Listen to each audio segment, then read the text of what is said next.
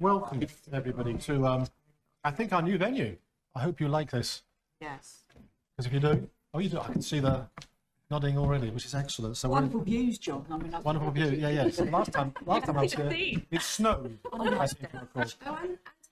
Yeah, and that was a couple of weeks ago. So well, nice to have the light. Actually. yes, excellent. So welcome everyone. So I wanted to just kick off by saying a few words of introduction. First of all, I should actually introduce Drew. Drew is our new person attending on behalf of pharmacy sector. Would you like to introduce yourself? Yeah, hi everyone. I'm Drew Creek. I'm the Chief Operating Officer of Community Pharmacy Cornwall. So we represent all community pharmacies here in Cornwall and the Isles of Scilly, of which there are 96 currently. Excellent. Thank you ever so much. Okay. And Ella, welcome to you here today. You're going to be representing quite a large church today. You're representing not just CFT, but all the NHS providers here today, as Steve's on holiday. So welcome. Yeah, thank you. So I'm here in that capacity rather than as RCH. Absolutely. Thank you. Thank you. So I thought I'd just say a few words, like I say, and introduce. So I wanted to look back a little and then look forward a tad. When I think about this last year that we've just finished together, I just wanted us to reach out and celebrate the fact that as we get closer working, challenging each other with new ways of doing things, things are beginning to work. I just wanted to celebrate the fact that for the last 2 years, the ICB, I'm sure our CFO will confirm this later, it's actually broken even. And if we add that to the previous year, the CCG down here, that will be the third year that we will have actually broken even as a system, which can only be to the collective support of everybody around this table and on the screen. So I wanted to reach out and say thank you for that. We look at some of the things that we've done in terms of new ways of working, some of the learnings that we're taking. We're not going to get it right every time, but I think the trick of change is to actually learn, get on and do and learn from what you're doing. So I wanted to just say that, and I'm going to just, hopefully I'm going to make you smile. I might fail miserably, but I was reflecting on trying to set a scene on something that in a former life in my office, I used to have, Kate will enjoy this, an anecdote on my wall, and it was long enough for people to stop and go, why's he got that on the wall? And long enough to make people read it and smile. So I'm going to try and get you to think about this. So here we go. This is what was on the wall. It ought to be remembered, there is nothing more difficult to take in hand, nor more perilous to conduct, or more certain of its success, than to take the lead in the introduction of change, and introduce a new order of things. Because any innovator has doubters who have done well under the old conditions, and lukewarm defenders in those who might benefit from the new conditions. The coolness arises partly from the fear of those who feel safe in the history of things, or who feel they have law on their side, and partly from the incredulity of mankind who do not readily believe in the new until they've actually had long-term experience of it. The reason why I say that, there's something here about, as leaders, we're going to have to make some changes. There are challenges nationally, of which we're picking up on things like some of the financial productivity targets that we're being given for the current year, which are not of our making, but are being set nationally for all 42 ICBs. Things like productivity getting back to where we were pre-COVID in March 2020, on things like capping on headcount. These are things which are material. And therefore, they're going to require us to be ambitious in our thinking. And that's going to require change and collective change. Because every time I speak to you individually, we all sign up to the fact that this probably is the best way forward to do this together and as a system. But there isn't a path laid out for us yet. We've got to create that path and learn from it. And I'm really taken by some of the comments I've had fed back to me is let's get on and do stuff and learn and change as we go. So I want to thank everybody for their insights and support as we go forward. So I thought I'd just say that, and I hope it made you smile, if nothing else. Certainly shortened my meeting because it took them 5 minutes to actually read the note, and then I could have a shorter meeting. So And I'm just impressed that John's had an anecdote. that's right. Yeah. I said I thought. Well, it was written in 1576, so it's been around a long time, that one. Right. Okay, so let's go to the more serious stuff. So I've done the welcomes. Welcome, Drew. Apologies from Nigel Aitchison, Rachel Wigglesworth, Steve, who's on holiday, and I'll explain that Ella is standing in today on behalf of NHS provider statutory role. And I believe we have Robin Jones, the RCHT COO, joining us later in the day on the West Cornwall paper. So there we are. Is there anybody else who I feel we may have missed? No, I don't think so. There wasn't going to be an agenda item on public questions, but we've actually had one come in from Peter Levin. Yeah. Can I just be clear, to try and be helpful and transparent, how are we going to deal with that one? So I think Molly has forwarded the question through to Royal Cornwall Hospitals Trust because it relates to the West Cornwall paper. Is that correct, Molly? Yes, Kate, that is correct. And they'll either update us during the course of the meeting or offer a subsequent written response. Okay. And there are no other public questions that I've been alerted to. Okay. So let's move on to declarations of interest. Is there anything anybody wants to add as a declaration, items that they feel conflicted on in the agenda at all? No? Okay. Just do that. So let's move on to approval of the minutes. Are you happy for me to take them and sign them as factually accurate reflection of the last meeting? Yes. Okay. Lovely. Thank you very much. Now, in terms of actions and matters, I'm very keen that we either close off some of these actions because they go back quite a few months now. We either close them off because we've done them or close them off because they think they've actually naturally no longer an issue. So Molly, could I turn to you and just lead us through the actions list and those that have been actioned and those that we feel we can close off, please? Thank you, Chair. I have under a handful of actions to update the board on. So if I just point your attention to action 3, which was noted at the last meeting. So I'm aware that a Director of Strategy has actually resolved the matters relating to care sector funding allocation in March.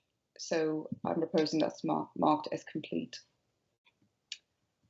And that is also the case for item 6, which is relating to the joint forward plan. So there was an action to make links associated with supported housing provision within the joint forward plan. That was also completed in the iteration of the document that we've got subsequently. And then action 13 is ongoing, but shortly due to be finalised. That's in relation to convening an extraordinary board meeting rather, to discuss the financial plan. So that is provisionally scheduled for either the 30th of April or 1st of May this year. So I was just proposing to pause there, Chair, because I don't have any other substantive updates to provide. I'd like to raise on the actions. Yeah. If I could ask us, though, for next meeting to work our way through these and try and clear as many as we can, Molly and Kate, I'd be very grateful. They're going back quite a few months now, so I think we either propose to close them or we action them, please, yeah? Okay. Lovely. Thank you very much, everyone. So let's move on to the health and care vignettes. Hopefully you've had a look at the video vignettes. Again, where are you, Lucy? Down there. Again, an excellent selection for us. Thank you very much indeed. I've got some things I'd like to contribute, but before I say anything, any other thoughts about what you've heard? So, Tan. I really welcomed the report on the Super Knee Clinic. And how great that is that we can actually ramp up and do something that will address the waiting list for people that are waiting in the queue. And I'm just asking us to explore, are there other opportunities to do different things here? I'm kind of thinking some of the issues we've got around some of our dentistry. If we could get more dental surgeries open on a Saturday morning for some of those in need, wouldn't that be a great thing? Which item are you talking about? Which one? It's the Super Knee Clinic. Super Knee, I didn't hear, sorry. Super Knee. Okay. This is an approach we could have dropped much wider. Great. Calvin? I really enjoyed the hearing loss event one, and one of the good things actually when participants talk about things where they're describing their needs, and one of the participants was saying one of the challenges they have is a number of our systems don't have flags which identify, in this case obviously, hearing needs. We actually have a national programme that we're participating in now to add a reasonable adjustments flag, and I think it's useful to flag it up because, of course, each community has its own, or individuals have their own particular needs. And so the solution which is being brought forward is a reasonable adjustments flag in the Devon and Cornwall care record, which is visible across both counties. So we're working hard towards a solution that actually has as broad a reach as possible rather than it being in individual systems. I quite enjoyed the, well, all of them actually, and especially the, as you say, sort of bringing services to the public in a way. But the diabetes one, I was struck by the people who didn't attend, and it made me think. I wonder how much of a sort of reservoir of not properly treated diabetes we might have, and whether our work on the diabetes pathway might help to sort of bring people into the fold, as it were, because we know that the complications and potential issues for the individual and for the health service later in life can be quite significant if we don't pick that up and deal with it at the time. Which is a nice segue to Nick. Yeah, thank you, Chair, and thank you for letting me join online today. So I think the two that obviously stood out for me, especially with PEEP, is as committee was the diabetes one.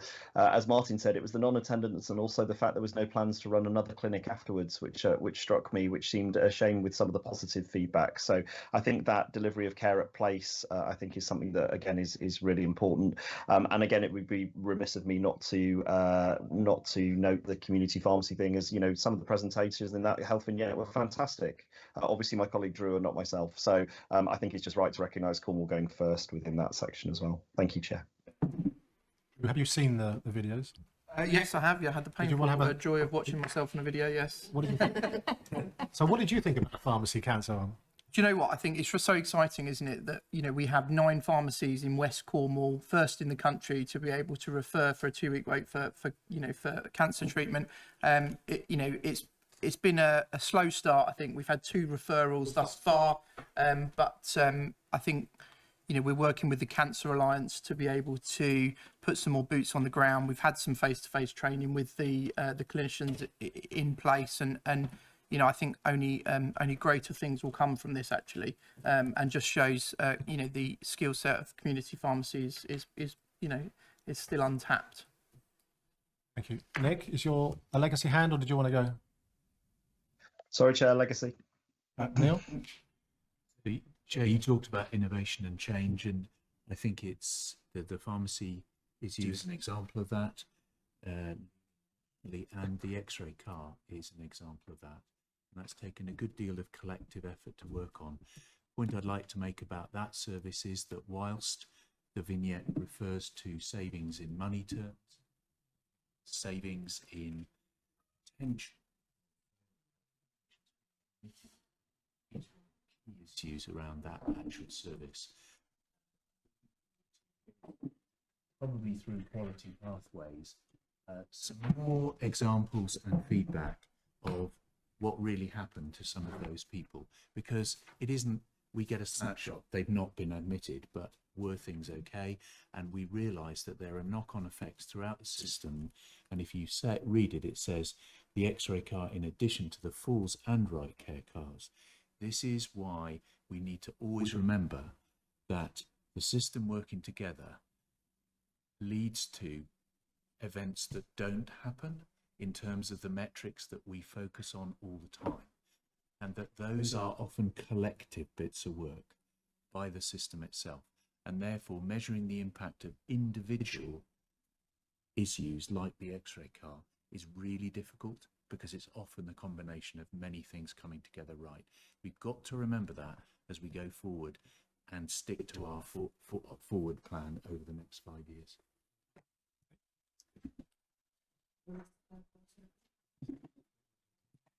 So one of the things that I'm just looking through the various different things we're talking about here, our focus of attention shifting, isn't it? We've got the cancer screening that we wouldn't have had in pharmacy, so services available to people in their places that they live, which we remember is one of our big promises through our True North event.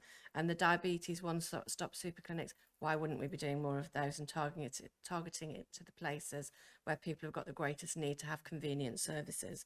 And then things like the X-ray car.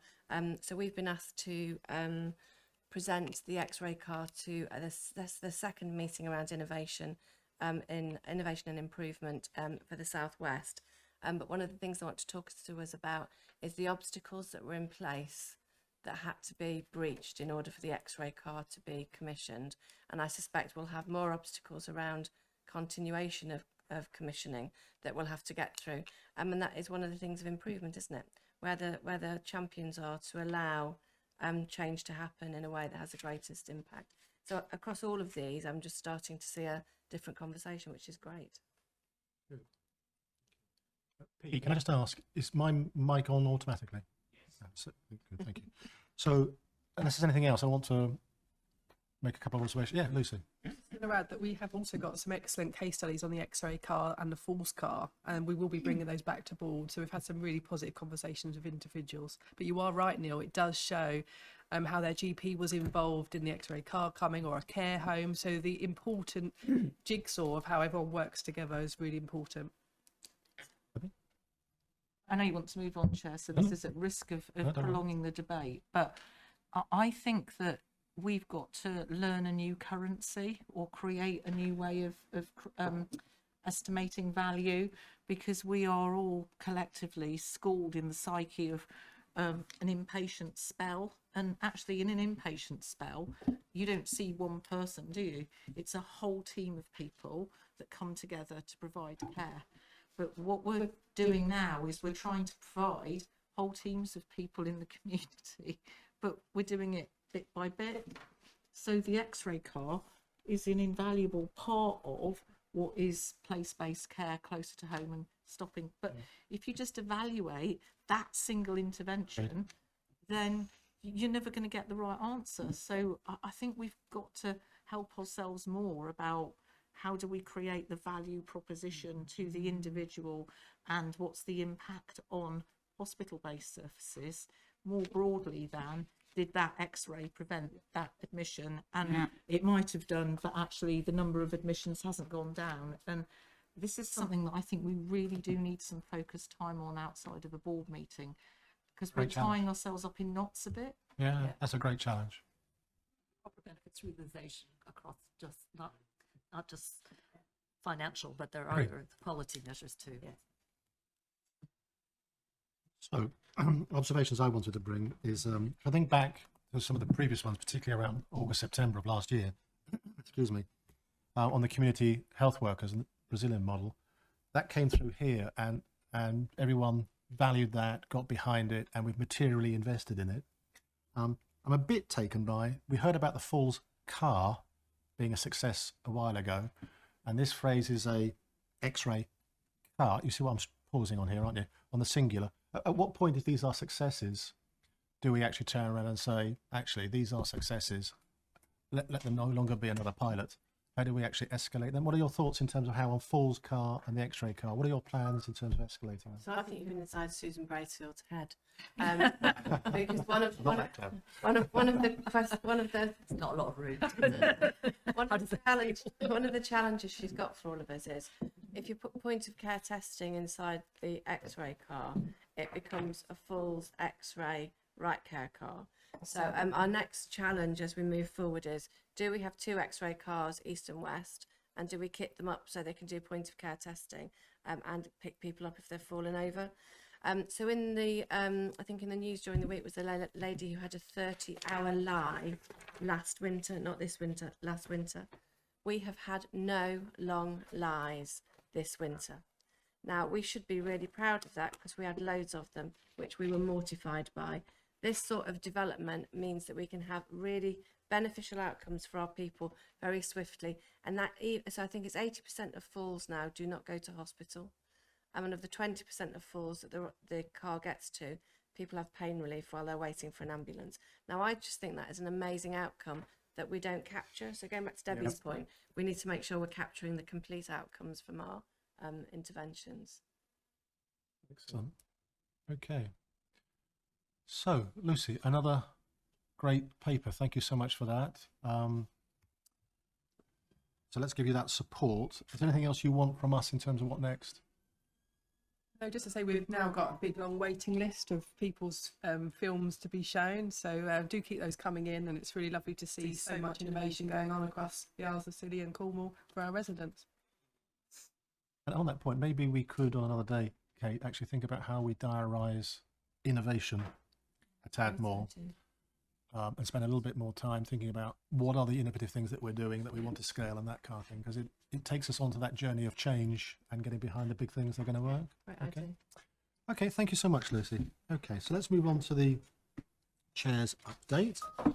So I'll just do a bit of an intro and then I'll throw it open and see if anybody would like to comment on it. So again, I just wanted to say how fantastic I think it is that the team as a system are able to declare a break even for 23-24, making improvements in key areas on some of the quality metrics. Still a lot to do. Not going to not say that. So that's important. Given the fact there's been the national guidance, NHSE now, in terms of some of the planning work, we're responding to that, and I can see that playing out. So I wanted to thank the executive team specifically on that. I also wanted to reach out and say thank you to everyone engaged in the development of the System in Quality Improvement Committee. That is on the agenda later on, and this, when I wrote this, it was right at the point in writing, but like a lot of change, a week's a long time in politics, and it seems a long time in terms of change management. So I'd like to say at the point it was written, it was fine.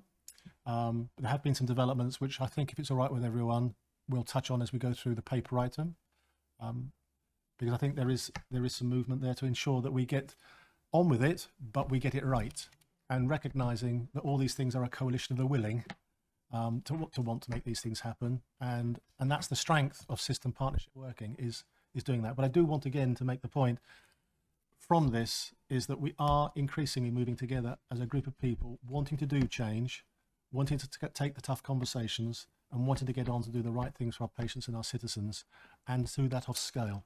So I just wanted to recognise that in here. The other thing I wanted to sort of say is that this is being done in equal partnership. I think there is something here about making sure that everybody recognises all of the work that we're trying to do now is actually us working together as one system, as opposed to ICB or one particular area or whatever else. So I think that's the value of what I'm starting to see as we go through here.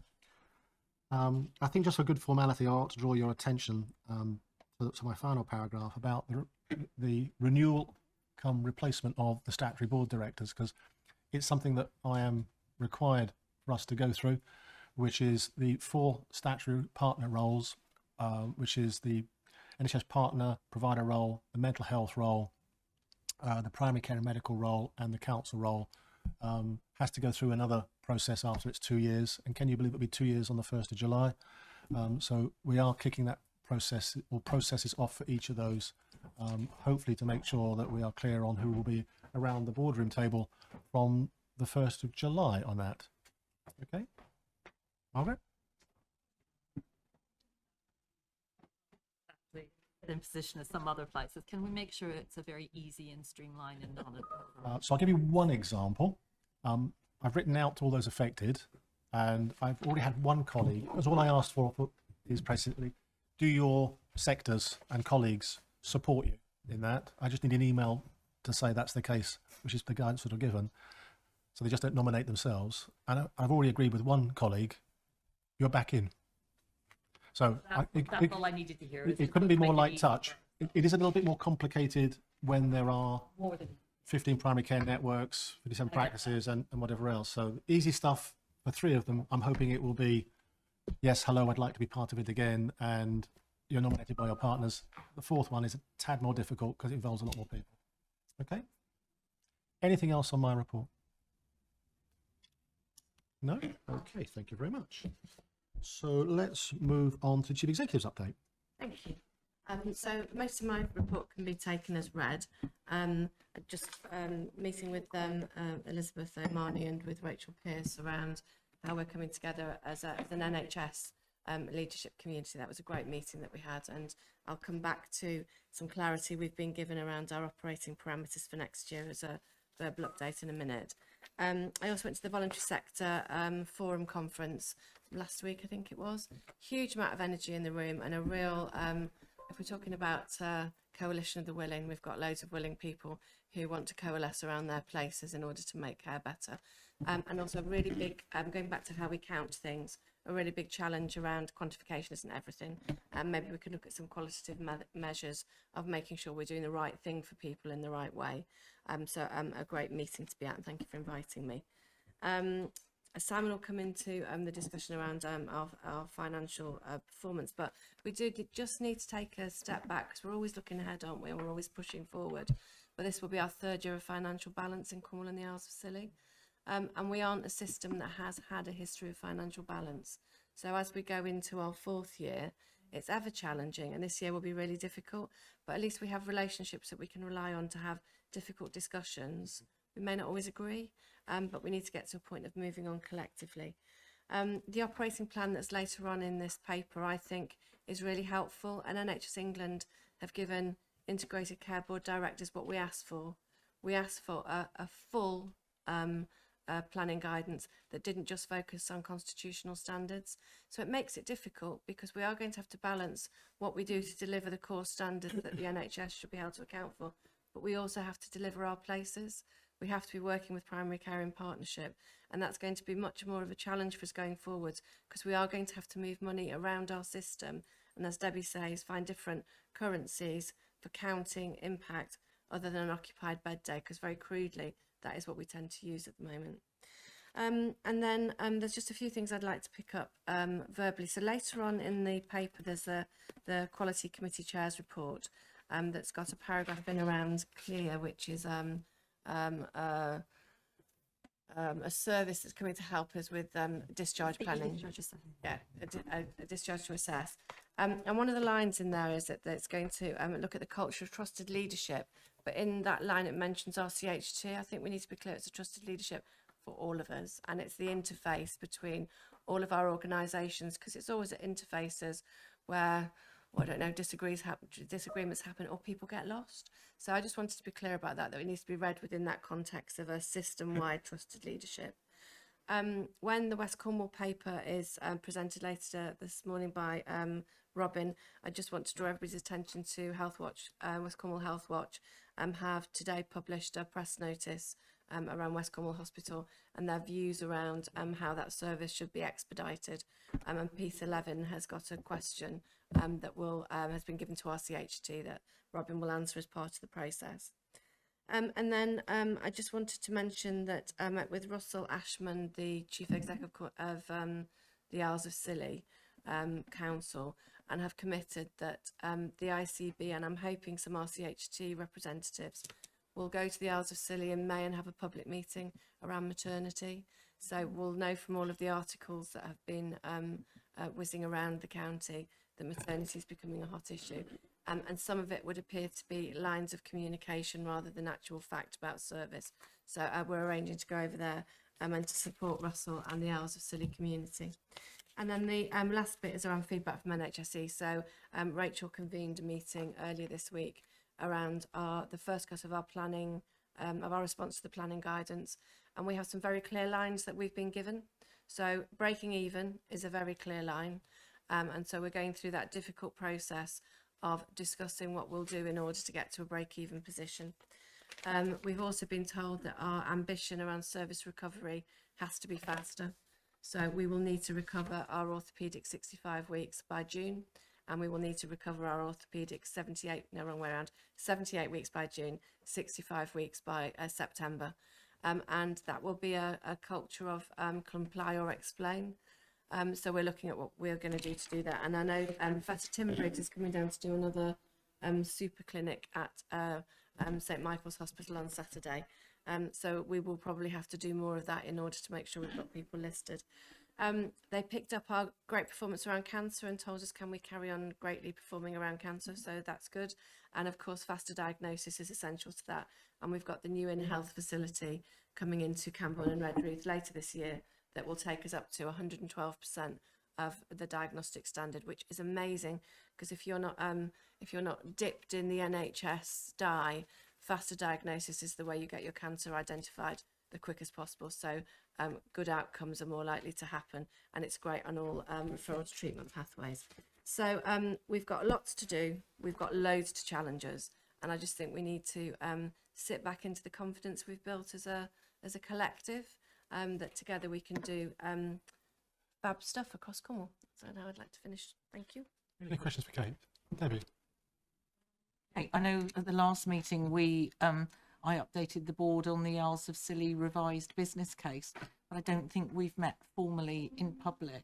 And I think between us we should announce that the Department of Health have indeed approved the short form business case, and that has meant that we have been able to progress with the orders, and work has already started, albeit it's the initial groundworks. So I just think that's really good news, and it also means that once I have got assurance, because Margaret and I and our board are like, we absolutely know how important it is to deliver the building on time. It really means now that we can progress the integrated health and care working across social care, all our health services on the island, and also the ambulance service. So I think we probably ought to be looking at not only going over and talking about maternity, but potentially actually now really doing that engagement work about what the new offer could and should look like, because the building after all is an enabler. But it's great news, and we should be seeing the modular units arriving in the Scillys in August. Great news. Absolutely brilliant news. Okay. Anything else for Kate? No? Okay, thank you, Kate. Let's move on. So we're slightly ahead of time, which is fantastic. It's got a bit more time to chat these things through. So let's move to the ICB committee chairs. So just in the order in which I can see colleagues. So Tan. No, nothing to add. Thank you. Neil? I said I'd give a verbal update on the ICA committee. The only thing I'd really like to bring out there is that we received a report on social prescribing, which was welcomed by the committee. And the key thing I wanted to highlight was that it has been important to provide a coordination role, both in assessment, evaluation and training of the value of social prescribing, and that is something that the committee endorsed as a recommendation should be taken forward into the next 2 to 3 years.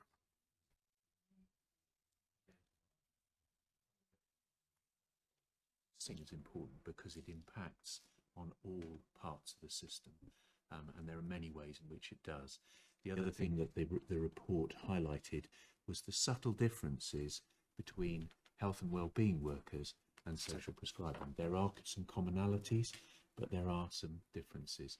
And as we go forward, being able to coordinate and evaluate both those roles and the way they help people, particularly in areas of inequality, seems to be a very important thing to take forward.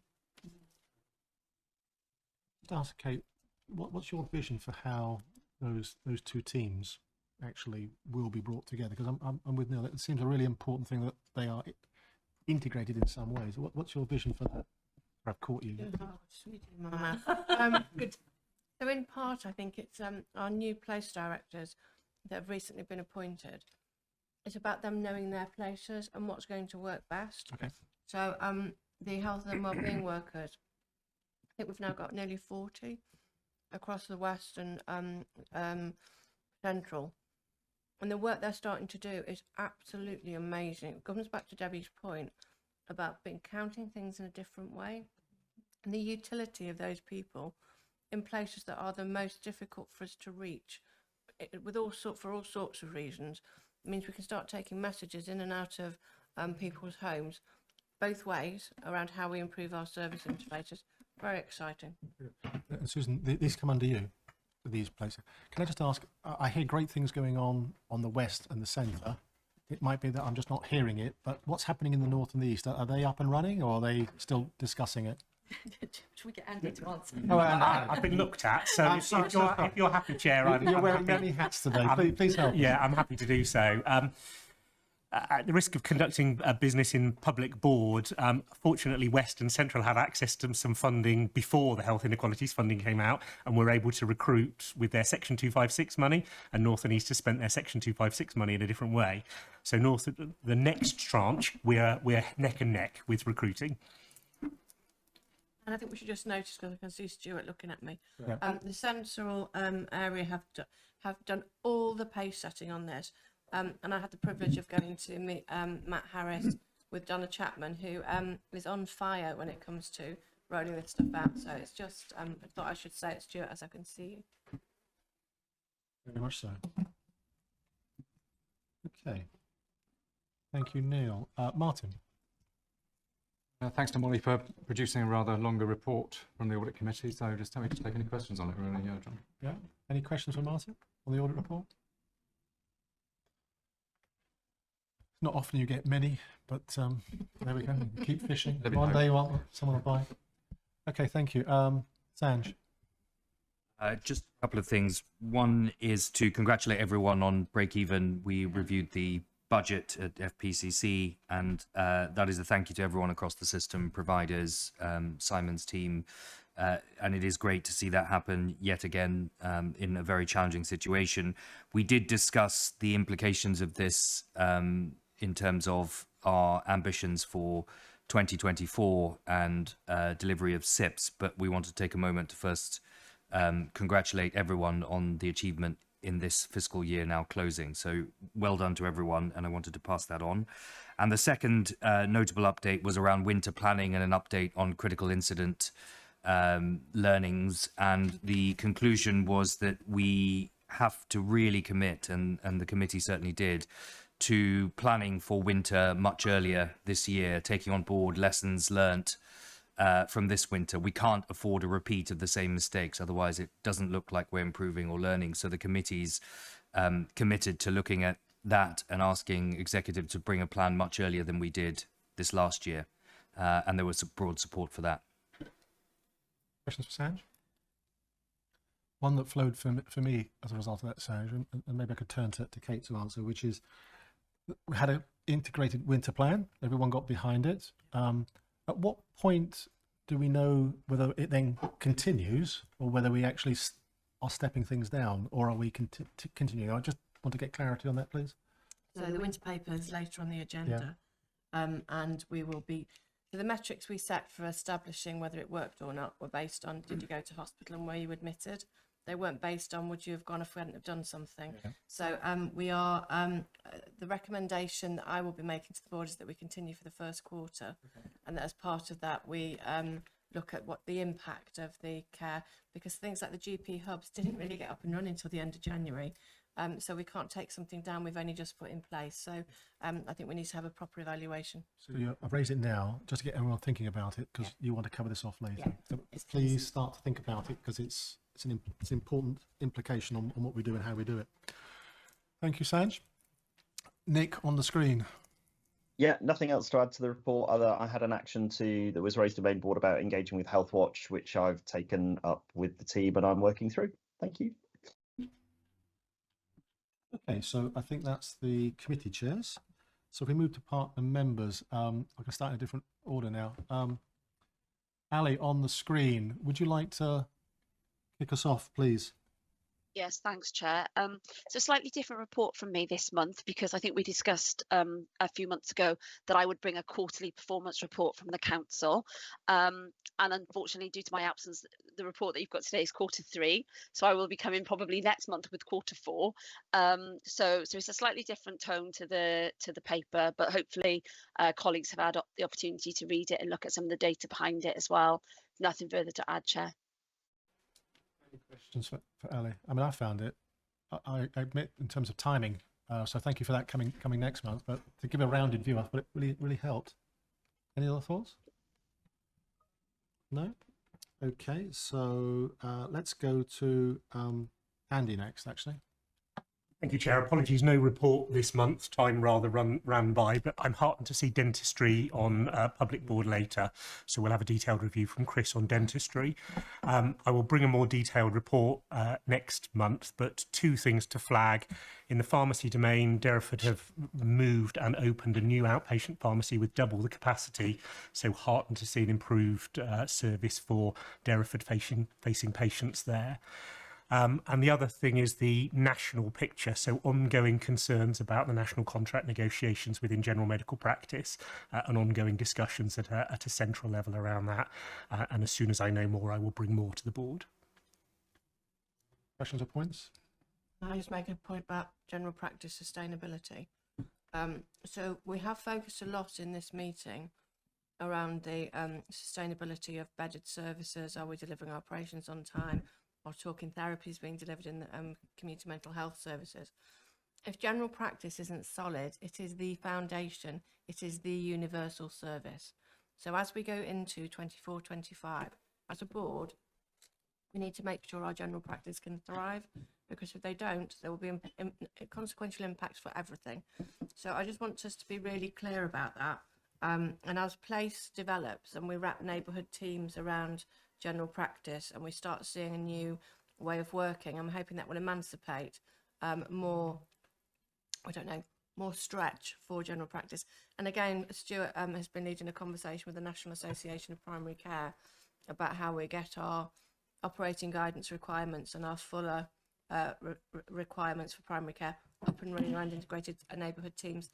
Debbie and I are meeting with Katrina Percy from the National Association of Primary Care, and we'll be bringing something back to the board in the coming months. And Stuart, it'd be great if we could sponsor it together, so it comes via the GP Collaborative and the ICB.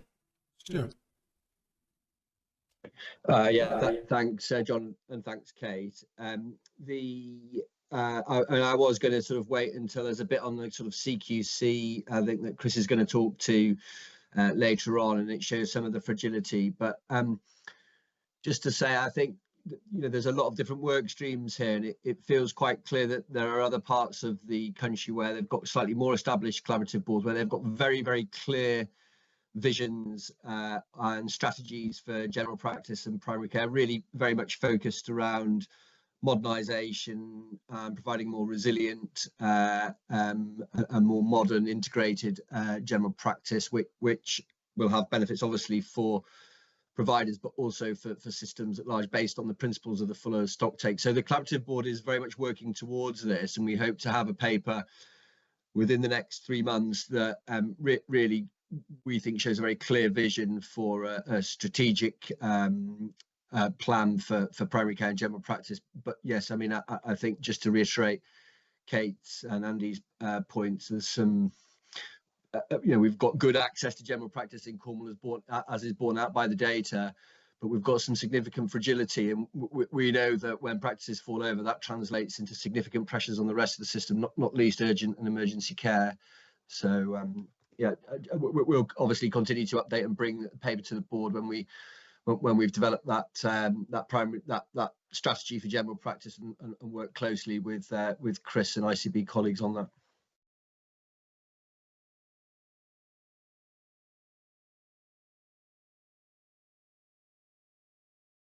Take my report as read, but I wanted to locate it in the context of raising awareness for all across all health services and care agencies of the importance of supporting veterans and the importance of supporting veterans with all their health needs. So this is a bit of a detailed deep dive about the local offer, but also some of the additional support offers, including the really specialist service that's provided for the Southwest region. But since I've written this report, a couple of things have happened. So we now have 2 community hospitals that have been awarded veteran aware status.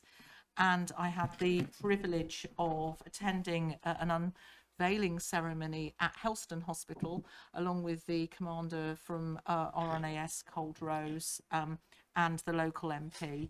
And it's really important and empowering to hear how embedded veterans are in our services, and how our services mean so much to local communities that have veterans living in their midst, because they're us as well. And so I think it's just really important that we don't see them as a discrete group, because they are absolutely in our communities and have healthcare needs just like the rest of us. However, since Deborah Fenton, our specialist lead in the mental health service, who helped with this report, has returned from leave, she has got a member of one of her groups to give us a bit of a patient story. And whilst I don't want to read the whole thing here, the précis of it is that this individual gave a really heartfelt account of the impact of his serving years on his own health and his relationships and his challenges in adjusting to life beyond the forces. And in order to manage that, he took to drinking too much alcohol. And that's not an unfamiliar, but when he went to primary care, the primary care interface was largely, if you stop drinking, then we can sort the other things out. And when he accessed community mental health services, it was a pretty similar story, such that this individual felt that his inner needs were not being attended to. But he was encouraged by a colleague who had had contact with the Cornwall Veterans Service. And I have to say, it's a shame that my own services didn't do this, but that's the whole point of patient stories, isn't it? And so therefore he was he was able to refer himself. He heard back within 2 days via a friendly message. He was given additional information about the service. He had an informal chat that he found non-threatening, and he was encouraged to come and join a group to speak with other veterans who had used the service. So really non-threatening. And he didn't think group work was going to be for him at all. But he said, I found the experience of tending the group with other veterans to be cathartic and uplifting, knowing that the feelings I was trying to express were understood for the first time in many years by people who had experienced similar and often more traumatic events in their lives. The sessions were superbly run by Deborah, and watching the other participants, I could see that by the end of it, some of them who at first may have been sceptical about the meeting were seeing benefits of such an empathic process.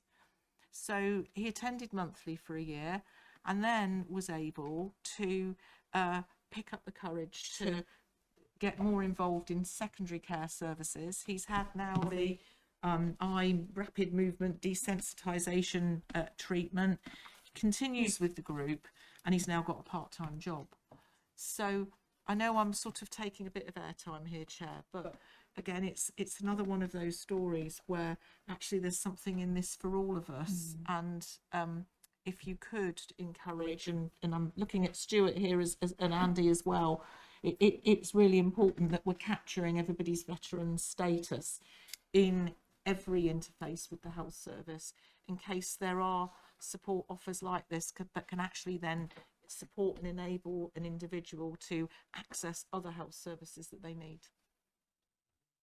Could I just add to that? Thanks, Debbie. And it just to it's a really good example of a population health group where we might think that the access is appropriate, but there's an inequality of access. And just to point out that in general practice, 70% of general practices in Cornwall are veteran accredited friendly practices, so that they can think about things from a particular population health point of view. And obviously we're trying to get that to be 100%, and that's just my nudge to Stuart and his GP collaborative to help us up that, but we are quite high in that context nationally, so it's recognizing the importance of that. Can you hear me okay? Yeah, so I'm the regional representation on the National Armed Forces Oversight Group, because I used to commission Armed Forces nationally until it went to the central team. And actually the Southwest is in a really good place around armed forces.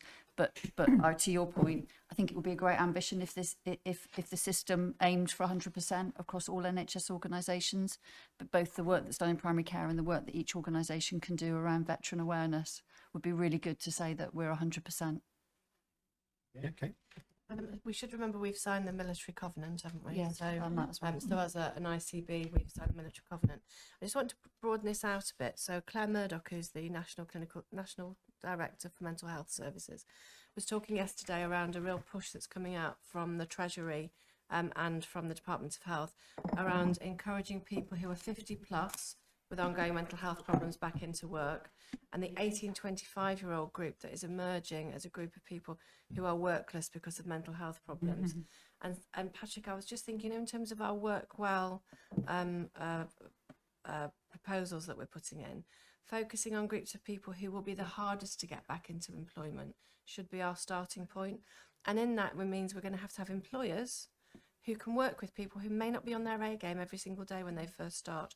So I think there is something we should be doing now to engage through the Chamber of Commerce and more widely with employers to get the environment ready for people to come and work in, rather than us get people work ready and find that we have employment that really isn't able to accommodate their needs. Just on that, Patrick, we're still waiting to hear about Workwell. Oh, indeed. Yep. Let's assume we. Some success. Let's assume. Well, I'm going to go to two scenarios because of what you just said. One is success. Should be picked up as part of that, I assume. Yes. That's the target audience. The obvious vehicle, yeah. But in terms of Plan B, in the event, and I hope this doesn't happen, but in the event that it doesn't come to us in terms of that funding first time round, how do we pick this up of substance? So one of the strengths of our bid, we believe, is the fact that Cornwall and the Isles of Scilly has done work on a work and health strategy, irrespective of the Workwell programme. Okay. So the Workwell programme would be a really good vehicle for delivering on that strategy. If it doesn't come off and our bid is unsuccessful, then the work and health group would need to regroup and think about how do we take forward implementation of that strategy without the Workwell programme. So we are in a really poised position, waiting on the national decision. Which no news? No news. We're expecting all the indications from the DWP and the HSE was a decision in early April. So it's imminent in terms of decision, but we haven't had an update. I have chased for any news on timescales, but thank you so much. No news yet. And just in following on from that, some of the things we need to look at is working even closer with our economic development partners at the council to look at health and social care as a sector, looking at the shared prosperity funding that's current, but also what the successor programmes are going to be from next March, April. And in fact, with your new chief of staff starting pretty soon, and the ICP, of course, that will pick some of this up, but we've now agreed also with all the partners on the Cornwall Leadership Board structure, of which the new chief of staff will be plugged into that journey. I think we're now starting to get closer alignment, not just with the Health and Wellbeing Board, but with the wider Cornwall Leadership Board that includes particularly that wider cohort. So I think we've got to think through how we leverage those relationships more than we are now. Attending is one thing, actually contributing, being part of that and active, and that's where your structure in terms of your competency, depth of senior. Oh, this is all getting exciting. Okay, it's all coming together. Excellent. Okay, Debbie, anything else you wanted to add? Not under that report. Okay, right. Ella, we're going to drop you in the deep end here because thank you for attending and representing Steve, but it's a wide portfolio. So could you start with any wider? Well, I think, to be honest, I was going to take the report as read, Okay, John, given the detail is in there. It's worth probably just pointing out that the way the Easter break fell, unfortunately, UHP and CHC's updates are for the previous month, but that hadn't already been to this board, so it is all relevant information. And I'd be happy to take questions if there are any. That's a fair Thank you. challenge. So as always, you've read it. Thoughts, Debbie? Yeah, so thank you, Ella, and I'm wearing two hats when I speak on this matter. So so from a CFT perspective, it's reported in there about the considerable pressures that we're experiencing in mental health. And I'm really sorry to say, colleagues, but those pressures continue and they're quite significant, and we've not been able to sustain the significant improvements that we saw during Qs 1, 2 and 3 in terms of reducing out of area placements. and I'm really embarrassed to say this with Rachel in the room, but actually our out of area placements are the worst that we've seen. And last week they peaked at 26 inappropriate out of area placements. And we all know that this is something that is of huge distress to patients and their families. And we also know that it's not a good use of system money to be placing so many people at a county. But at the same time, we also have 10 people today, as of today. So that 26 peak last week has come down to 24. So we've progressed 2 in the last week, and the last 3 weeks, because we've been escalating through the system control meetings, we've seen a net improvement of 2. And these are the no criteria to reside. And it's quite hard to even get on that list if you've got a mental health condition, because various things have to be in place to support you in the first place. So best efforts, we've seen an improvement of 2. So we're admitting through effectively a low bed base per 100,000 population and that number of delays. So, and we're still admitting, and we've still done really well in terms of not having long waiters in our emergency department. But we are currently holding 10 patients waiting for a bed. So that's our equivalent of an ambulance queue, but it's not seen with a great big white box with wheels sitting outside an A&E. And we've got 4 people at the moment in our section 136 suite waiting admission. So we've repurposed it into a mini admission award. Now, that is no different to us bedding SDMA or somewhere like that overnight. So it is the sort of thing we do. But on the other hand, if you're in mental health crisis, or if we've got a long wait in Derriford or RCHT, our capacity is used up. Now, the reason why I'm labouring that point is because if you match off our 24 out of areas, we've got, sorry, our 24 delays, we've got 18 out of areas. So if we didn't have 24 people delayed, we wouldn't have any out of area placements. And we've got 15 acute out of area placements today. Because it has grown, as you would imagine, over the run up to Easter. So we've all said what a good Easter we've had, which we did have relatively, but this problem has been growing through January, February, March, and now we're into April. And through all the work, and I'm sure you don't want me to throw more numbers at you in terms of what they're waiting for and things. One of the complexities is funding on discharge. And if you have been detained under the Mental Health Act, you are entitled to aftercare under what's known as Section 117 of the Mental Health Act. And that's a joint statutory duty on the local authority and the ICB. And joint is not defined.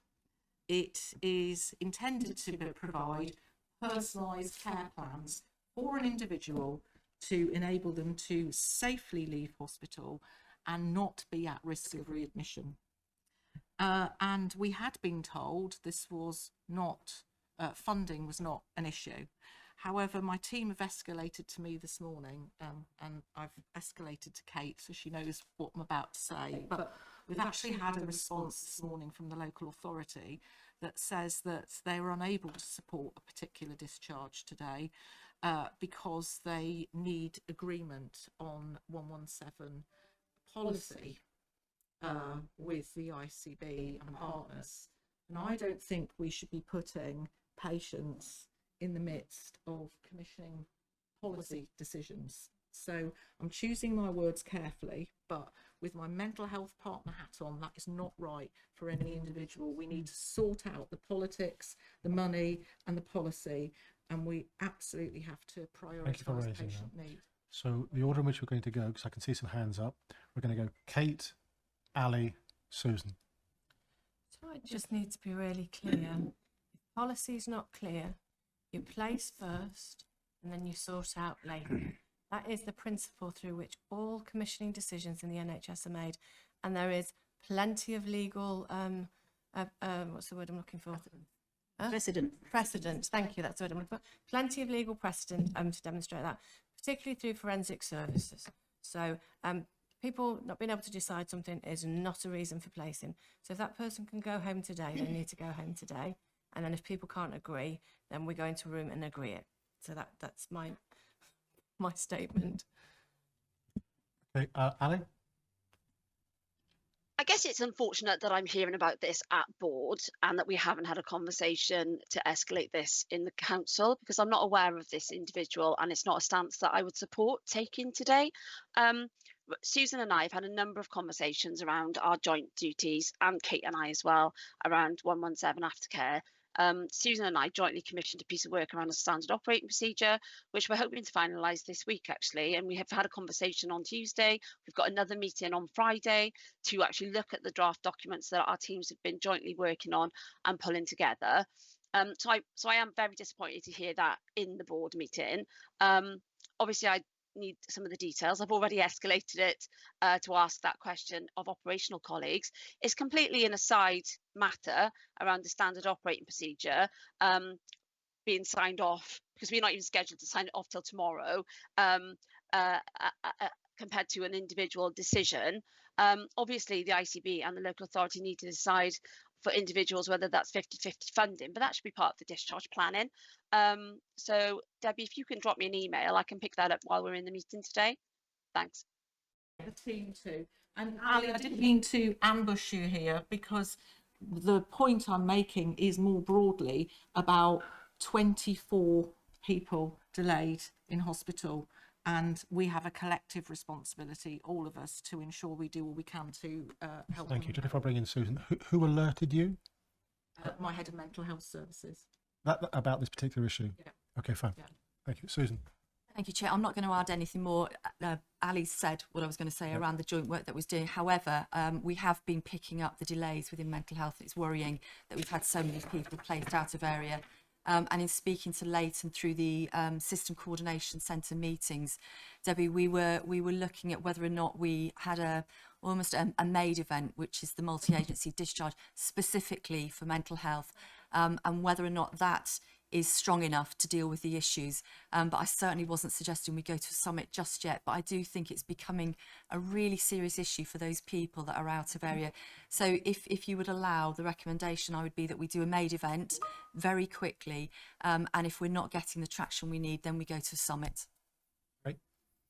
Can I just also suggest, so at the point of discharge, in terms of risk management around people with mental health conditions, that's the riskiest time, isn't it, when people are leaving hospital and going back to their normal lives. So could we bring the outcome of that MAID event through whatever we have as a system quality committee? Absolutely. So that we're all cited on it pre any sort of summit, but we're all really clear that we're mapping the consequences. So I think we ought to just note, sorry, Martin. Just to add, I think a sort of subset of the points being made was that there's perhaps some sort of hidden waiting list that we aren't always aware of because it's not so obvious as an ambulance on the forecourt sort of thing. And I just wonder, when we come to our IPR and our, the way we present our information, we need to make sure that we highlight issues like this if they are, something that's under the public IPR then, section. Yeah.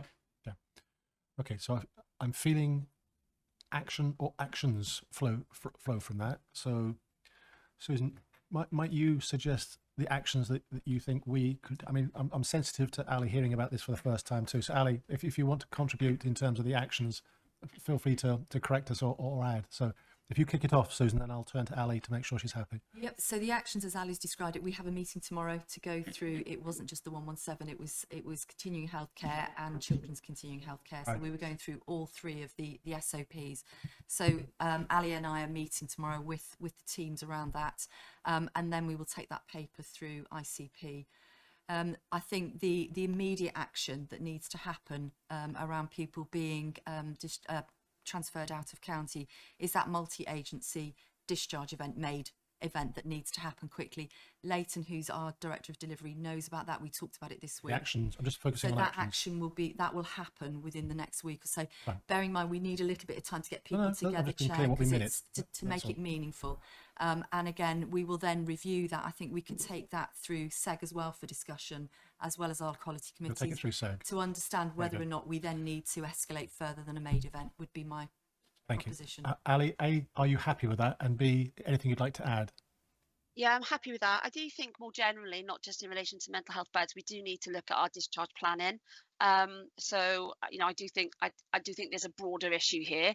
But yes, happy with those actions, Chair. Thank you. And I'm dealing with the individual today, so I'll get back to you with an outcome of that as well. Thanks. Final word on this case. So I think picking up Ali's point around discharge planning, because it's across everything. So offline, Susan and I will talk with Ali about putting something in place that sets, I know this sounds really boring, but timelines against which discharge planning can be measured, as well as no criteria to reside. Because if we've got a week to discharge somebody, it's more likely to happen than if we find out on the day they can go. So we'll pick that up. I'm going to get to Debbie via Susan. So it's like Kate's read my mind. So again, had a conversation with Leighton yesterday about how we set ourselves as a system targets for our no criteria to reside that we all feel are fair, because we did pledge that we would get down to 100 or less no criteria to reside as a system. Right. So all of that picks up, and it starts to lead into the work, not only in the operational planning guidance, but also our priorities that we agreed at a meeting here some time ago around our priorities. Thank you. Debbie. So it's not all doom and gloom, because we do keep a very close contact and track with anyone placed out of area, and we do repatriate them really very quickly. So Very we good. brought 4 back this week.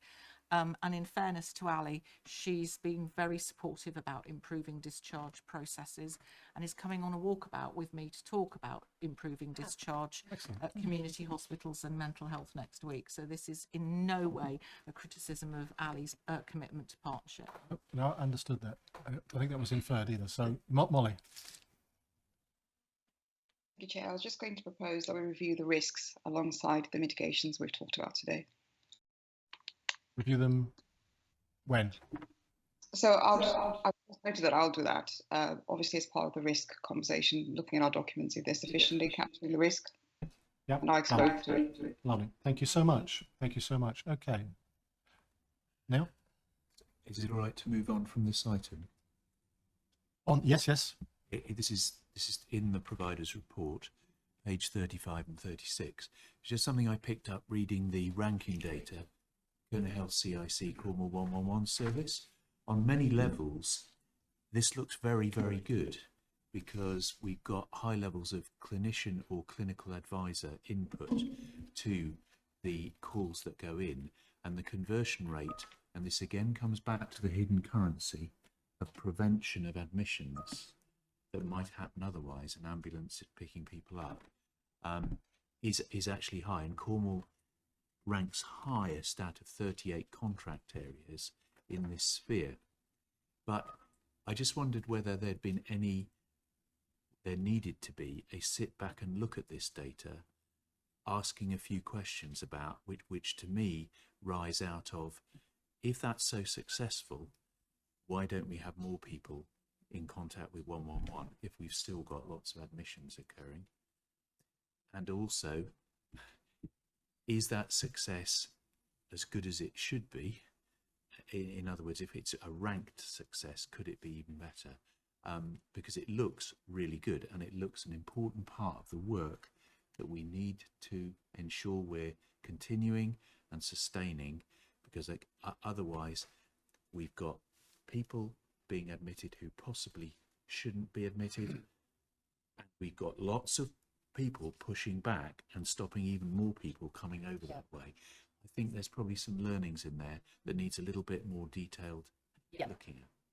If I can just come back Yep. on that. So, and Jan, who's CIO of Kerno Health, CIC, and we meet monthly, and with Hook, who are the provider of the 111 service, and there's a robust review of performance from all angles. And it's true to say, overall, we rank well. However, we're not meeting the standards that we set in all of the areas. So it's not necessarily, it can be a case that we're doing very well, but nationally, compared to other people who are also struggling, if you see what I mean with some of these.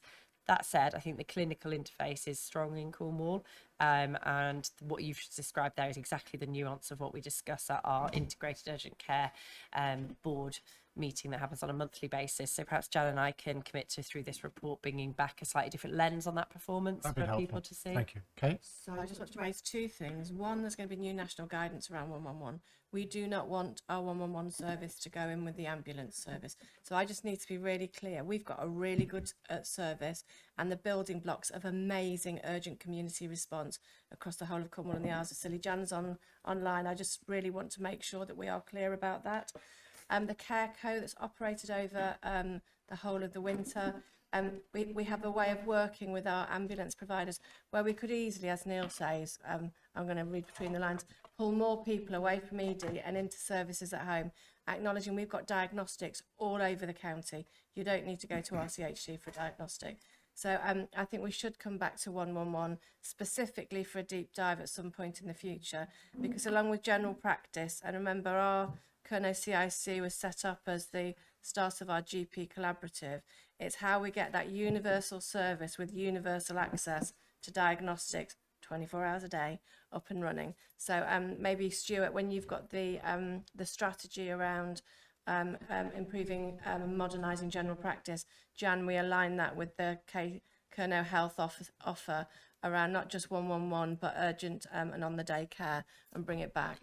Okay, so just to discipline ourselves, Ella, as the representative, else we'll have 50 people in the room if we're not careful. As a representative of this, will you speak to your colleagues and organise when the 111 service can actually come back through you, yep, or through Steve, back to here? Yep, thank you. we'll do that. Sanj first and then Kelvin. Thanks. It's about the RCHD update and particularly the community skin imaging service that's being rolled out, which is great. I'm just sort of jumping on the back of that, and I think X-ray cars and really moving diagnostics out of the hospital and all the benefits that brings. Is there? I wasn't aware of it, but this is great. It's happening. Is there a plan around other areas of diagnostics like this that can be moved out? You may not have an answer now, but I just wonder: are we maximising the opportunity in other areas where it is possible to do it outside of a hospital? Because a few of these we've heard, like the X-ray card, but also this is clearly helping you, but it's also helping communities. So yes, through the trust strategy, there's a clear direction around using the acute for only what we need to do in the acute, and that all services should be looking at where services can, they should be at place or in community, aligned with our overall integrated care strategy for the system. So I'd say yes, there's a clear direction around that. I think we don't probably capture in one place all of that action. So again, it's something that I can aim to feed through this board, given it's something we're particularly interested in talking about here through this provider report, where there are other services that are developing or at the early stages of rolling that out, certainly. Yeah. Thank you. So we are really starting to fall behind schedule. A lot of this could fall into the integrated performance report, a lot of these questions, to be fair. So either we can deal with them now or maybe later, but Kelvin, please. Mine's really quick. There's a really interesting point from Neil around the description of the quality of the service once people are into it. I think when we look at the review, and I bring this my own experience of running our own help desks, really critical from a customer stroke patient point of view, time to answer and abandonment rates. So I think we need to make sure we're looking at very much at that front end of the service as well as the quality of it once we're well into said. it. So Thank you.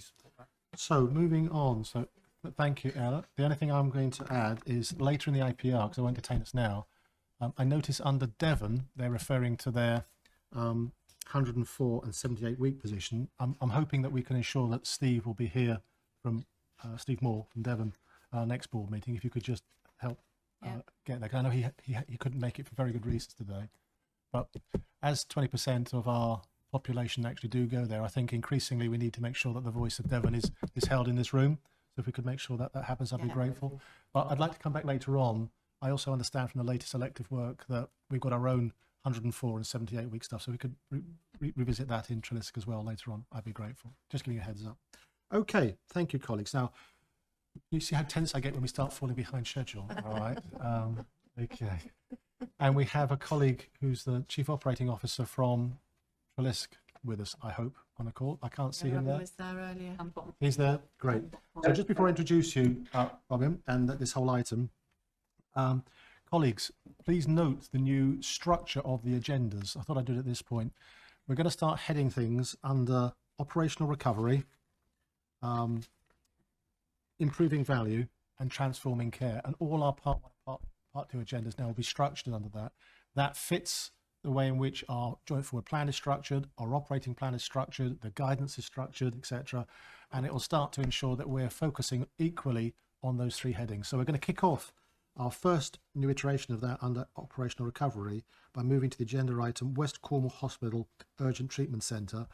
And Robin, we're in your hands. I'm here, Chair. Thank you. Oh, brilliant. Okay, in your hands. So, colleagues, if I may, accepting that this paper will be read, just acknowledge that our colleagues from West Cornwall Health Watch have issued their statement today. And I really wanted to acknowledge that from the outset, because we've written this paper in the spirit of providing an update of where we've got to with our West Cornwall Working Group, which is running through a number of options and scenarios with the intention of bringing West Cornwall back to being open 24 hours a day and making the assessments with that being open, what the true impact is. And the paper, on reflection from reading the statement from Health Watch, we can see that we tried to hit the balance of the level of detail that we were providing, because we're conscious that there's a number of schemes that we're working through in that working group that need detailed conversations with individual staff members, and wanted to try and get the balance right of how much information we provided here. What I can update the board before knowing that the paper's read is that one of those options does require an investment within RCHT, and that investment paper is going to our investment group on Monday. So there are actions that are being delivered from within the West Cornwall Hospital Working Group, which is mentioned in this paper, that we are taking forward with that intention of moving the service into that 24-hour space. So I think really, on my final point that I'll make before I open the floor to questions, if I may, is to just say that one of the things that we're grappling with as a whole working group is the challenge of collaboratively, how can we work through making sure that we've got the appropriate staffing model, using the resources from across a range of providers and opportunities to have this service open. And that's been our challenge, is getting that right. And as I say, we've got a number of options that are being worked through, one of which is in our investments group on Monday. Thank you very much. So you have seen the paper, you've had that. Any other questions or observations to Robin, and noting the fact that West Cornwall Health Watch have written in this morning? Kate, anything you'd like to add? I think Neil wants to come in first. I didn't see Neil, sorry. Chair, I need to declare an interest in that I do, on occasion, chair the Penwith Integrated Public Forum, which obviously has a great interest in the future of West Cornwall Hospital. Having said that, when I read this report, although Robin has to some extent made some progress in answering this, what I wrote down was, who makes the decision now, please? Because this is a commission service, but again, as Robin alludes to, this is a system-wide issue, and this again comes back to this, all the parts of the system needing to come together to keep care closer to home and prevent admission. And a bit like what we just discussed about 111, what we don't know is that if it's shut, that other partners who might look at options to go to ED can't look at that option in West Cornwall. So we've got across the county SDEC at Bodmin, CATU, and I'm deliberately using acronyms here, okay, and UTC. We've got 3 slightly different models, and some of those are driven by wider politics and wider initiatives. You've got to have an urgent treatment centre, you know, that kind of thing. But effectively, they should be doing the same thing, and we should be looking at this as a system. And if we're going to transform the system away from an acute system that should only be seeing acute to a system where people are cared for near to their places, and we believe in that, and I'll remind you again, and I'm going to keep saying this, that our joint forward plan as a board pushes this whole initiative as the way forward.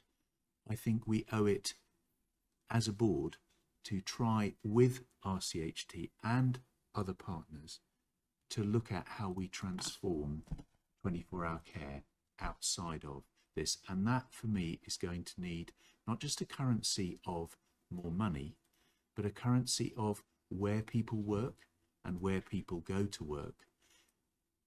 One of the key mantras that I've been most impressed with in the vignettes is, we go where they are. Mm-hmm. Let's start taking that across the board, please. I just endorse everything Neil's just said, but again, and just declaring interest, because I do occasionally work at Urgent Treatment Centre at West Cornwall. But I think taking a place-based approach to this, instead of Robin having to come up with a solution from purely an RCHT, I think opens up that conversation around what is the role of Kerno CIC in their out of hours offering 24. What's the role of CFT and how we provide that coordinated care, and actually trying to think of the problem as a place-based problem as an individual, because there's lots of services there. There is 24-hour services in Penzance and West Cornwall. So it's how do we articulate that to make sure it works collectively from a place perspective? I think I'm agreeing, and I suppose thank you for the paper. It was interesting. I didn't really understand much about it, to be fair, particularly around the sort of data underlying it. So I'm not really clear still what the problem is we're trying to solve. I know there's a problem where we commission something 24 hours. It's only open less than that, but underlying that, what service is required overnight, how many people need it, where should they go, are the people who need to be admitted or not, do you need some small treatment that would stop them being admitted? So, and what's the size of that problem? You just can't tell from the paper or any other information I've seen. I'm sure the detailed groups looking at it will know that, but that must have a bearing on, what services we put in place to meet that demand, mustn't it? Whether it's this or something else. Ange? Yeah, it's building on Martin's point. It's a helpful introductory paper to the issue, but I'm just curious to understand what patient demand is for 24/7 service there, but also the cost of doing it versus that return. So for me, it's a good starting point, but if we're making or going to consider making a system decision to support 24/7, those sort of buckets of information and data would really help that. So I'm also curious to know where do we take this from here? I've certainly got a bunch of questions that I would have in terms of data to take it to the next stage if we're going to do that. I'm going to go Kate, Robin, Tarn, and then I want to make a point, so go for it. So, and before we do any analysis, so we can do an analysis on West Cornwall Hospital as it is now, Urgent Treatment Centre, 2 wards behind it, and then other specialist stuff. Or we can do an analysis, West Cornwall Hospital, SDEC for frailty at West Cornwall Hospital. We'll change the profile, because if you look at the overnight breaches and people in ambulances at RCHT, they tend to be older people who could have had something somewhere else if it had been available at that time. We then built around it the fact that Kerno CIC's out of hours service is also on that site but not co-located. You then got GPs who were there, and then if you then further integrate it with place-based neighbourhood teams within West Cornwall, hey, you've got a whole load of other people that could be involved. And it's Debbie's point around, can we stop layering and just look at the entirety of what we've got and the population need to make a decision? So I think once we see the strategy that the GP collaborative is pulling together with Curno CIC, it's going to ask us all sorts of questions around how do we share our facilities for optimal population impact that supports the universal service to contain and manage health and social care needs in the places where people live. So I think this could be really, really exciting, which will give West Cornwall Health Watch exactly what they want, which is a viable community facility that they can rely upon. But I think we might need to be really imaginative about how we do that. Thank you. So we're going to go Robin first. I think one of the really important points to cover here is we should be celebrating the fact that the working group's in existence. And the working group has been grappling with some really challenging issues in the spirit of collaboration. So we have community partners, we have CFT there, it's Health Watch there, a number of key stakeholders trying to work through broadly what Kate's just described. And to answer the question about what do we think the true demand is, one of the questions that the working group has worked through is how do we actually answer that question? So we could take what's happening now, but what's happening now, as the working group has discussed, may not be true demand, because that would be analysis of based on what already exists. So I know that doesn't fully answer the questions that are raised, but essentially what the working group is trying to do is form a set of options that we can then make a decision on, so then we can see what is our true demand, and then the working group can carry on working together on how does that make the right offering for the rest of the county. And the question of where and who makes the decision, some of that will rely on which of the options that we agree as the working group make the most sense to be the ones that we progress, because some of those options may be able to be approved and agreed at local level just because of what they are and what the standard financial instructions allow us to do. Other options may require a larger forum. So it's probably too early to say who's going to make the final decision, other than to say actually the working group will be able to guide us and say, actually, of the options that we've now got well worked forwards, this is the one that makes the most sense. We can then say, how do we use the right governance to approve that, which may not be coming right up to an ICB level, may be something that we can just agree locally between colleagues at all the right forward. Thank you. I'm going to come back on Robin's point, but what do you want to say? So briefly, I think this typifies exactly the whole framing of the meeting today, John, that you gave earlier. This is a time of transition, and the scale of challenge that we have as a whole system at the moment is huge, and we need to be data driven in looking at our change. We need to have an equity focus, because the cost of doing one thing in one place might mean that we can't do something somewhere else. So we need to look at need, and we need to look at data. Yes, about what people want, but that needs to be balanced off against what other people want and need in other places as well. Okay, so let me ask a question to try and pick up some of the points, and then we'll see where we go. So, Robin, I completely hear you in terms of the group coming back and being data-led, and that kind of thing. But you made a comment earlier on about an investment group making a decision, and I want to really centre my question based on Neil's question about where and who does the decision get made. So there's some element of me that thinks we need to time-bound this piece of work, because if we get to a point where on the 1st of March, 1st of May, we have an extraordinary board meeting to sign off next year's budget, and we're commissioning on that basis, we really should have got to a position where we understand the implications of this before the 1st of May. So how quickly is it your intention, and I'm throwing that as a wider group, to conclude this? Because I can't see how an investment decision can be made pre-budgets being signed off, and I can't see how we can decide any investment decision until you've actually done it in the round. So how and when are you going to do that? And where is that decision going to be taken, to answer Neil's question? Yeah, that's what I'm looking to. So we have to remember, if we've got a balanced budget, we can pretty much do what we like as long as we stay within the balanced budget, hit all our constitutional standards, deliver our 5-year forward view, and make sure that we're delivering place-based services, because that's what we promised at the True North event 2 years ago. If we're not in financial balance, all of those permissions disappear. And then any plans over £100,000 And a note from the paper, £600,000 is spent on this service at the moment, opening it till 10 o'clock, have to go through the double or the triple lock. And that's where the discussions need to take place.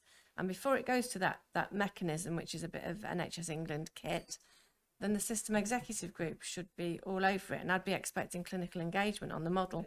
So we are moving into a different place of operating.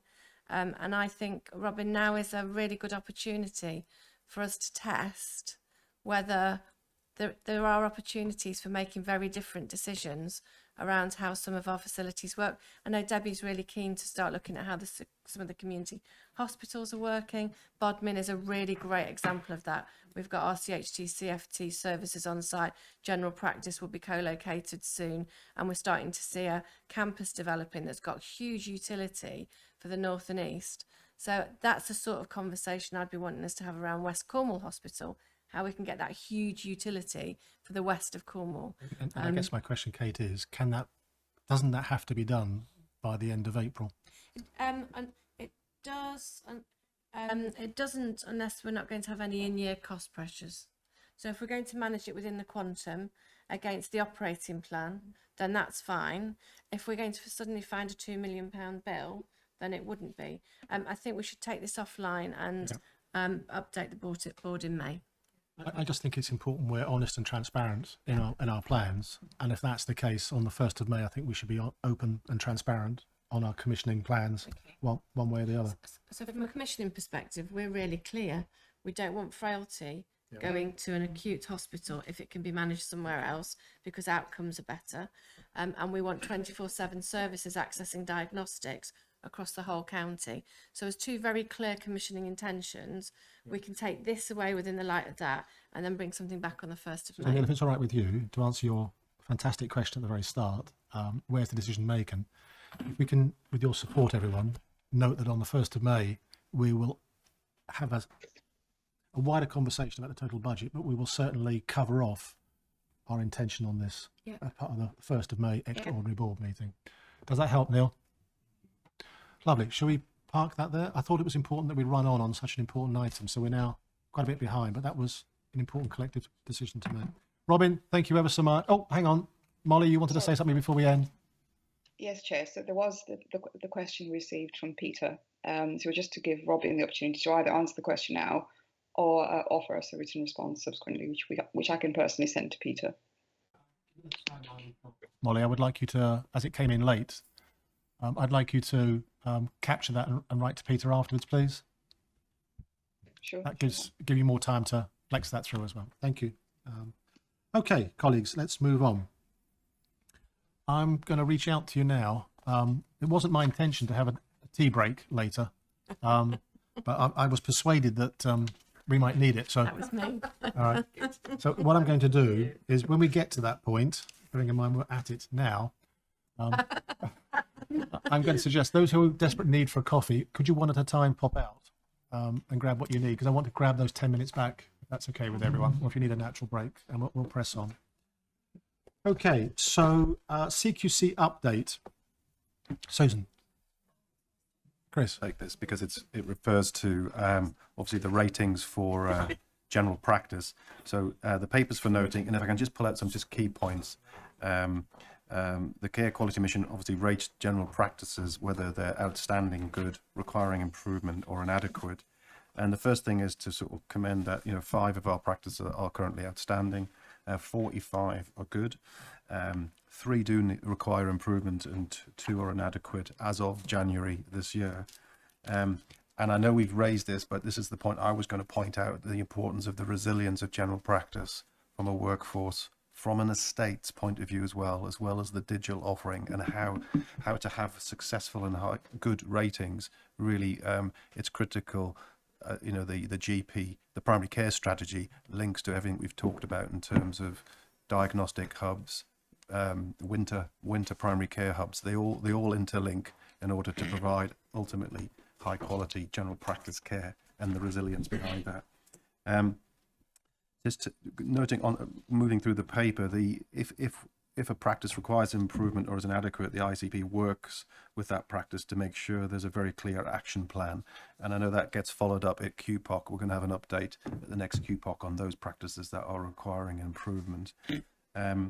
The CQC looks at safe, effective, caring, responsive and well-led areas. And this year, again, they also look for 6 categories of evidence. So there was a slight change this year in how they look at it. And they're looking more from an individual's experience, feedback from staff and leaders, feedback from the partners, sort of observation process and outcomes. I just want to point out, as I said, so I think we, as an overall, despite the resilience and the pressure in primary care, general practice has a very, very high patient satisfaction rating. The practices overall are reported in good majority. There is a slight error when it comes to the percentages on benchmarking. If those are 5.45%, it requires improvement. So there's a typo at the bottom of that paragraph, just for noting. But yes, in terms of benchmarking, we've got a higher than the national average for outstanding, but we've also got a higher than the national average for inadequate. So there's certainly work to be done and an importance of supporting primary care. So I'll take any questions. Sanj? Any trends around the requiring improvement inadequate, as in are there common failing areas across those that we can potentially work on as a collective, or are they unique to each practice? So I can't give you a factual answer on that, but I can say I think there's increasing concern that with the pressures under primary care, as there's more inspections come into the area, you might see that some of those practices have gone from good to requiring improvement. That is the concern, but I can't give you exact data on that. But I'll take away and look at that and come back to you on that. Yes, no. Sanj, when we looked at this issue at Quality Committee, there were a couple of things that were highlighted that fit with what Chris has said. There are quite a few practices who haven't had an inspection for some 6 to 7 years. So that gives a concern, obviously hope, but concern. But one of the things that we did look at in a bit of detail, and we asked some questions about, was the fact that the practices that required improvement or were inadequate were often in areas of deprivation, which has often been the case in Cornwall. And there were and are markers like uptake of immunisation and uptake of cervical smear uptake, which hopefully are being addressed through health and wellbeing workers in those areas. So though the practices can try their best, if people don't want to come and engage with certain services, that reflects on the CQC rating. With the help of people like health and wellbeing workers, hopefully that will be an improvement that we see in services. So Chris, the one thing I'd say about this report, thank you for the update. I was just a bit surprised the recommendations didn't actually have any actions behind it. It's a nice update, but what next? Certainly the practices that we require improvement or inadequate are being followed closely through the ICB and the primary care team, and that with QPOC will be having a follow-up report on the progress in terms of the report. So maybe that could be that's an action. Triple C kick in. They cited on all of this, and I think we should be really clear that our primary care development team are actively engaged with practices, and that stuff around the fuller review around reducing bureaucracy, that we're doing what we can to make it possible for practices to do the things they need to do to improve their offer. And where we have had a discussion with a number of practices recently who are finding it very difficult to be able to do all the things we're asking them to do, and we're talking about what we can do further to support them. So before I go to Stuart, Chris, can you have a think about, on top of the recommendation to note, can you have a think about what you want us to say, what will be the next actions that we can minute and then hold ourselves to account for? But Stuart, please come in. Yes, so I think that both the LMC and the primary care team should be commended for supporting these practices. You know, we do have a good support structure there. I would say that an action point also comes for a general practice or primary care strategy here. These are resilience, workforce and workload issues, and it doesn't take much, unfortunately, to take a practice from being, you know, pretty good performing, high quality, well staffed practice to one that's really struggling and ultimately fails. And I've experienced having to take on contracts for 2 failed practices, and it is a disaster with major system implications.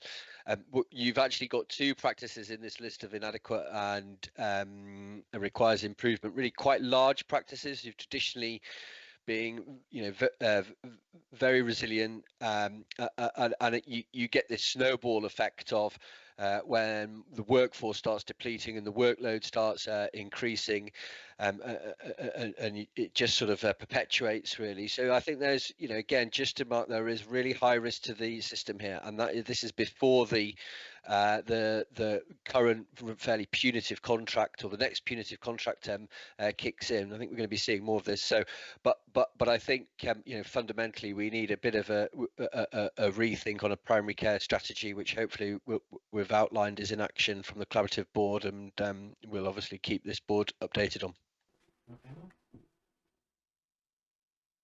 Chair, yes, echoing what Stuart said, often practices have been 1 or 2 retirements away from this situation.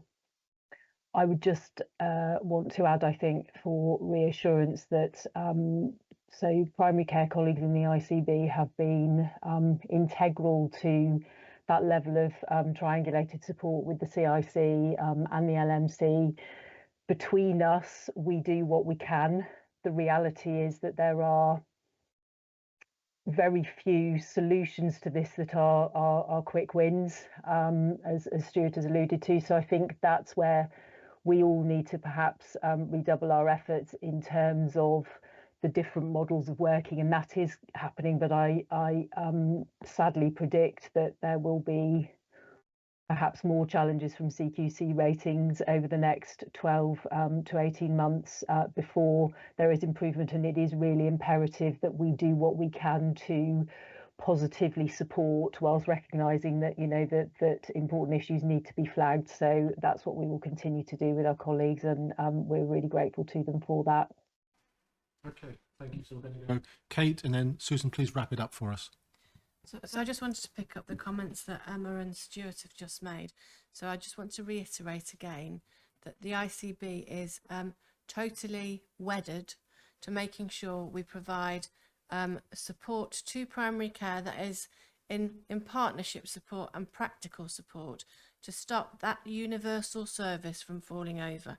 Because if there's anything that's going to have detrimental impact to people in Cornwall and the Isles of Scilly, it's going to be general practice not being able to deliver its job. Right. We're going to have to be imaginative about how we do it, hence back to the West Cornwall conversation. So we are going to have to meet, I think, more swiftly than perhaps we thought, Chris, with the collaborative board. And Debbie, I don't know whether with a Katrina Percy revisit, we could then perhaps have a more practical discussion around what next in the places where next is required the soonest. So Susan, and then Chris, actually you're going to have the final word because I want your recommendations at the end of this, please. Thank you. Thanks, Jay. It's just a point of principle, and it's on the wider subject of CQC. So we are going to be pulling together a risk and compliance meeting, which Care will chair, and it will start to address those points I think that Sanj made around how do we triangulate trends, how do we work out what's going on, and then go back to the relevant meetings or committees to understand the actions, because each CQC inspection should have an action plan along with it, and we need that oversight. And I think my recommendation we would bring that a quarterly report back through this board. Thank you very much. Do you want to capture that in your final recommendations then? So, yeah, happy. Yeah, we'll bring. So you can note Susan's observations and agreement. Susan's just said. Did I just That's right. That's right. So it's one light now, Chris. And in addition to that, in agreement, yeah, and I think we, I will take it as an action that we'll endeavour to. I would like to expedite the GP strategy that Stuart's referred to with the GP collaborative, and make sure that we, LMC obviously, because they're part of the collaborative to specifically address the resilience around primary care in order to make sure we maximise quality. Is that something that is critical to be done by the 1st of May also?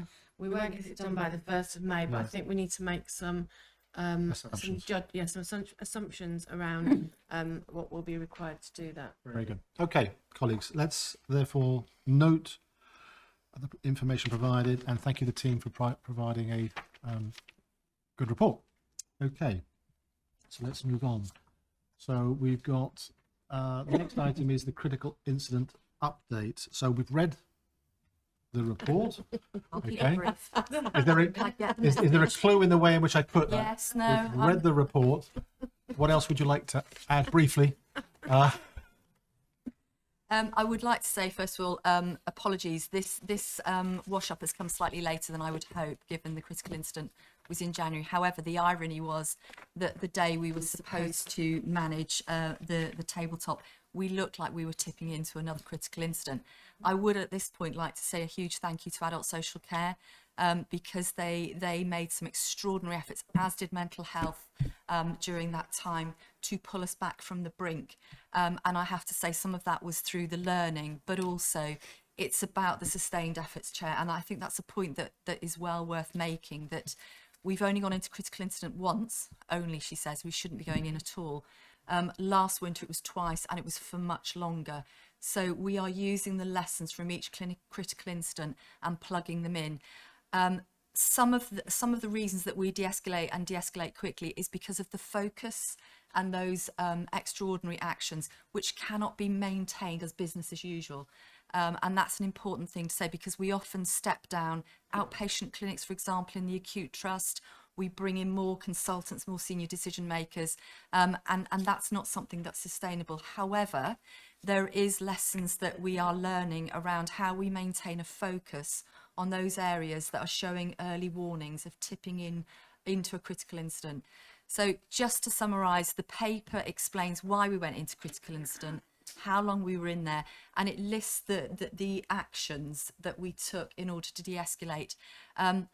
I am aware that when we write these papers, there's a certain amount of dissonance because you're so into the detail, you forget that sometimes the way you write things don't come across. And one of my colleagues this morning mentioned that it looked like from the paper what we suggested was, rather than queuing ambulances at ED, we'd queue them elsewhere. It's about how you disperse some of that activity, not to deliberately queue. So it's probably poorly written. That wasn't the idea, but having been on call for a portion of the critical incident, we did make decisions like, could SWAS go to West Cornwall or Camborne and Redruth instead of queuing on the forecourt at RCHT? And looking at the risk assessment that we did, that was absolutely the right thing to do. So the conversations that we've had this morning, the richness of the conversations we've had around our alternatives, we are starting to see a shift, and SWAS are really supporting us in that. There's still more to go. I would just like to point out the recommendations that are in the paper, Chair, should be the recommendations for our system executive group, but the timings of getting this paper to board meant that we weren't able to get it to SEG. So some of them are quite they're quite process and they're quite operational, so I wouldn't expect the board to make the decisions. I'm happy to leave it there and take questions. Right. Yeah, thank you very much for the report. I absolutely agree with what you're saying, Susan. I think one of my reflections on this and on previous is it's almost as if what we do when we go into critical incident should transfer to be business as usual, so that we don't go into critical incident. And I know I'm saying what everybody else knows, but I think hopefully that is the learning that has emerged, not is emerging, and that's one of the shifts that we need to make. So we're talking about making very clear and careful difference in our practice in the community. I think we need to do that here as well, and just say what you've put here and more needs to be BAU, doesn't it? And it's a really good point, actually, Mary. And the reason I use the word emerging is because some of the services that went in for this winter were new. So I still think there's more learning, but you're absolutely right. We need to be clear about what can be carried into BAU.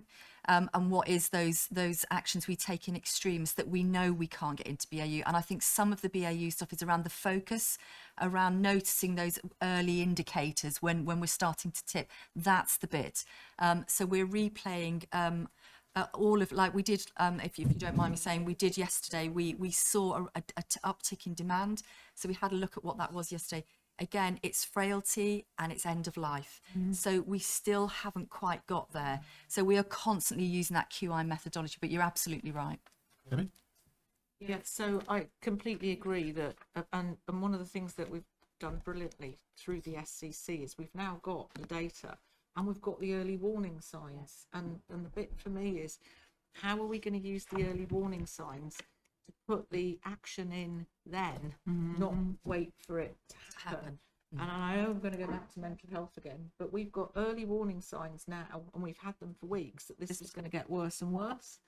And I would ask parity of mental health with physical health when we see demand exceeding available capacity. Yeah, absolutely. Susan, what shines through what you articulated and in the paper has been some strong, really strong collaborative working across everybody, and the recognition that without everybody doing their bit in this, we wouldn't have got to this stage of the learning and what we're doing next, and keeping us out of more criticalism. That's what I've taken from that, which is to be celebrated, actually, because it's very easy to jump into a point finger mode, and I don't see any of that in here. I actually see learnings, understanding, and taking forwards, for which I'm hugely grateful. On the recommendations, however, I'm glad you made the point. There's a lot of them and they're quite granular, but you are asking the board to agree certain things. So are you asking us to agree these, or are you asking us to push these down to SEG and to come back? Well, what is it that Push you... to SEG, please. Okay, I thought you might say that, so thank you. So, all colleagues, could we say we note the recommendations, but we're actually asking them to go through SEG, because the supplementary question I would have harassed you on is they actually don't say by when these things will be done. Yeah. So could you take into SEG, lovely direction of travel, but we need to know there's a closure to some of these points. Is that fair? Yes, yeah, absolutely. Happy with that? Yeah, absolutely. Everybody happy? And Chair, just to finish, this links very much with the update on winter, because we've got the winter wash up, which we'll be producing a paper at the end of April for. So this will also feed into that. Very good. Thank you. So at this point, I thank the Chief Executive for persuading me to add a break, because we're now nearly back on time. All right. So let's move on to dentistry. Chris. Yeah. Thank you, Chair. So this paper, it is safe for noting, but in the theme of what was recently talked about, I might propose an action at the end of it. I'll just pull out the highlight actions. Okay. I think it's the most important thing to note is dental access continues not to be sufficient to the population, and it is therefore critical we do something about it. Key timelines is it was the 1st of April last year that the ICB became the delegated commissioner for dental services. Another key date really was the 7th of February this year, when the NHS gave their revised NHS dental recovery plan. I think they actually did that in Cornwall when it went to the media. The currency, as it were, for dentistry is units of dental activity, or UDAs, and that's how they work out really how the blocks of how they get paid. We don't have enough UDAs, and then they don't deliver enough UDAs, and that's the challenge, and that's a national issue. It's not Cornwall specific, and then it creates stress with the dental practices when we have this thing called clawback. If you haven't delivered all of your UDAs, you get what's called clawback, which is often one of the reasons why some dentists want to hand their contract back, because it's a very difficult contract measure. So there's lots of work being done by that nationally, at the British Dental Association, and I know there's lots of local work being done with our local dental committee. Moving to the sort of what we're doing, there are lots of new initiatives, a lot of them around children and targeting children, targeting schools with most deprivation and most level of tooth decay. And again, another important fact to point out is, there's been an 83% increase in the number of caries related tooth extractions in hospital. Again, that's quite sobering information. It just shows you how we haven't got an appropriate dental provision. We building on our strategy and the national plan that came out in February. We're working closely with the Collaborative Commissioning Hub in terms of how we can improve access to dentistry and target access to dentistry. And we do have, for example, our Lostwithiel dental pilot, which is looking at novel ways of targeting a more specific patient groups, and we'll be able to bring a report on that and data in due course. I think a key issue which is around the guidance nationally suggested that the UDA should be around £23 to £28. To me, it's quite surprising there's variation in the first place. There's significant variation in Cornwall, but we do actually already pay above that. We pay just over £30, and so British Dental Association is advising 35. And certainly talking to local dentists, I think this is a really big issue to get right, to sort of set that UDA right, so that we can maintain and keep NHS dentists who want to be NHS dentists, but hopefully bring some dentists back and providing NHS care. So my action was going to be, bearing in mind we haven't set that figure yet, and we need to do that in conjunction with our sort of regional, because there's a sensitive in terms of what happens here in relation to Devon. I suggest I bring that back as an update once that's been... Chris, may I ask a few questions? This one's close to my heart. Not that the others aren't, but part of the reason why I kicked off my intro in terms of change and change management kind of things is that whenever you needed an area that needs something doing quite differently, this is one of them. Nationally, there was a very significant underspend last year, and Cornwall was part of that.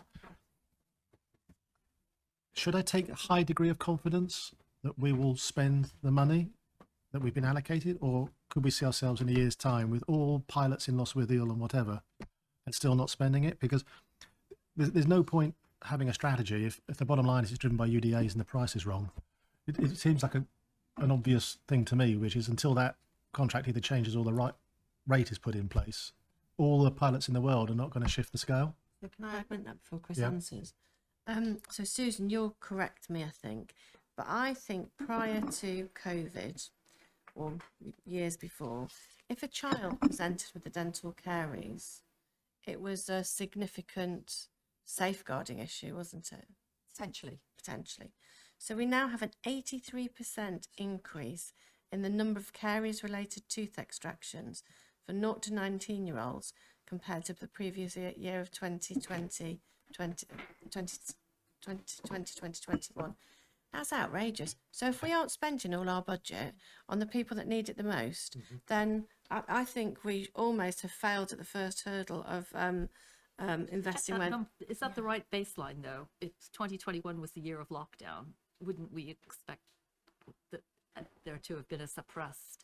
So wouldn't a better comparison point be 1920 or? It's a good challenge. I mean, I'm not undermining the seriousness. I'm just saying that sometimes getting it more accurate will get the message across. So we can look at that, but I think also caries don't just suddenly appear. They take quite a long time to develop. So even during the period of lockdown, so we can take it away and look. But my challenge is, if we're not putting the money here in a ring fence budget, I'm not sure where it's going. So we're going to go Mary, Sanj, Martin. Thank you for the report. Oh, sorry. Sanj. Sorry, no, I knew it was you first. Sorry. Yeah, thanks for the report. And forgive me, I might have missed it, but building on the point that you're just making, Kate, about children, what I don't see, unless I have missed it, is what we're doing about people with learning disability, both adults and children, and that whole inequity of access that ultimately results in adults with learning disability having no service and therefore ending up in hospital with GAs in order to have dental treatment. So there's a whole piece around what's good quality service, but what's also poor financial management. And so I'm wondering, and if I recall rightly, we did talk about, could we think of more innovative ways of using personal budgets and things, and I know that's a whole other issue, but nevertheless, with the situation we're at the moment, as well as what's reported here, there is currently no service in Cornwall for people with learning disability. On page 5, it says the Smarter Smiles team will not only continue this work with young children, but complement it by making a sustainable difference to the oral health of children and adults with additional needs. So I would assume, and we will check, that that's learning disability.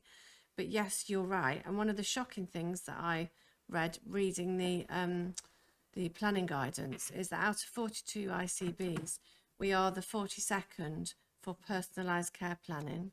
And bearing in mind we are the personalisation capital of the UK, that was concerning.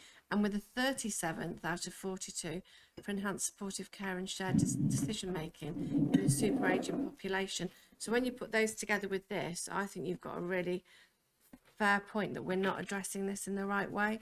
So maybe we could bring something back, Chris, as a recommendation that focus specifically on vulnerable groups with higher needs. So before I bring in Sanj and Martin, Chris, again, giving you a heads up, I'm going to come back to you to ask the question, why do we believe this time next year we'll have spent the budget on this strategy? And if you aren't confident, what are we going to do different? Sanj? Yeah, I mean, I think a couple of things. One, I take the point, and I think FPCC needs to, as much as looking at the budget from a overspend risk, is also the underspend risk with dental in year, which we will definitely get started on right away. One practical question, and apologies if this is clear, but the 83% increase in tooth extractions in hospital, is that national or Cornwall, Isles of Scilly? And also, do we have the numerical number for Cornwall, Isles of Scilly? I'm just trying to get an understanding of how bad is it in hospitals because people are not accessing care for a range of reasons and are turning up at Trelisk or UHP for emergency dental, which is not good because that's not where it's meant to happen, is it? Yeah. Would I ask that? I can get that information for you. Okay, I'll get that for you. Thank you. Martin? Thanks, Ian. Thanks for the paper. I think it was, in some respects, good at highlighting some of the issues. I wasn't convinced it really was a strategy. You know, it purports to be, here is a proposed strategic direction, and having read it a couple of times, confused as to whether our strategy is to, work with a national programme on how much dentists get paid per UDA and sort of continue with the existing model and hope it improves a bit, or do the targeted thing much more widely, basically taking the money we've got or the resources we've got and saying, right, we want children and young people to bear, have the most access to the service, which is what we've done in Lostwitha, as I understand it, or a combination of the two or something else. And it's in bigger strategic terms, what are we going to be doing is the bit that was missing for me, and what difference will that make? Well said. There you go. You have the questions, Chris. So, thank you. I think I would like to propose then that we bring back a specific plan with what the spend is and those actions highlighted, addressing those specific groups, children, people with high needs, learning difficulties, and actually give us more of a timeline so that we can give clarity on what we're going to try and do. But we also need to map that to the national guidance as well as what we can do from a regional commissioning. Can we make sure there's an overlay in there around deprivation, because that needs to be a lens through which we prioritise resources? So can I make an ask to the board around your expectations for this? So would the board be very distressed if we fail to spend the money allocated for our population for dentistry? That's my first question. Yes. Yes, I think everyone's going to. Yes, well, am I leading you? So I'd like you to hold us. I would like you to hold us to account for bringing a plan back that commits the money on a monthly basis and guarantees that we spend every single penny on the needs of our communities for dentistry. Thank you, Kate. So let's go away and make sure we bring that plan back. Wow, thank you. Excellent. In the new redesign, The goal's been scored. Should we move on? We build on it as we have a specific dental clinical reference group to deliver that. Rachel? Yeah, not wanting to promote. I mean, there are opportunities both for you to do work, but there's opportunities on a wider regional basis, because some of this is on a bigger footprint potentially. And don't forget, there are hundreds and hundreds of dental contracts, and trying to renegotiate every single one just takes time. So I think there's something about also the collaborative relationship amongst your primary care colleagues, where they might move together, which makes that transactional stuff so much easier to do. Okay. So Molly, you captured the action points there, I hope, and what Kate summarised. Okay, colleagues, thank you. I can see you nodding. Thank you. So thank you for that report. We'll move on. Right. So we have half an hour, which is perfect, on the integrated performance report. There's quite a bit in here. All right. So Everybody's going for a coffee. yeah. That's right. It was the half an hour time That's- period, I think. It's as long as they go for coffee and a Valium. That's where to look at this. So I'll tell you what I'll try and do. Just chunk it up into the headings, high-level headings, if I may, and then in a calm way try and work our way through them, if that's all right. So, Susan, could you help us from a quality perspective? What do you think are the one or two really salient points that you want to tease out from here that you think we should be? We've read the stuff. There's lots in it. We could spend days talking about it. What are the top couple of things that you want to say to us? Here's the two you want to hear, and here's what you want from us. From a quality perspective, we've already got a paper later in the agenda around the Regulation 28, and I think as a system, it's really helpful to have that conversation, bearing in mind the sensitivities around some of the details within that report. I think whilst the IPR, as you know, we have to have validated data, so it's a historical look, so we're looking at February's data. I always feel very difficult about presenting the IPR because I want to talk about this week and last week, whereas we're still very much focusing on February. So from the months leading up to, Chris and I have talked a lot about the work we do through morbidity and the mortality group and how that links with the coroner's concerns, and how we work more collectively, how we work with our providers in terms of spotting harm or spotting potential areas for harm. So I think that's been a real feature, Chair, in recent months is the harm, because we know that whilst we're all very busy, and please, financial colleagues, do not take any offence here, but I will say it, whilst it's very important that we have a balanced budget, we cannot do that at the cost of patient experience, safety, quality. And I would say that some of our flags, there are some flags already being raised. So if we were to look at Regulation 28, what I want to be clear about from a quality perspective is there anything financially that we are doing that, and I'm not suggesting that we are, but we just need as a system and as a board to be really clear about our triangulation, because it's very easy to focus on the money and not necessarily understand some of the impacts of trying to get, and I know, Simon, you're going to kick me afterwards, sorry. No. But it's that balance. Yes, he is. But it's really important because, you know, at the end of the day, which is a saying I don't like, we are here in the business of people's health and well-being. We're not a finance house. And increasingly, here, well said, by the way. And we should do both. And I'm going to go as far as saying is that collectively, because it's not just a finance answer to have got to break even across three years, all right? So collectively, I think we're going to bag the fact that as a group, we can manage monies with operational outcomes, but recognizing 24-25 is going to really test us, because the scale of the challenge is like we haven't seen for a very long period of time, right? And therefore, we need to push the very front quality, while recognizing we can't lose financial prowess. All right. Absolutely. So on that basis, as our Chief Operating Officer, what else would you like to tease out from this that you would sort of say, here's my ask as a result of this report? So I think it's important that we focus on some of the points that Kate made at the beginning of the meeting, with our meeting earlier this week with NHS England, and also in light of the operational planning guidance coming out.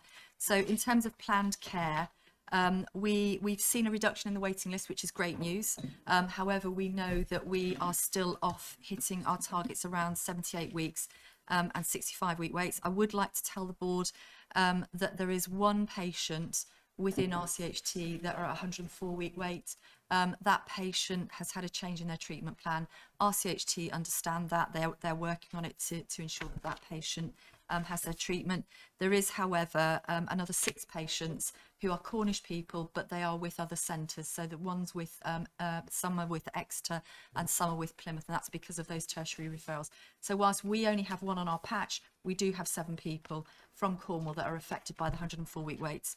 And our team will continue to work with both Plymouth and Exeter to understand the timelines for those individuals. Our 78-week wait not yet eliminated, but we've seen an uptick in this cohort. However, we're working closely with RCHT. We know the majority of those people are sitting in orthopaedics. So there's a concerted effort around orthopaedics. You've heard earlier about the super clinics. We almost need a super theatre as well, to try and clear some of those individuals. We have got 140 people currently who have exceeded 78 weeks. However, the 53 of those people have been referred to the independent sector. We're waiting for those people to be dated. We have exhausted our independent sector locally in terms of the work that we've asked them to take on. So we do need a balance between what we do in Cornwall, because we don't want to further inconvenience people by having to move away. However, people appear, when given the choice, they have taken it up to go elsewhere. So we have put out some feelers already to groups like the Nuffield, for example. That doesn't exclude any other providers, to see how much more capacity that they have potentially.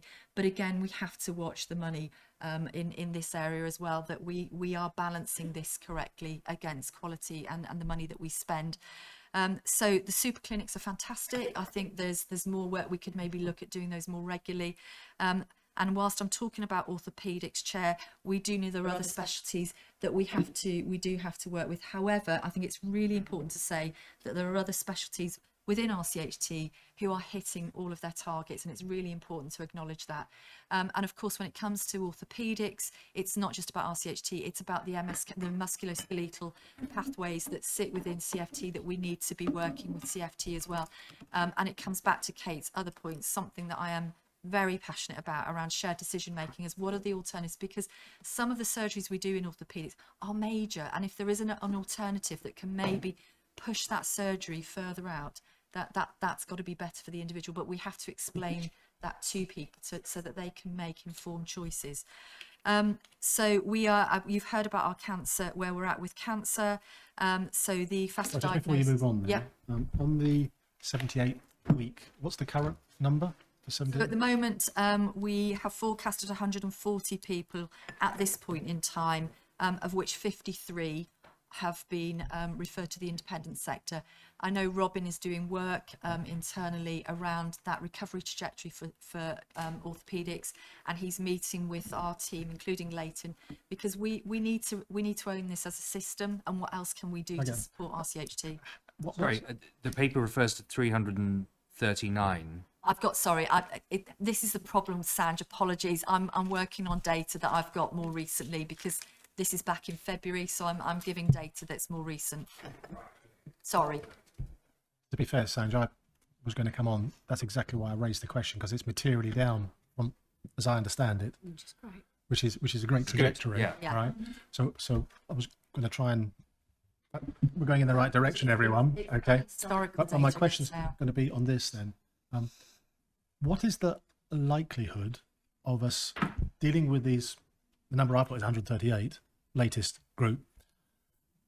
We deal with those individuals, but we just replace them with a whole bunch of other people at 78 weeks. What's the chances of getting to 0 on 78 weeks? So we have no choice. We've got a target. We've got to hit that by September. Yep. So the recovery trajectory. 8 weeks is June. Sorry. Yeah. So the idea of having a recovery trajectory is that we've got points of we know when that's reducing.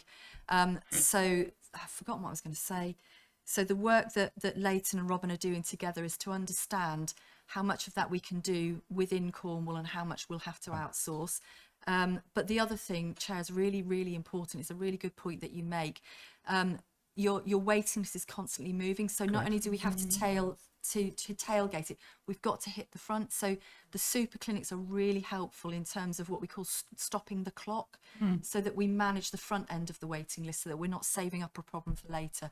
So and also what we've done is we're segmenting the waiting list to understand the people that are admitted, people that are non-admitted, people that are stuck in that diagnostic. So our diagnostics play a huge role in this, because people can't move forward until they have the diagnosis. So and I see you nodding, so I'll shut up. No. Sanj, the reason why I raise it is, if we drop down from 78 weeks down to 65 weeks, there's 612 in the 65 week that could quite easily become 78 weeks pretty quickly while dealing with it. And that's why we can move this end, but if we're not dealing with it in the pipeline, a horrible way of putting it, Yeah. and they'll become tomorrow's 78 weeks. So that's the skill of when you're dealing with a waiting list, that you segment it, you understand at Okay. what point people are at. And you're confident that we're on top of this? I am confident we're on top of it. I'm confident in the solutions that we're putting. It's how we manage it collectively. So we've got, working back, all of June, all of May, and a bit, we've got 2.5 months to sort it. Yep. So we are working with RCHT now to work out how many consultants they've got, how many sessions those consultants have got, how many theatres there are, how many places can other things be done in Cornwall that don't need to be done in a theatre. We'll work out for the end of June how many of the 78-week people waiting 78 weeks can go through NHS services, and at the same time we are tapping up independent sector capacity around the country. So Oxford has released capacity. So we will be talking to people about travelling. I met with one of the councillors yesterday whose wife went to an independent sector provider and had a very good experience, and they're very happy with it. So we'll be doing that because we haven't got a choice. We have to hit 78 weeks by the 30th of June. Yep. And do you know what? That's not because NHS England tells us we've got to. It's because it's completely unacceptable for people to wait for a year and a half for surgery. So could you make this front and centre, Susan? Next Yes. report, thank you. Yeah, Okay, so absolutely. happy for us to move on? Yep, no, Lovely. absolutely. So I'm going to go to Patrick next. Is there anything from a workforce perspective that you want to tease out? No, only to say the routine metric that's in the IPR relating to workforce, it's ended up being a bit of a proxy this year, is around agency spend. So page 21, 22 charts the progress on agency spend in the report. Significant progress in year in reducing, but in the context of what we're grappling with in the transition to the new financial year, that will be an area of continued focus. The other thing I wanted to say as well is from the chair's update earlier, we had a discussion at the last workforce committee on the 24-25 work programme for workforce. And there's a heavy emphasis on the data we're going to need to develop to support that programme of work. But one of the things that is coming out in the setting of the approach to next year is the focus on some pretty clear workforce metrics that we're going to need to track through here relating to growth or the absence of agency and productivity, and we've got to develop the productivity measures that will go into the IPR. I'm also aware that there's a previous commitment to be looking at refreshing the IPR format, which is being taken forward by the Director of Delivery in the ICB. So we want to be adding using that process to When do we see define that next the workforce iteration? metrics. When do we get to see the next iteration? Well, I'm hoping by the next IPR we will have a different Right, format. Patrick, thank you so much. So the workforce elements will be reflected into that process as we develop them. But they will need to have that focus on the tie-up between activity, finance, and WTEs, given the emphasis that we're getting for next year. Any questions, Patrick? No? So we'll leave the last window. Your good self, Simon. There's probably just a couple of points worth mentioning. Obviously, reiterating, I keep pointing to page 19 in the report, which we went through at the Finance Committee. So, so the positive side of that report is it shows we were forecasting a break-even position. And I haven't got a less positive side, but just to say that the final numbers that I think we'll be reporting today as a system will be a slight surplus of 182,000 across the system. So so we've hit our position, which for every organisation is a massive achievement when you're talking about a quantum of 1.4 billion. So so obviously we're delighted about that. The other thing I just wanted to highlight was the report does reference, and we talked at Workforce Committee about this, the costs of redesign and exit payments for people within the ICB. There was potential that we would exceed our running cost target in the current year. So whilst we'd had discussions with NHSEI which would make that acceptable because of recognising the main requirement was to hit break even and deliver on UEC targets. But having said all that, I know we're now sit within our running cost target, having gone through the numbers the last month and worked through the final exit payments that we're planning for. So we won't exceed our running cost target either in 23-24. So it's just to underline those. That's it. Thank you. I'm going to ask Susan to make some commentary, but Debbie, if I may say, there's something in terms of some corrections that you wanted in the IPR. I'll come to in a second, if I may. So Susan. Yeah, no, we've not talked about UEC, our urgent and emergency care, which I just would like to touch upon, because we've seen an improving trend in terms of our Cat 2 ambulance response times. However, we're not where we need to be still, and we're still seeing that variation of ambulance holds, particularly overnight. So the work that we're doing around 24/7 services, we'll start to look at, well, is already looking at how we smooth out that variation so that we don't see ambulances being held. However, I would like to say a huge thank you to all of the efforts that have gone in to hitting our 4-hour standard.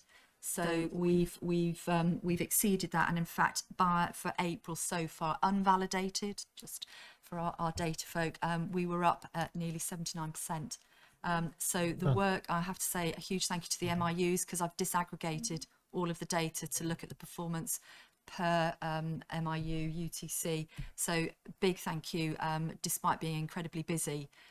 They've done a great job. So it's something that we are learning from, because it's a QI process. We need to understand what it is that we're doing right. The bit that we know that we have to improve on is that type 1 performance, which is that it's specifically for ED. And I know that Robin and the team are working very hard on increasing that. We were set a target by NHS England when Sarah J. Marsh came down to hit 55%. We're currently around at 47% on our type 1s.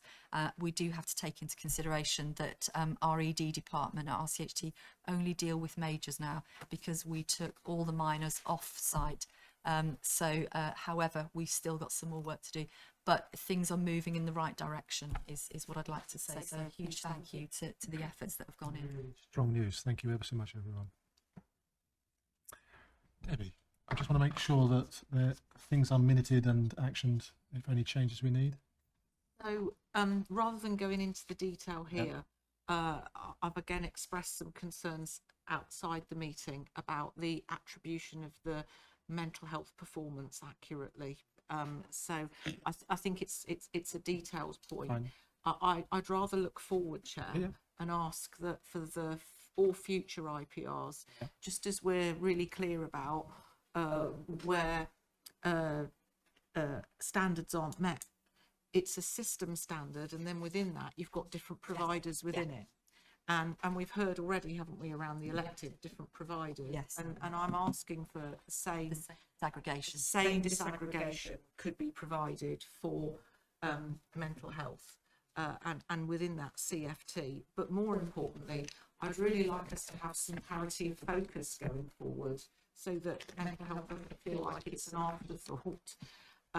And also the same for community services, because we have committed and we've, with the community waiting lists, we've done a huge amount of work this year, and as an organisation we're actually really pleased to commit to those being reported against the what we would know as the 18-week clock. I mean, for those of us that have been around for a bit, anything over 18 weeks was a heresy. So we feel that there should be the same parity for community waiting lists as there is for the elective, and we'd be really happy to ensure that data is included. I would just ask that we do continue that work on a single version of the truth, because whilst I can see masses of improvements in this, the more detail you put, the more risk there is of there being inaccuracies in reporting. And we've just got to make sure there's alignment between what's going into the public domain in provider reports and what's in the ICB, because we just need that work so that the public aren't confused by these different data sets. So as we swap notes on this, I just want to make sure everyone is cited on this too. There's going to be a discussion later on in the day about one version of the truth, but from that we'll move to a position where all the board packs need to come from the same data source and not interpreted in one lens looks at it this way, another lens looks at it this way, etc. Because that actually can give conflicting information. So we made, as you said, huge progress. Again, we're in that change moment of what do we do now to get to its next stage. And that's why I was rather pushing in terms of when you might come back, because I need to make sure that all colleagues who are part of that feel engaged in that process. So Chair, if I might, could I suggest then in that case, rather, because now that I've got my hands on the IPR, I agree, it's not intuitive, it's not easy to follow. We need to almost flip it, because we talk a lot about SOF, and whilst that's important, our constitutional standards are what we should be opening up with, where we're at with those. And you're right about the detail, I completely agree. And also we depending on who gives us the data and how then it's interpreted. And the other thing that I don't want to do in our IPR here is to repeat some of the stuff that goes through your own boards. So I would really appreciate comments from this board about what they would find helpful before I go full pelt and ask Leighton to because IPRs are inherently difficult to get right. It feels like it's painting the Forth Bridge. So the other reason why I just want to leave a couple of minutes just to sort of add a thought is, as we get closer to working to one version of the truth, we need to make sure that all our boards and all our committees get the same type of thing. And as later on in the agenda, we've got the quality committee and that kind of thing, we just need to make sure that data and that which are being prepared, assuming that goes through there, is something that everyone agrees to. That's the same information presented in the same way that will go to all parties, and there's no one team putting a slant on the other. How we quite craft that, I guess I'll leave the executive group to work on that. So, and as we, so there's going to be a complexity, isn't there, as we move into next year, because I'd like place-based IPRs so that we can have a conversation about what's happening away from core NHS and social care services across Cornwall and the Isles of Scilly, but how that access is affected by what's happening in place. So I think we should start small and simple and then shape it up. But in the paper, we've got the planning guidance and what we're doing in response to it. That should be starting to shape the systems IPR, because we're not a provider. Absolutely. So let's try and get into that space and do some horse trading. Okay. Shall we pause on that one? Yeah. So I'm going to give you back 10 minutes. Okay. And that will give you an extra 10 minutes to read item 13, the operating plan and budget update, for a second time, because you'll be so excited in its content, as I am genuinely, by the way. And I think it's an excellent piece of work. But what I want to do then is be back at 1 o'clock, if that's all right with everyone, because I'd like us then to kick off on time with a really strong collaborative discussion on the operating plan and the budget update. That's all right with everyone. Great. Okay, let's leave it there. See you at 1 o'clock, everyone. Thank you so much. Thank you. Yeah, we're live, everyone, on our follow-up on part 1. So, although we have... Right, okay, we're good to go. There's something which you just wanted to add as a follow-up to the before lunch conversation? So Debbie earlier talked about section 117 and people stuck in hospital. Ali, are you back online yet?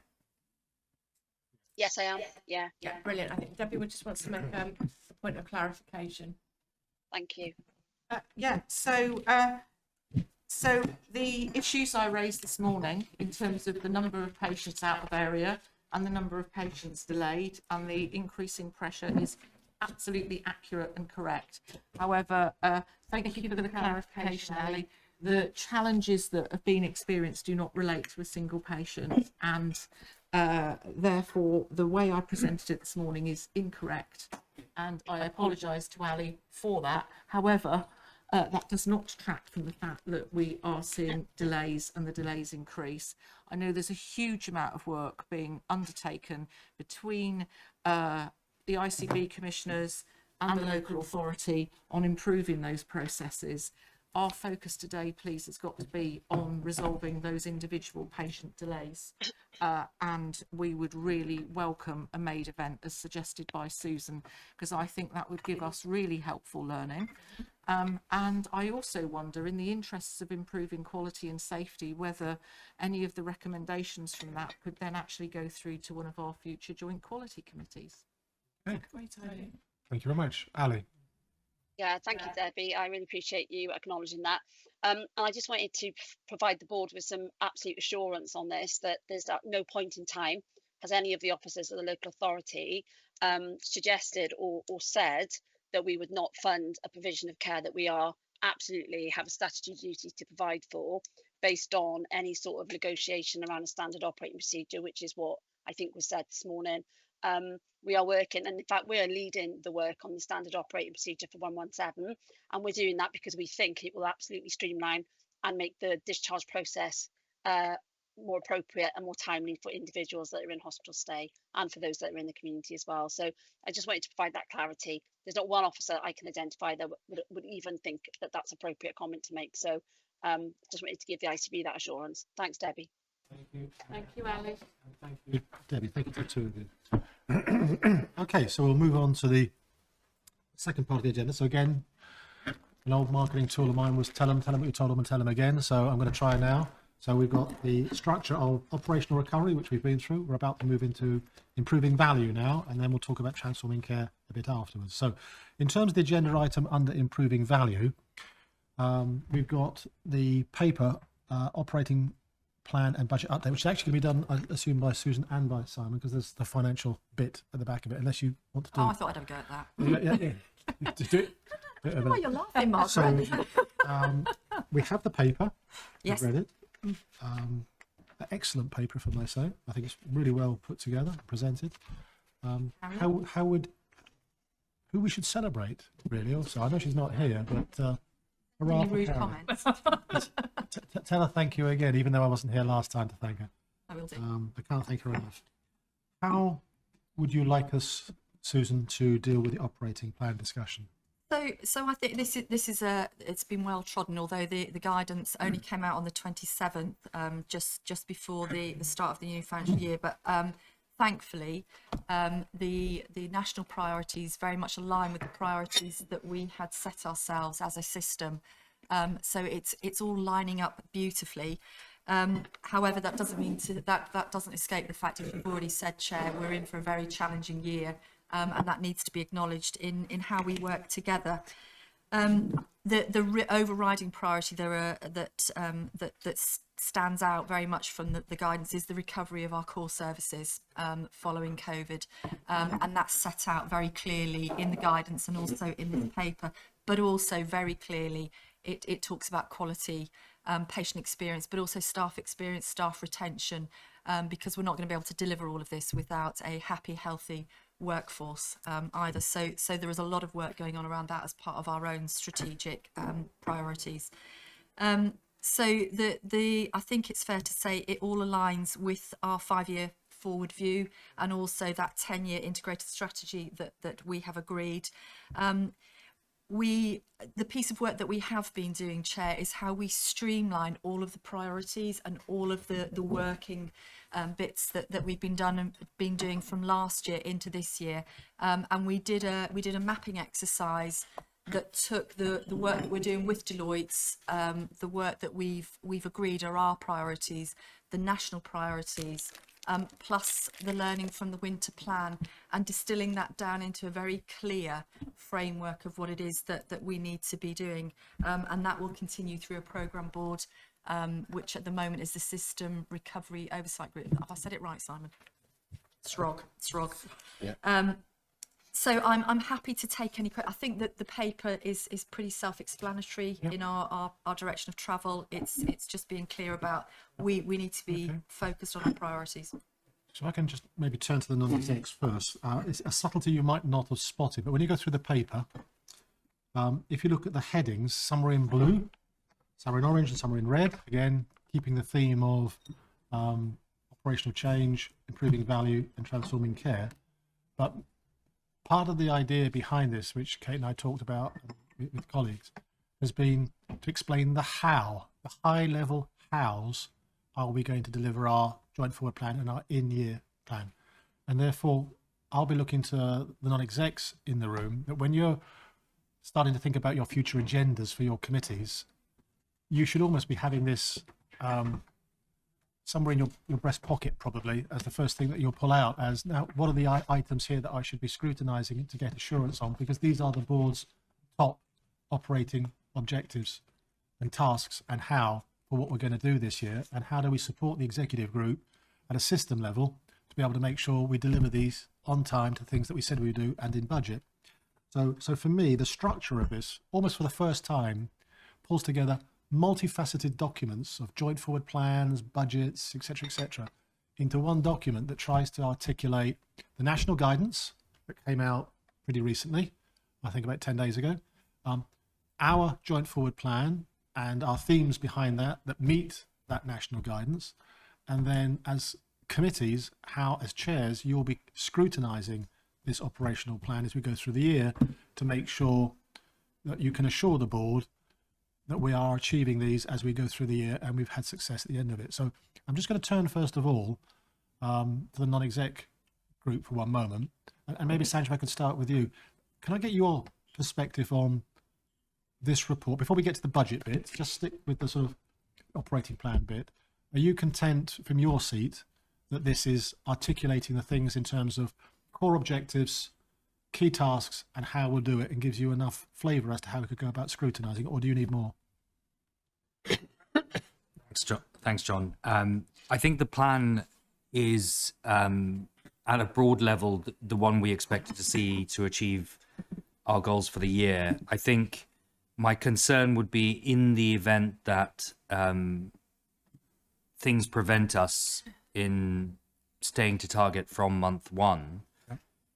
This plan would be insufficient detail in which for us to be able to scrutinize and say, why is it going wrong? That doesn't necessarily mean the plan as it is not adequate. I think it's a case of this board being prepared to understand that the FPC would have to go a level below to get that assurance, should we need that. Equally, we should have every faith that if we all believe and support the plan, as I think we do, that we'll deliver against it, and therefore that may not always be necessary. So Susan, one of the reasons why I wanted to, I suspect that's what Sanj would say, because I've attended your FMP committee, is there's something about how do you scrutinise something that you don't know whether it's in quarter one, quarter two, quarter three, or expectations as to speed of development. How does the committees actually get the level below this? And if it's not there now, when do you think that would be available for the committees to be able to scrutinise? So I've just had Rachel next to me go, trajectories. So, but the trajectories have to be based on a plan. Yes. So for all the things that are at the front of here, we need to see the plan month by month. And what we've started asking for is, if you're inside a provider, you segment your delivery so that you know from booking somebody to listing somebody to them going in and having the procedure and going home. You've got live data ons and offs as people are going through the process. So we've asked RCHT for the RTC, the referral to treatment elements of this, to share their plans with us, particularly for orthopaedics, in that level of detail. So we know who's got to come in date and who's been listed, and then who's whether the procedure's happened or not. So we're going to have to be very clear about that, and those trajectories will come to committees as part of our plan. And indeed, I think the board needs to see the plan this year because there's so much writing on it. Our IPR then needs to reflect the things that we said we'd do this year in our plan, and that's what I mean about reshaping it. So it's about what we're doing as a board. So I think really helpful. That's exactly what we need. If I give an example of success last year, we raised in the early summer that we were month by month going into deficit, and we took some prompt action as a result of that, flagging up through committee to board with grip and control and other measures that helped us get to this break-even point now. And we took that early action. And I think, to all our fault, including the committee, we haven't applied that early lens to the performance side of things as much as to the financial side of things. Hence, you know, for example, 78-week waits were a problem in the first quarter of last year. And we had the assurance, we'll get there. But we were seeing it wasn't going to happen. I think we need to more promptly flag, why is it not going to happen? So if, for example, orthopedics has a relationship with 104-week waits, then that's the data we need to deep dive on. It's not that we need everything. We need to know what are the inhibitors of 78, 104, and the other key metrics early on in this way we did around the financial numbers in the first quarter of last year. Yeah. What you'll get. Yeah. And our NHS providers won't be used to sharing information at that level with commissioners locally. But we are going to be doing that this year. And there's something called HRG, Health Reference Group Plan, which is what all providers have, because then that's how they allocate their resources. And Ella's doing a big piece of work for RCHT around patient line reporting, which tells whether you've got enough money coming in to pay for the service that you're delivering. So that HRG level plan gives us some surety around the services that we're looking at, that there's sufficient capacity, there's enough workforce there's enough theatres, and it can be delivered. So we'll bring that back, we'll bring it through committees, so then we can do a show and tell and explain how the plan's put together. It'd be great to do it in partnership with CFT and RCHT, so that we're sharing our plans together, and then that becomes what we would review here via the IPR. So to pick up on Ray, Sorry? You would only want to review it as an Yeah, so we'd note, so hopefully we're going to note the trajectory is just being hit month by month. But if it goes off for, I don't know, 2 months, then we might want to do a deep dive, yeah. so Sanj, to answer what I think is the collective question, and I'm so happy that Rachel used the T word rather than me, trajectory. All Under right. her breath. When might we expect trajectories for these types of things, such that the committees can actually scrutinise them? So we're in the middle of developing those now. So we just gave our performance improvement trajectory for ambulance holds yesterday. So we've got some more work to do on it, because we need to show that the improvement is proportionate to the size of the challenge. So that there is some sort of scrutiny and negotiation that we need to do with our providers, because level of ambition at the ambulance trajectory that I saw yesterday was nowhere near where it needs to be. So we need to understand why the ambition isn't there and what's stopping it. So we've already set off the recovery plans for orthopedics. We're doing the same for, we can't lose sight on the other constitutional standards around UEC. So we're setting our trajectories for no criteria to reside, so that you can see month by month, and we'll feed that back in through SEC. And when I talk about not being ambitious, that is in no way a criticism of any of our organisations. It's just, what is it that's holding them back? What is that? And that takes a bit of time to unpick. I think that's really helpful. I think the expectation that I mentioned at FPCC is that the new version of the IPR would incorporate those trajectories. Yeah. No, absolutely. We need better trend charts, don't we? So on the same timeline. Yeah. With mental health, both NHS provider mental health and system commissioned mental health, and also community waiters. So I was going to mention it earlier and I didn't. Speech and language therapy. We've got really long waiting lists for speech and language therapy in Cornwall. And going back to Mary's point earlier around people with a learning disability, vulnerable children and adults, that is a service that is a good marker of managing inequalities in health. So we will be flagging some of our treatment pathways as ones that we maybe need to pay more attention to. Yeah, thank you. Thanks, Sanj.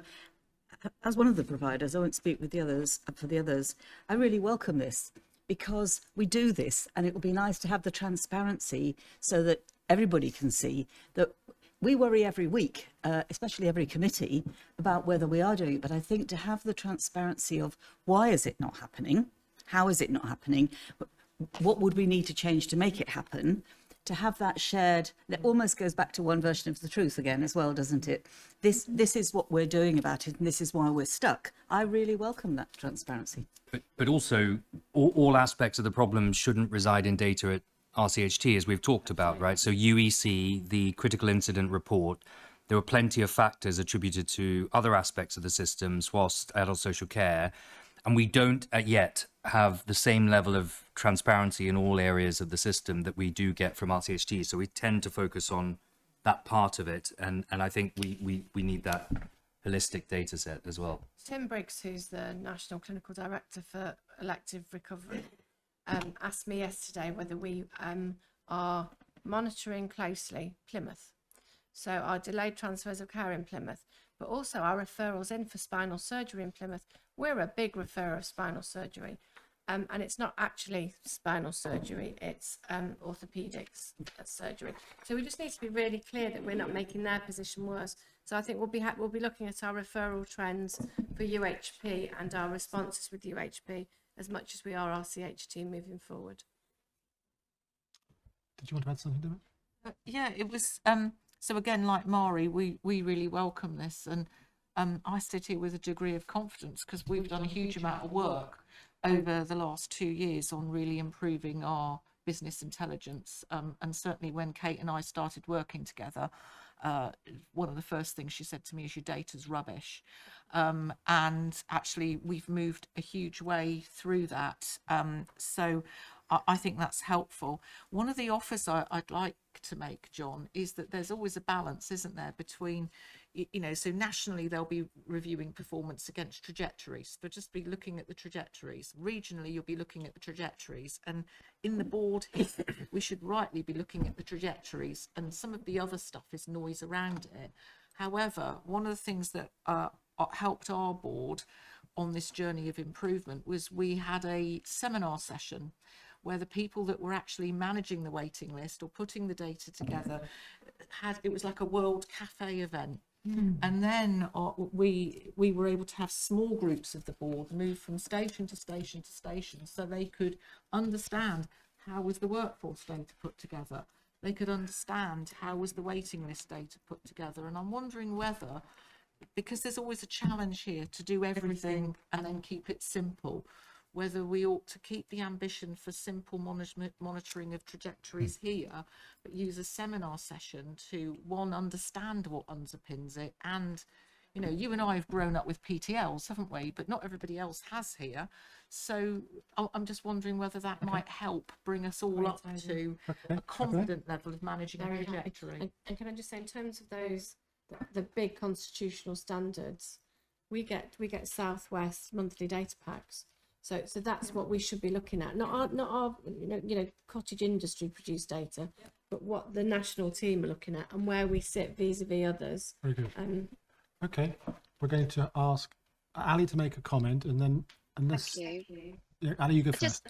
Yeah, thanks, Chair. I just wanted to come back on Sanjay's comment really about adult social care and transparency of data. So just a couple of comments really. So first of all, adult social care is part of the financial and business planning of the local authority and not part of the ICB. But we did have this discussion a few months ago where I agreed to share our quarterly performance reports. And that was what was shared today in relation to adult social care. In the council, we're set into 4 different outcome delivery plans, which delivers our overarching mission within the council. Adult social care sits within vibrant, safe, supportive communities. And if you look back at the report that I submitted for today's board, that is our Q3 performance. So that is all our data around our budget and our metrics and our programmes of work as well. So I just wanted to give that assurance. But if there's anything else that you think is missing that the ICB would like to see, given the comments I've already made that we actually report into the council, I'd be really happy to look at if we've got that available and share it with colleagues. Thank you so much. Thanks. Martin, and then I'd like to move on to the budget element of it. Simon. Martin. Yeah, I'll probably segue into it. So I think this is good. Nice list of things. Agree with the point about the trajectories, etc. I did wonder if some of them were sort of ideas rather than things we're really going to pursue, you know, like pursuing alternative outpatients for cancer. But it did come across on the objective side as a little bit expansionist and positive, which gave a slight disconnect to the financial side, which was, you know, saving money, no agency, flat cash, reducing whole time equivalents. So my question really was, you know, are the two things properly aligned? You know, when we say things in one, like increasing the numbers of staffing in midwifery and obstetric, you know, have we really taken that into account in the budget side? And, you know, is there going to be a clash at some stage between the two? Thank you. So the reason why I'm smiling is that's the whole point of really trying to do something as one paper that integrates, rather than here's how we close a budget with break even, actually is here are our services and what will cost to actually spend is really what this is. Because this, if there are going to be some change, which is why again I started this morning with the change bit, if we have some uncomfortable conversations that we want to do this differently or stop doing that and start doing this or whatever, we need to have agreed that and it to be in here in some ways, at some level, if it's material and structural. And I don't understand then quite enough yet, but I'm sure Simon will help on the journey between now and as we go forward, articulate where there are big changes, we need to be cited on those. What that means, because it's not just the principle, it's, the money needs to follow it to make it happen. So can I come in before Simon? Yeah. So at page 1 of the paper you've got in front of you, it lists the 6 things that I think are not necessarily my performance metrics with NHS England. So I will be held to account on whether we've improved overall the quality of services from an equity lens, improve the ambulance response and A&E waiting times, reduce long elective waits, and that is de minimis, 65 weeks by this September, 78 weeks by June. That's not negotiable. If we don't deliver it, we'll go into tier 1 for elective services. Make it easy for people to access community and primary care services, including general practice and dentistry, and then improving access to mental health services. And then the last important bit is around staff experience and whether people want to work in the services or the organisations we're putting together. Everything else that follows is in the light of those 6. Now, those 6 map beautifully to our 3 lozenges in the 5-year forward view, because they're about operational recovery, constitutional standards. They're about improving value, productivity, which is where the workforce elements fit in terms of can we afford the workforce we've got, and then transformation, that is our place-based journeys around transforming care at hospital. Now, we are still in the negotiation place with our receivers of ICB funding, be that third sector, primary care or secondary statutory services, around how much money we are going to save through the rules we've been given about break even, and what does that give us an ability to change other things across our system. So just as an example, and it's not in here because it falls from here, these are just hooks that we need to work with.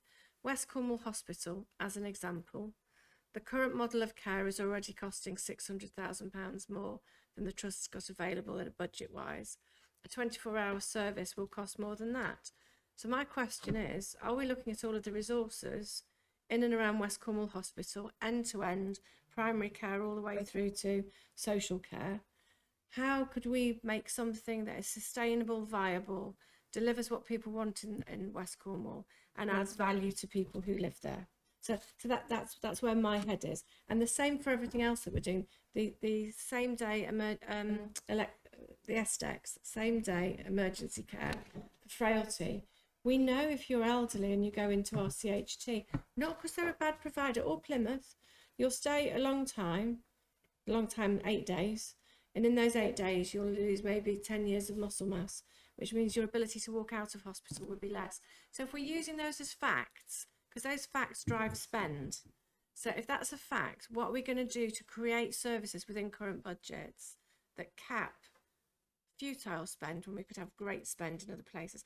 And that's the place we're in with our providers around how much of a chance we take on each other in May, because that's when we set our budgets. Okay, which is a perfect segue into Simon talking to us about the latter part of this pack, which is about the budgets, please. Thank you. So the first thing to reference, I guess, is that these numbers still reflect what we submitted on the 21st of March. Wishful thinking. I know, I was thinking, I had to think then. 21st of April, March. And obviously, given the time of these papers, the bottom line position couldn't be reflected any differently from what we submitted, but I'll talk to that a bit now, and I'll also talk a bit about that later on. What the premise of this paper was to set more clarity out about how much we spend and how we cut our spend by sector and organisation. And this was a first assessment of that. And what you can see, if I just refer to a couple of the tables, if you look at page 14, that just highlights the sort of organisational distribution of resource of our 1.427 billion allocation, and you can see the proportionate spend between acute, prescribing, dental, etc. throughout that column. And then if you cut it slightly differently, if you go on to page 16, you've got to follow from the top line in that the bottom table to the bottom lines. It takes you from our 23-4 allocation to our 24-5 allocation of 1.427. So that moves from 1.286, and it splits it by core, what they call core program spend, and then sets out the movement in spend across primary care, ophthalmology, dental, and we've got our running cost number in there. So that was two perspectives on spend. And then if you go over the page, we've tried to show the movement in spend by sort of category. So we've got by the movement of allocation by category. So we've got convergence impact that we've got to manage, additional elective funding, ambulance capacity funding, etc., etc.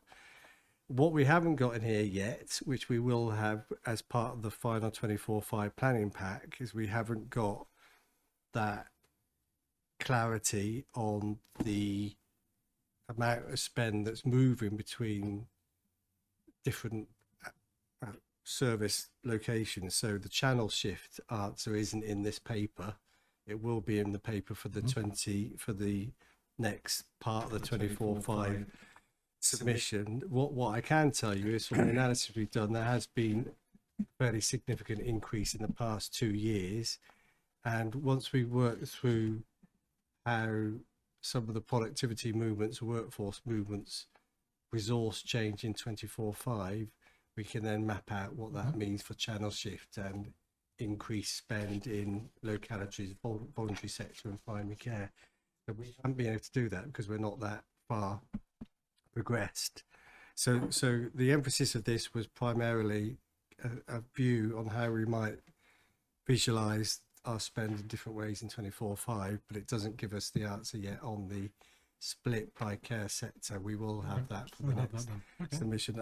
So I will say also that we submitted a plan on the 21st of March, which currently has a 20.9 million gap, and this is extrapolated from, the spend is extrapolated from there, and we've got a set of plans in place to move things over the next 2 weeks to a much improved position in 24/5, although it will be challenging. So, but I'm happy to take questions, Chair. Colleagues, do recall in the budget pack you've got, you've got the Word document and you've got the full slide PowerPoint slide deck. So please see that as the sort of the appendix to this. So a couple of questions from me first. Yes. One is, in terms of the detail of this, you're going to need an extraordinary board meeting on the 1st of May. Is that correct? So if everyone's happy with that, Molly, would you kindly note that we're agreeing to actually have the sign-off date of the 1st of May for that pack, noting the fact that our next board meeting is the 9th of May, and the papers will be out on the 2nd of May, which happens to be the same day we have to submit to region. Is that right? Did I understand that? Yes, 2nd of May is the deadline. Beautifully, they sort of take our, almost like we planned it, put through for that. Can I ask the question though, in terms of the level of detail that we will have there, how much will we understand the how the money's being spent underneath this? Is this the headlines we can expect? You certainly have these headlines. You have some more, so we're trying to split out community mental health. So you'll do that. Yeah, love it. Okay, thank you. So we'll have that at a level. Thank you, Stuart. Yeah, thanks for that. I mean, just obviously a couple of things, but I think from just with my ICA hat on for a moment, if that's okay. Do we know when we might have any clarity over what the budget might be for place for ICAs this year, and of the the expectations of how that might be spent? We'd expect to be fairly clear about that in the next 2 weeks as part of this next planning submission. Thank you. So, yeah. So 2 weeks, Stuart. Okay. I should have actually asked another question. In the finance pack we'll get for the 1st of May, will you have the opportunity to articulate, in terms of productivity, how much different will we be in 12 months' time in terms of productivity from today? Because if not, I don't know what the number is at the moment, but let's say it's 17% or whatever it is, negative. There's no point ending up at 16.9 in a year's time, because that means we haven't been overly ambitious. So is it your expectation to be able to have productivity? We will have that, and we will be managed on that position as well. And just to be helpful, I assume because historically that's been done for an acute, the only piece of work you'll be doing, as we're only a couple of weeks away from that, will only be on the acute on productivity. We will, yeah. Which I wanted to know that. So we'll deal with anything else that we agree on productivity on another day as we get into the year. That would be for the plan. Yeah. But clearly when we're doing work on productivity, because Nick Kay after the last board meeting showed me the amount of funding going into pharmacies and the amount of activity going through pharmacies, and one goes down and one goes up. So that in itself gives us a productivity metric for pharmacies. We need to do the same with general practice. So we will take that offline and bring it back. Can I just make one other point before you go on? So in terms of Susan saying the data was old, that was in the IPR. So yesterday, I'm just desperately trying to find it, sorry. We have 3,000, I can't find it. We have about 3,700 65 and 78 week waiters, and I think the overall waiting list is around, well, I can't remember how big it is. Anyway, if we clear all of those waiters in the timeline that's indicated as part of the planning, that in itself will be a big contribution to productivity. So I think once we've set our plans and we've set the quantum of delivery within the plans, that gives us the segue into the productivity metrics for RCHT, and then that allows us to have, as a board, to say, is that enough in terms of productivity gain, or do we need to do more, which then will be reducing cost base that through which that activity is delivered. So that's where we are in terms of managing the plan through. Right. And if we don't, given the conversation we've just had, we'll know why, and we can share the reasons why. I think that's the important overlap, isn't it? So there's a crossover between quality and finance, but we'll be really transparent about why is it not happening. I think in terms of the 65 and 78 weeks, so I'm trying to get people to give me really clear lines. If it's a hard line, tell me. If it's a wobbly line, then we can deal with it differently. But we have a hard line, I'm looking at you now, for 65 and 78 weeks, or we will go into tier 1 for elective, which will then affect our system oversight framework status. So that is a really hard line for me. But that's what I meant, so that we can rectify. Yeah. Because we'll be able to collectively acknowledge the reasons why and do something about it. So we do meet them. Yeah. That's the circle, isn't it? Perfect. So, any other questions for Simon? Hugely challenging year collectively, and only through system working are we likely to stand a positive chance of doing this. So I think transparency, openness, it's not going to be easy, but let's be forthright with each other and straight. I think it's got to be the way through it. Yeah, agree. Yeah. Anything else? No? In which case, we've noted that we've got an extraordinary board meeting now coming up on the 1st. That's the date we're all working to. Yeah. Is it your expectation to have the papers out the night before, or do you think you might get them out of the tab beforehand? I just need to plan my diary kind of thing. No. I'll just look at Debbie's face. That gives you the answer. Do the face again. Okay. And actually, we also need Midnight -5. Okay, I get it. Our board is the day before. Oh, no, that's a more serious point. Yeah, okay. Okay, so we'll Good note that. I think we're confirmed timing at the end of and tomorrow. Mary, should that be an issue that we need to consider? RCHT. Yeah, off the top of my head, I'm not sure when ours is, but we need to feed that in and Does make that sure we actually align it. all seriousness, that becomes the first point. Yeah. Then Yeah, Molly, go for it. Yeah, so I was just going to confirm that both trusts are having their meeting on the same day, so in the morning of the 30th of April, and ideally would need a paper to be agreed well in advance by all 3 organisations. So ideally a week in advance, if possible. So yours is the day beforehand. I think Molly's It's the corrected same me. I day. think it's the same day. Oh, I thought we're we trying had to do a all three on day. the same day, are we? No, so the trusts are on the same day, and then the extraordinary board's the next day. Is that right, Molly? Yes, that is correct. Two trusts are having it on the 30th. 30th, and then we're on the And 1st of May. then we're on the 1st of May. Yeah. Okay, fine. Okay, so you have a deadline. That's the day before, I thought. Okay, I'm glad I raised it. Shall we move on, colleagues? And so again, I'm just going to note, and Molly, I think if you and I don't have it in my not so much for the minutes, although I'm happy for you to add it, but on another day, I think if you and I can sit down with each of the committee chairs and just work out how they take from the 1st of May, things like the trajectories, when they start coming in, how they take these paper, how they take the budgets, such that Sam's taking your really important point. Let's find out in quarter 1 if we're going to be ahead of the curve and not find out in quarter 4 whether we're behind.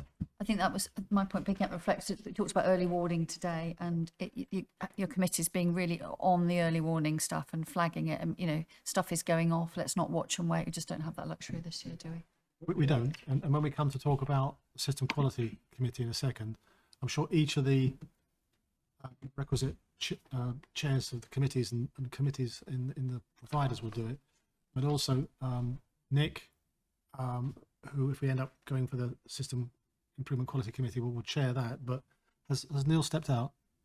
Yeah. Okay. But I also need Neil to be quite clear that from the quality perspective, Susan, that the metrics that we write in here you feel are credible, achievable, and that all the quality committees have got the same set of numbers and we all chase it together.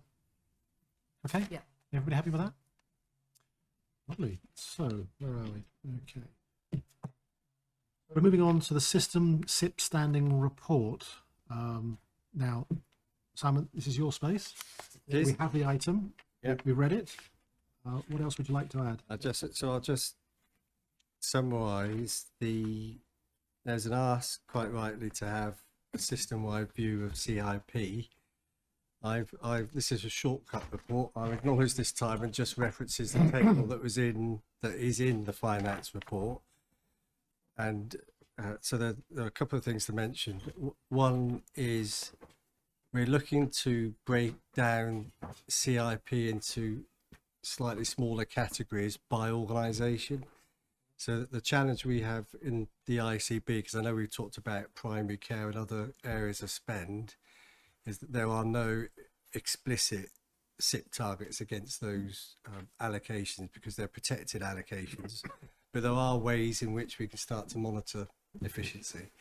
So the commitment from me when you look at these tables and colleagues is we're going to break down the CIP requirements in more detail. So we'll have workforce, etc., by organisation, and in the ICB we'll have primary care, CHC, meds management. So at least everyone can see what's happening in those organisations. So my plan is to have done that split, and it gets reported in the 2nd of May submission that we'll review in 2 or 3 weeks' time. And from there, we will monitor against that in our reporting, which will be core part of the reporting in 24/5. We will also routinely report the split of recurring, non-recurring. I can tell you from the work we've done so far that the recurring element in the current year for the ICB is 68% of total CIP, but that needs to be split out in a way people can see and compared to what we put in the plan for 24/5, which is what you get next time. But unfortunately, there's a limit to what we could do given all the other bits of analysis. So that's the position. So just ask if people are happy with that. No, I just raised an issue. I'm going to do it before Stuart does. So there is something within this year of us going into system-wide productivity and efficiency noting that has to be supported by income that people have had in previous years that drives the position from which you need to be more efficient and productive. Does that make sense if I just stop there? Does that make sense? So primary care are part of a 3-year funding deal, of which this last year there's only 1.9% being allocated as part of general medical services. So the efficiency and productivity for a part of the sector that has not seen the same funding growth and will not see the same funding growth needs to be seen differentially. The same for pharmacies. So the pharmacy income relative to numbers seen, there's a tipping point where productivity rose immensely last year, and the same, I don't know whether the same is true for dentistry, we'd need to check. So when we're doing the efficiency and productivity targets, we can't give 5% to everybody because the funding has been differentially allocated. So we need to be really clear where we're expecting to see increased financial efficiency. Does that make sense? Because I just want to say it while we're talking about it, or it will haunt us later. No, very good. That's what we will set out. See what can be tackled and what can't. You know. So, Sanj, again, I just want to look into you because there's a part of the recommendations. It's actually talking about in May, which doesn't feel very far away at all, that you will have your PCC. You will have effectively the reporting mechanism that will then come here in June. So, what are the chances? 'Cause there's no point signing up to this if it isn't going to be. We've got to do what we promise, I think. Okay. So, what's your views on the timing of it? Right, so one of the things, so we, at this point, we don't know whether we'll be setting a balanced budget on the 1st of May. So I don't think we should be over-promising productivity trajectories until we know what the state of the budget is. We are going to be told to have a balanced budget, so we might have intervention after May to get to that position. So could I suggest that the committees consider it in June and it comes to the board in July? So the committees have got the first quarter covered, and it starts coming into board reporting from the first month of the second quarter. Yeah, so we're shifting everything by a month, and so I am not at all convinced at this point we will have a break-even budget on the 1st of May. And our national accountability meeting will be the 6th of May, I think, or the 2nd of May. I can't remember what date it is, but that's when we'll be held to account that if we haven't balanced, we probably will be given a whole range of metrics that we need to have deflationary actions on. Martin? I think that's probably sensible and wise for the overall budget, but where we've got the bulk of the CIP plans, which are already in place and need to be delivering, we need to be monitoring those from month one, don't we? So why don't we chunk it up into two halves then? Why don't we have in the May FMP the SIP plans? Yeah. And then the June FMP, we have the broader sense of it. Yeah, perfect. Because I think, colleagues, if you're up for it, let's agree dates going forward in the knowledge that we'll achieve them rather than set heroic dates and list them and then roll it on. So can we try and get SWOS productivity into that then? So we purchase a SWOS contract. We'd have to agree metrics, Susan, that we could look at. And I know that's not going to be easy, that's why I'm saying it. But if we're going to do it, we do it across all sectors, not just some. Do it through the Lead Commission. Every ICB will be asking the same question, and I suspect we're already talking to SWOST about it. So let's do it once through Dorset. Okay, all right. So if I can move to the recommendations then. So, Molly, if you note the fact that the first recommendation to acknowledge the efficiency reporting for June and May relates to the SIP programme, and there's a second recommendation then that the same thing will happen but 1 month later for the full budget. Yeah. Everyone happy with that bit? Yeah. Can I just add the clarity? Yeah. And it's what you asked for earlier. Is we will still be able to say whatever we do submit in the next plan, the productivity position is this compared to 1920. Molly, let's capture that. Just say that for Molly one more time. So we will still be able to provide the productivity improvement or position for the system and each organisation in the next submission, but we won't be able to put trajectory month by month. So because you can just do it, the maths is there to do it. Yeah, and you're going to produce that rolling productivity chart as we go into the next year. Yeah, right? and that would be in the month later chart. That's fine. That's fine. Okay, cool. So the second recommendation is the full presentation of 24-25 assumptions against all categories expenditure. So do you want to shift that date? Are you happy with that date? So I think that's still the date that we've got to go for, presentation isn't of it? efficiency assumptions against all. So I think we might. So if we don't balance workforce efficiency, we'll be stretched. Yeah. So at the moment, if we don't balance we go back to month 7. If we're still not balanced, month 7 of last year. If we're still not balanced, we go back to month 3. If we're still not balanced, we go back to month 1.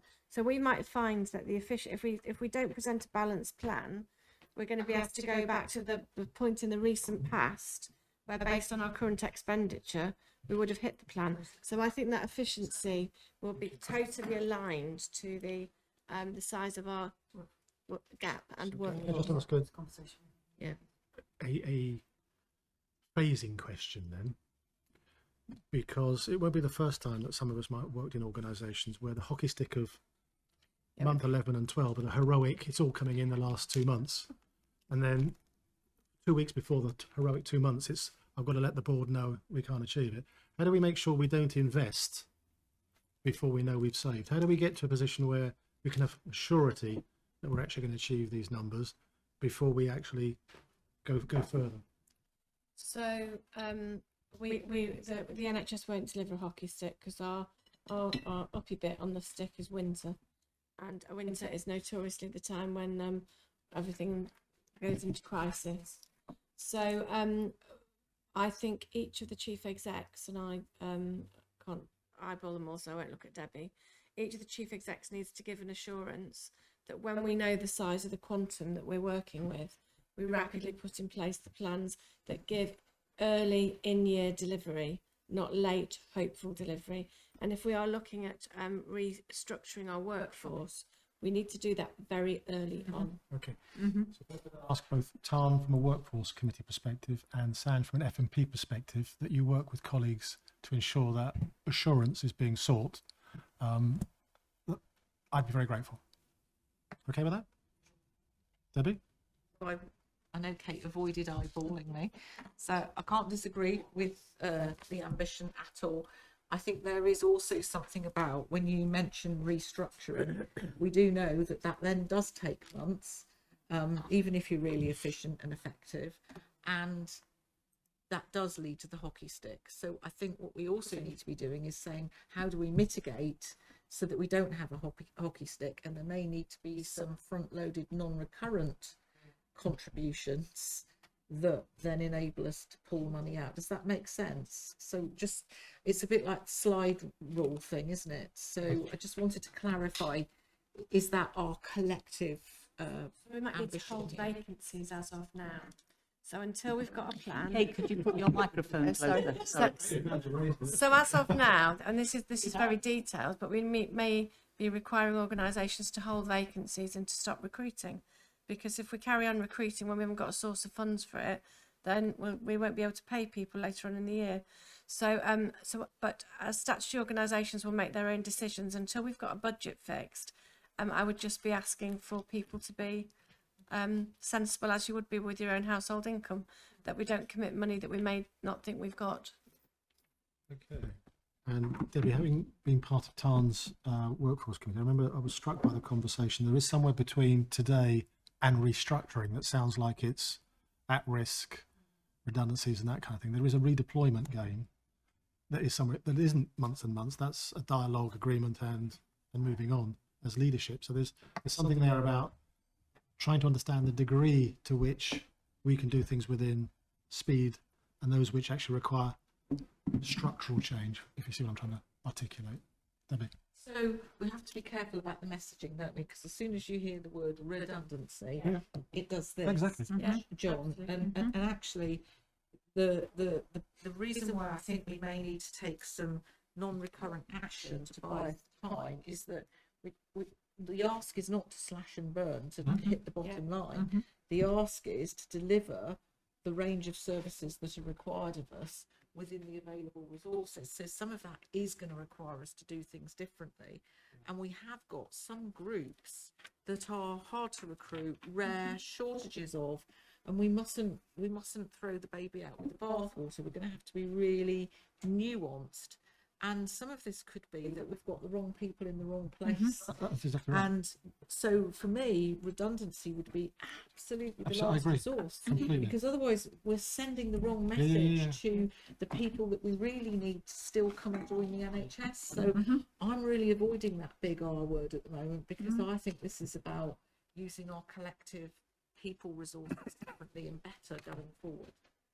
Certainly, I was just going to say that the size of the system vacancy numbers would suggest you shouldn't have to take that action. No, correct. Yeah, sorry to No, challenge no, I'm you quite on happy the with the big R I'm a word, but bit it's the sensitive. redeployment word. And that's maybe the ask to organisations at the moment. We've got significant vacancies across organisations, and those vacancies could give the headroom for the other things that might take a bit longer. Okay, very helpful. So if we can conclude that we're happy with the amended recommendations, we'll move on. Yeah, lovely. Thank you very much. So we now move on to the learnings from the Regulation 28 and Prevention of Future Deaths paper. Susan. Thank you, Chair. Before I start, I'd just like to say that I'd like to manage this paper with the sensitivity and respect that it deserves, because we are dealing with individuals, and whilst not identifiable, clearly an awful lot of trauma for the families involved. So this is the first paper that we've brought forward around the Regulation 28s. We now, as an ICB team, get sight of all the Regulation 28s after Kate visited with the coroner to ask so that we had sight of all of it, and that way it comes up looking at trend analysis, all of those sorts of things, really important things, not to wag fingers by any means. The paper outlines how many Regulation 28s we've had. We've had a clear rise in Regulation 28s, but we do have a coroner who's quite active in submitting Regulation 28s. And whilst it makes difficult reading, it's no bad thing, because it's helping us as a system to learn from some of the experiences that individual have had, and their families, very importantly, who are left behind to pick up pieces. As an ICB, we get the Regulation 28s that are sent by the coroner to the Secretary of State. They come back to us. We have 56 days to respond to those. I would like to point out, Chair, the 17 Regulation 28s that we've had in the time period set are not all attributable to the providers that we commission. They will also sit outside of our scope of commissioning. However, it's Give me an example. Give me an example. like nice. There's the I think there's the oh, it's gone out of my head.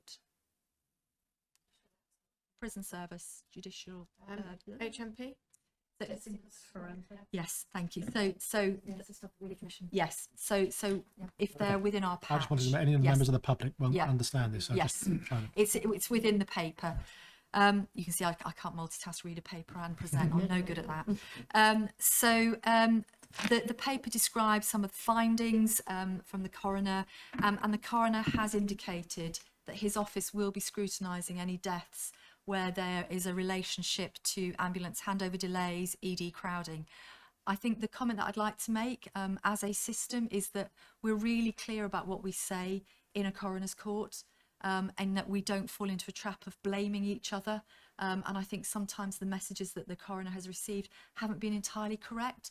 And not only does that cause distress to the families, but potentially causes stress to us as a group of partners as well, trying to do our very best. So I just think before we go into coroner's court, and the invite has come out now to the ICB to be in attendance, we're really clear about what we're going to say to the coroner, and that's not to hide or not be transparent. It's just the way messages are delivered, because it's quite painful when you read some of the reports, how that must be received by families in the way in which things have been explained. I don't know if I'm not explaining it well. You are. So can I add a bit of colour to it? So yesterday I was asked if 277 people had really died because of delayed ambulances going into Trelisk. Well, no, they haven't, because the data that's used to develop that figure is hypothecated data. 1 in 72 people who are waiting in an ED may suffer excess mortality. It's not causal. So that's what Susan's meaning about what we tell the coroner and then what the public hear. If I thought we were sitting on 277 excess deaths, 1 is enough. 277 is dreadful. So we just need to be really careful about how we use data and explaining what it means. Agreed. So just to finish, I'm happy to take any questions on the paper. We will be bringing a quarterly report on the Regulation 28 through our quality committee and can report up into board. And I think I mentioned earlier, no, I did mention earlier in the meeting, that we will be pulling together another meeting for us within the ICB just to go through our risk and compliance. And within compliance is the Regulation 28, so that we can spot, again, it's some of those themes. I won't say early warning, because unfortunately by the time somebody has died it's too late, but it's avoiding that, but also being really clear about how we are demonstrating our learning in terms of these Regulation 28s, and that's the whole point of a Regulation 28. I'm going to leave it there. That's Chris to comment on the hypothecated data and the discussions that Yeah. we're having. So I think there's been a lot of discussion really from the Royal College of Emergency Medicine about this hypothecated data, which is basically, taking an example and then saying, and therefore, this is, if you use those numbers, this what could theoretically happen, isn't it? And I think that's the thing we need to be much more factual about when we use that. Yes, that's valuable information to therefore go and look, and that's something we would do via the mortality morbidity group, to say, right, as a system, do we need to go and look really carefully at that to demonstrate that we can validate with real people that that's not the case. We use it as a trigger. Exactly. Yeah. Really good. It was Sanj and then Ali. Sanj? Yeah, really helpful report. Thanks. I'm just trying to understand what in the report we would perhaps have a different viewpoint on if we were in the situation of the coroner. So, for example, just one example of several, but patient I think, yeah, it is I, cardiac arrest death due to an 8-hour, 10-minute delay in the arrival of the ambulance. Are we saying that there are more factors than the simple statement that is, or I'm trying to understand, where do we differ in our opinion from the coroners in some of these cases where the UEC range across from, adult social care to ambulance response times might be the cause? So with each Regulation 28, there's an awful lot of work that goes into before you go into coroner's court, as you can imagine. My suggestion is that in some of the cases, the factors will be much broader. And we just need to be clear. If the death is down to the fact that somebody's had to wait for 8 hours, then that's a fact and we have to deal with it. What I'm suggesting is, in some cases, in talking to the coroner, the issues are multifactorial, and to pin it down to one thing isn't necessarily correct and can be quite damaging to public confidence, but also to the family as well.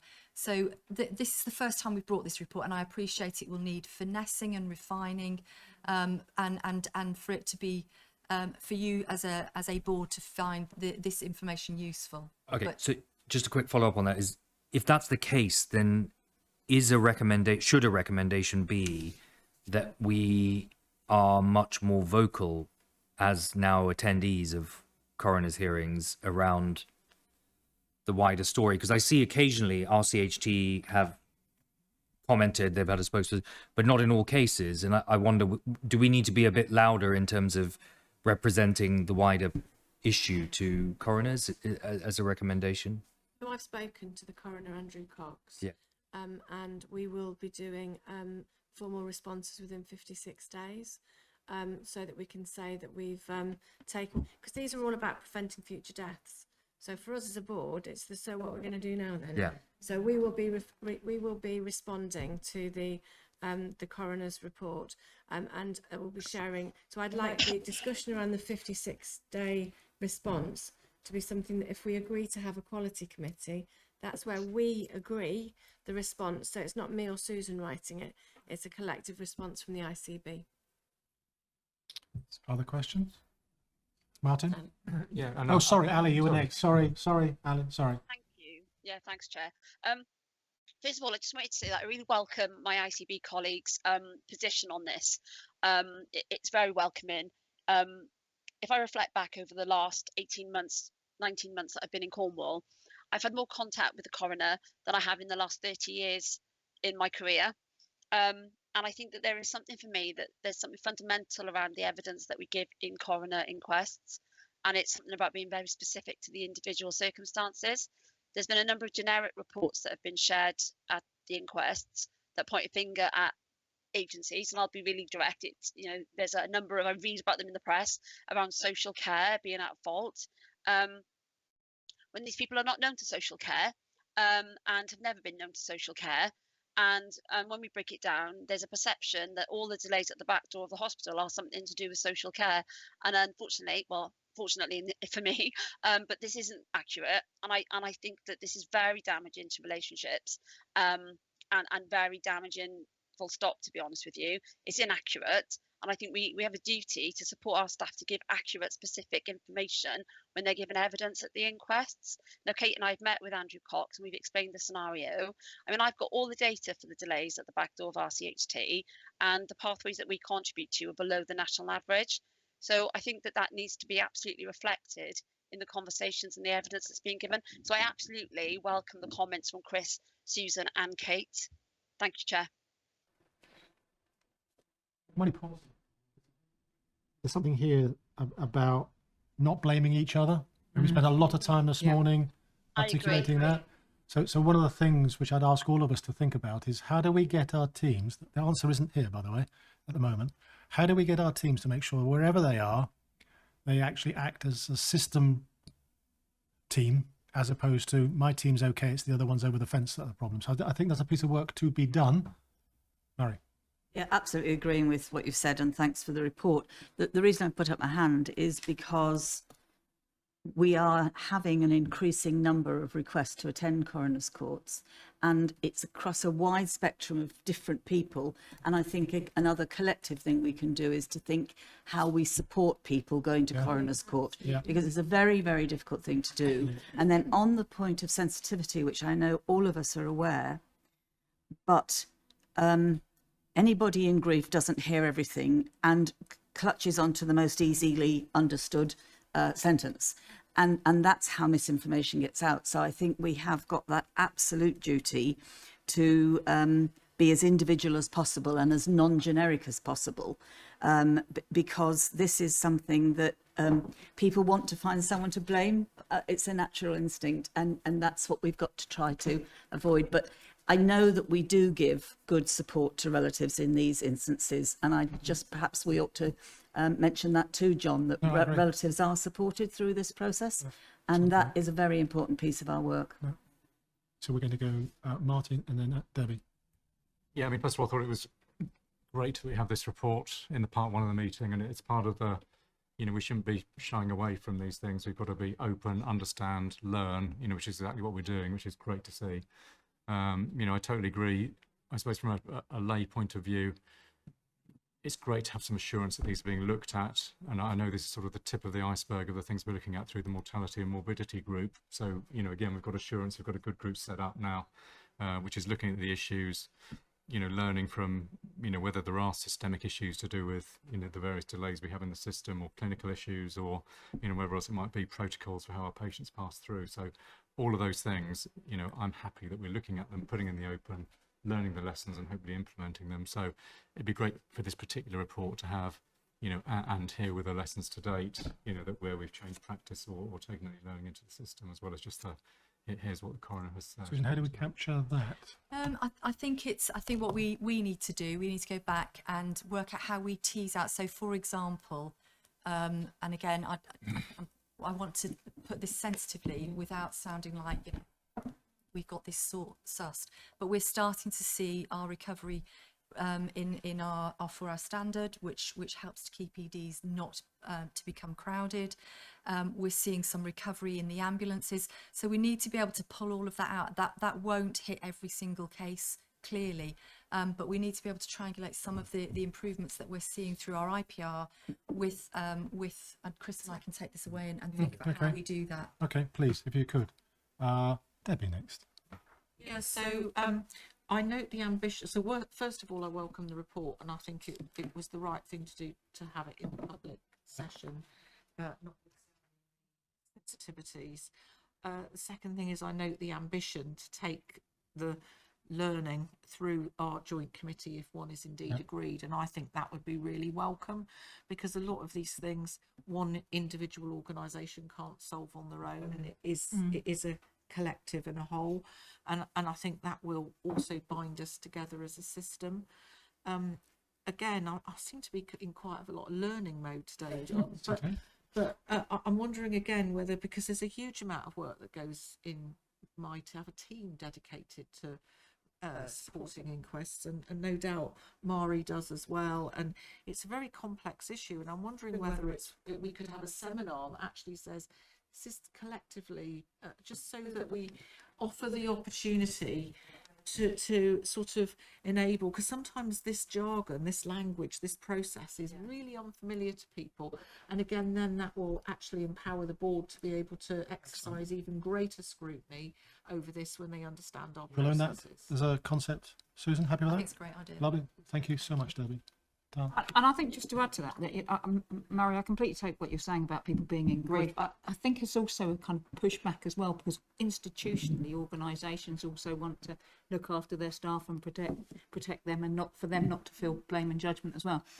We have to recognise that there's power dynamics going on within that as well, and maybe if we're going to do some sort of workshop, we could really do with some people with lived experience who've brought cases to the coroner's court, some of those families, and actually asking them their views as well. So it's a much more collaborative approach.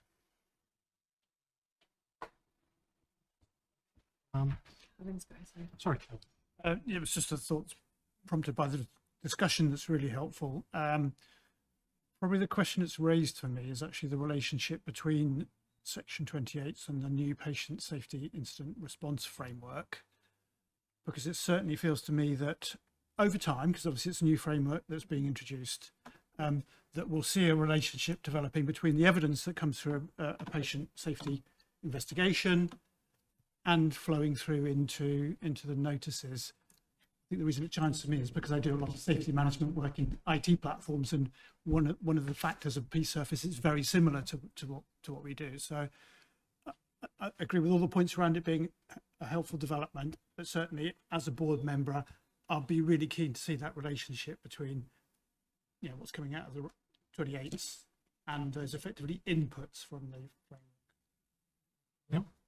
We were very interested to receive the early reports from the trusts PSURF late last year, and they certainly raised some thoughtful questions, even down to including, even in the lower level framework issues where there weren't things that were as serious as this.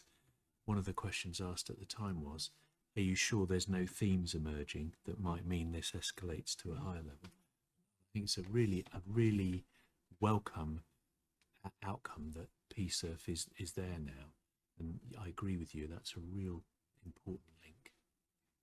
Okay, thank you. So Susan, one from me, if I may. On page 3, at the very top, second sentence, it says, it should be noted that 11 were issued in the financial year, which is a significant increase compared to the prior years. How worried should we be as a board? So we're going to bring back a paper, in fact, to QPOC in May, so because we're going to go through that and have a look at the themes and understand why that's happened. So, but caveating that, John, with the coroner was very clear. Anything that to do with ambulance delays or ED overcrowding, like the issue of Regulation 28. Thank you. So I'm going to move on to the recommendations, and I'm going to subtly tweak something that you just said, if that's all right, in the recommendations. So point 1, note and receive the Regulation 28 report, which I think we all welcome. Yep. And thank you for doing that in such a good manner. Recommendation 2, because when we wrote this, it's quite right to say it should go to the QPOC, but we might in about 10 minutes time actually choose to have something different. So if I could tweak that to say QPOC or the new joint committee, depending on whichever is relevant. Yeah, are people happy for that? Because it gives us the flexibility then to decide which route. Yeah, everybody happy? Very. Done. Thank you very much. So let's move on. So thank you everyone for that. So that's that section finished. If we can move on to the transforming care section now, and that's going to be led by. Feels like it's your day, Susan. Oh, it really Right. The days I don't like. That's the days but young. Review of winter plan recommendations and transforming programmes for 24-25. We're in your hands. Thank you, Chair. And as my colleagues will know around the table, we have brought the winter plan to, I think, every board meeting, and it's always enabled some very rigorous debate, which is always helpful, because I think that has been helpful. As much as sometimes I found uncomfortable, it's been a great way of learning this year, I think more so than any other winter that we've done in Cornwall that I've been involved in. I suppose that all of the information is in the paper, and this paper takes us up to the end of March. I just would like to remind colleagues that we did say, whilst winter should end in March, not that you would consider that looking out of the window, we also had the extra challenge of Easter in Cornwall, because we know that brings an awful lot of visitors into our county, because it's their first sort of break for freedom after a long winter, and this Easter has been no different. It's been busy, so we agreed that we would take some of those initiatives through Easter to get us through what we knew would be a tricky patch.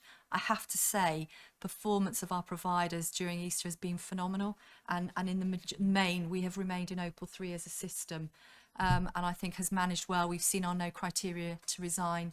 There's a Freudian slip. That's a new one on me. It's not acceptable. I'll blush now. We've seen our no criteria to reside fall. We had some blips going up, but we're starting to get really underneath reasons why, and target those rather than trying to just do a bigger piece of work. I think the one criticism, and I've heard it loud and clear this morning, as I have in other meetings, I think our metrics for measuring the winter plan have not been sensitive enough. And I think when we go on very raw numbers and we go on money and we don't think about the health economics, we miss a point. And what we haven't really looked at is the impact. And Lucy and her team have done, I can't commend it highly enough, a phenomenal piece of work of asking our population, our public, what they thought of our winter plan and some of our initiatives. And some of that feedback was really astonishing. You know, things like the X-ray card they knew about, but they didn't really know what a UTC was, an urgent treatment centre. So there's more work that we need to do as a system to market the services that we have. So that's a huge lesson going forward, is how we continue to engage our public, Lucy, because I thought that was a really valuable, it was a real golden nugget for me, trying to lead the winter plan. I think we discussed this at the system executive group, because what we said is if we take down the winter schemes at this point, we're in danger of really upending some of the progress that we've made, but equally understanding that we have a very challenging financial envelope to work within, that what we can't do is run services that are adding no value.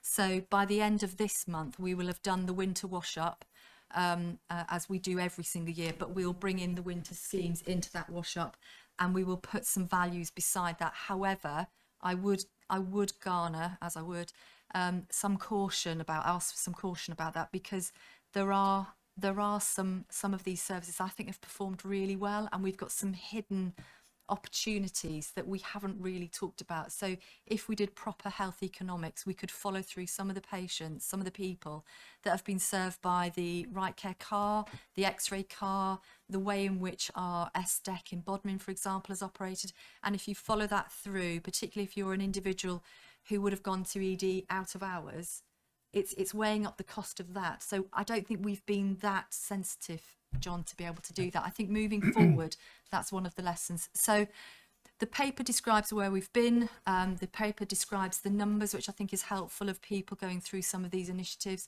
I think there's more work that we could do, but the challenge for us now as a system is which of these schemes do we keep, and how do we keep them at as cost neutral as possible? And what schemes do we say, thank you very much, we'll consider you for next winter? And I'll leave it there if that's okay. When will we know that? We're doing the winter wash up in the next week or so, and we'll have a paper by the end of April. Hey. Well, do you want to say? Because I wasn't at SEG. So we discussed this at SEG, and it was a really difficult discussion. And there will be colleagues in the room who don't agree with the summary. But I'm just going to read from the draft notes. To support the winter evaluation paper being presented to the ICB board, the feedback from SEG will be, there is a differential view of the impact of the winter schemes in totality. However, taking down all of the schemes is not what we would wish to do. It would appear some schemes have had more benefit, and as yet there's not a sufficient way of evaluating the full impact, noting the great start of describing this within the paper. There will be meetings early in the week commencing the 8th of April to agree a process to take forward the evaluations of the schemes into Q1 and how these will be funded. Regional colleagues will be asked to endorse the process through the triple lock. And I thanked everybody for what they'd done. Now, at the triple lock meeting, we had colleagues, finance colleagues, saying that SEG hadn't endorsed the schemes. Now, the overriding view of SEG, and I'm going to ask Debbie to speak in a minute, was that to take these schemes down at this point risks numbers of ambulances and conveyances to RCHT, admissions, because where people are over 65, we know what our data says about admissions, that would then start to see the massive contribution these schemes have made to no criteria to reside, which I think was 66 yesterday for RCHT for ITOC actions. So I am very nervous about reducing these schemes before we know what impact they'll have on ED delivery. ED's performance for 4 hours is system performance for 4 hours at this point is 79%. It's been a good long while before we've seen system performance of 79% for 4 hours. So whether we can measure it accurately, causally, something's happening, because winter in Cornwall, June is often our worst month. I just would like to break that news to people. It's often when ED is in its greatest disarray, winter not quite finished, summer just about starting. So the recommendation that's in the paper is the recommendation that myself as chair of SEG and chief exec of this board would make to our board. So I just think it's worth having that recommendation out first. For the paper, I mean, just by way of observation, because we knew this would be the case, this hasn't been through FPCC because of the timing between when we had FPCC, when the paper was done. So it's gone to SEG and now here. So I think it is worth having a discussion at FPCC in more depth.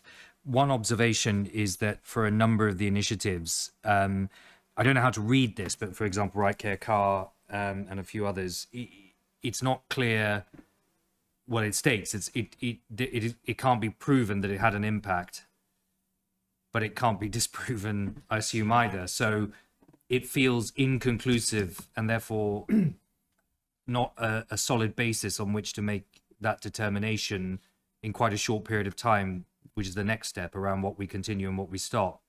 So I'm just looking to understand, how will we do a evidence-informed decision then around that? We're going to have to use proxy markers, aren't we? We are going to use proxy. So this system's performance over winter, RCHT won't have felt it, but we're in April 3 today. Now, if we go back to this time last year, for this system to be in April 3, in April is probably unusual. We came back to work after Christmas, after the elongated Christmas period at April 3. We didn't dip into critical incident. So we, with Norro, so with all of the things that would be normal markers for disarray, we've kept our shape and form. And so there is something in that I think is compelling, because this is my 7th winter here. It's been a lot better than normal winters. And I'm saying that I am away from ED and the front door and all of the stuff that's in there. But even the numbers of people in the department, even counting the ones that are bedded, it's not the numbers that we've normally had. So I think we just need to have some caution. Sorry, I'm going to be emotive about committing an act of vandalism by taking things down too quickly when the GP hubs, that's a national policy. We've got to put them in place. So we either put them in place or we don't deliver the national policy. The diagnostics that are mobile, our county's huge and rural and remote. Why would we take it down when it's seen as an example of national good practice?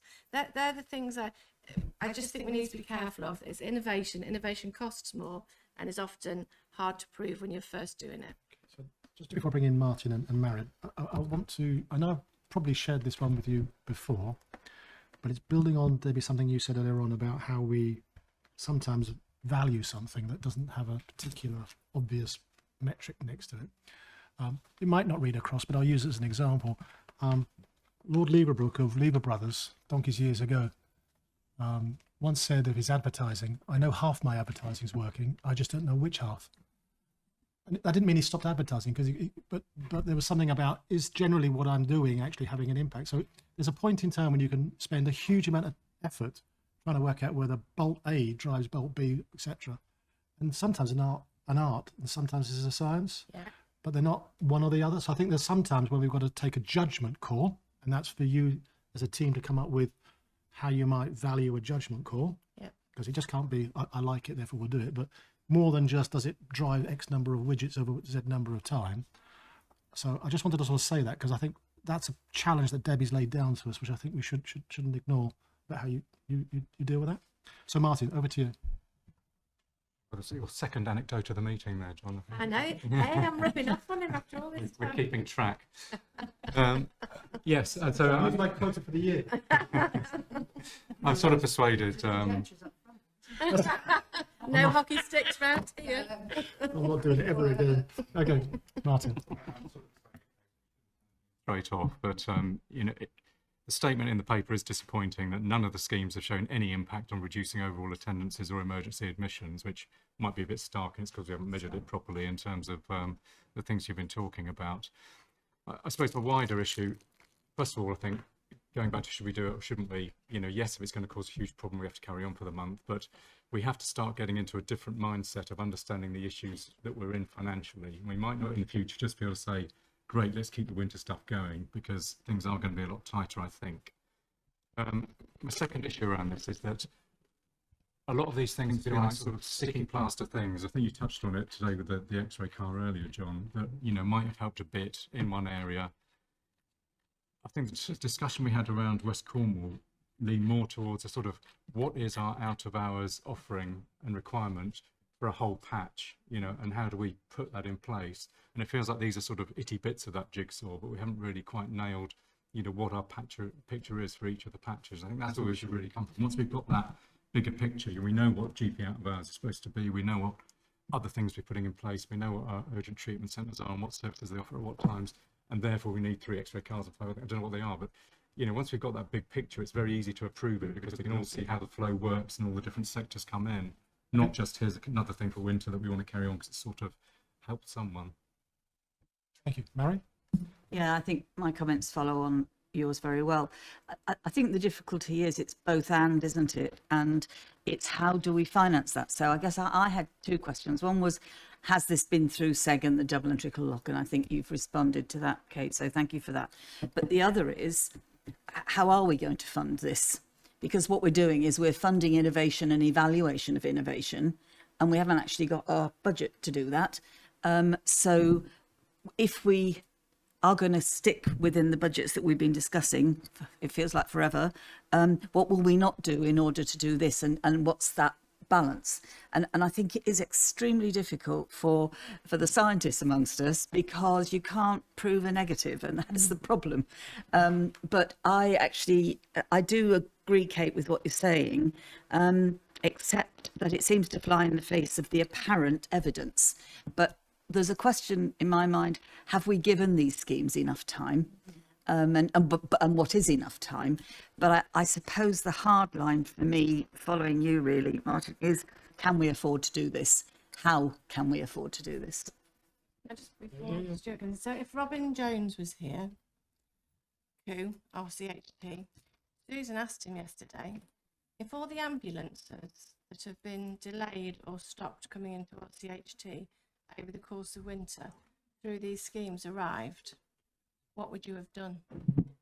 Because RCHT isn't in a position to manage more work than is currently going there, and these schemes have definitely stopped people going to ED, whether it's through mobile X-ray, mobile point of care testing, GP seeing people who are about to dip into crisis, or whether it's the frailty SDEC, that when it was opened to Bodmin, RCHT shut theirs.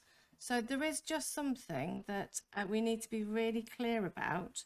It is absorbing activity, and I strongly feel if we set up 2 SDECs and stop frailty going to the front door of the hospital, along with end of life, your 2 largest categories of emergency admission, we'll see a different distribution of activity across our patch. I would entirely agree about the SDECs, Kate.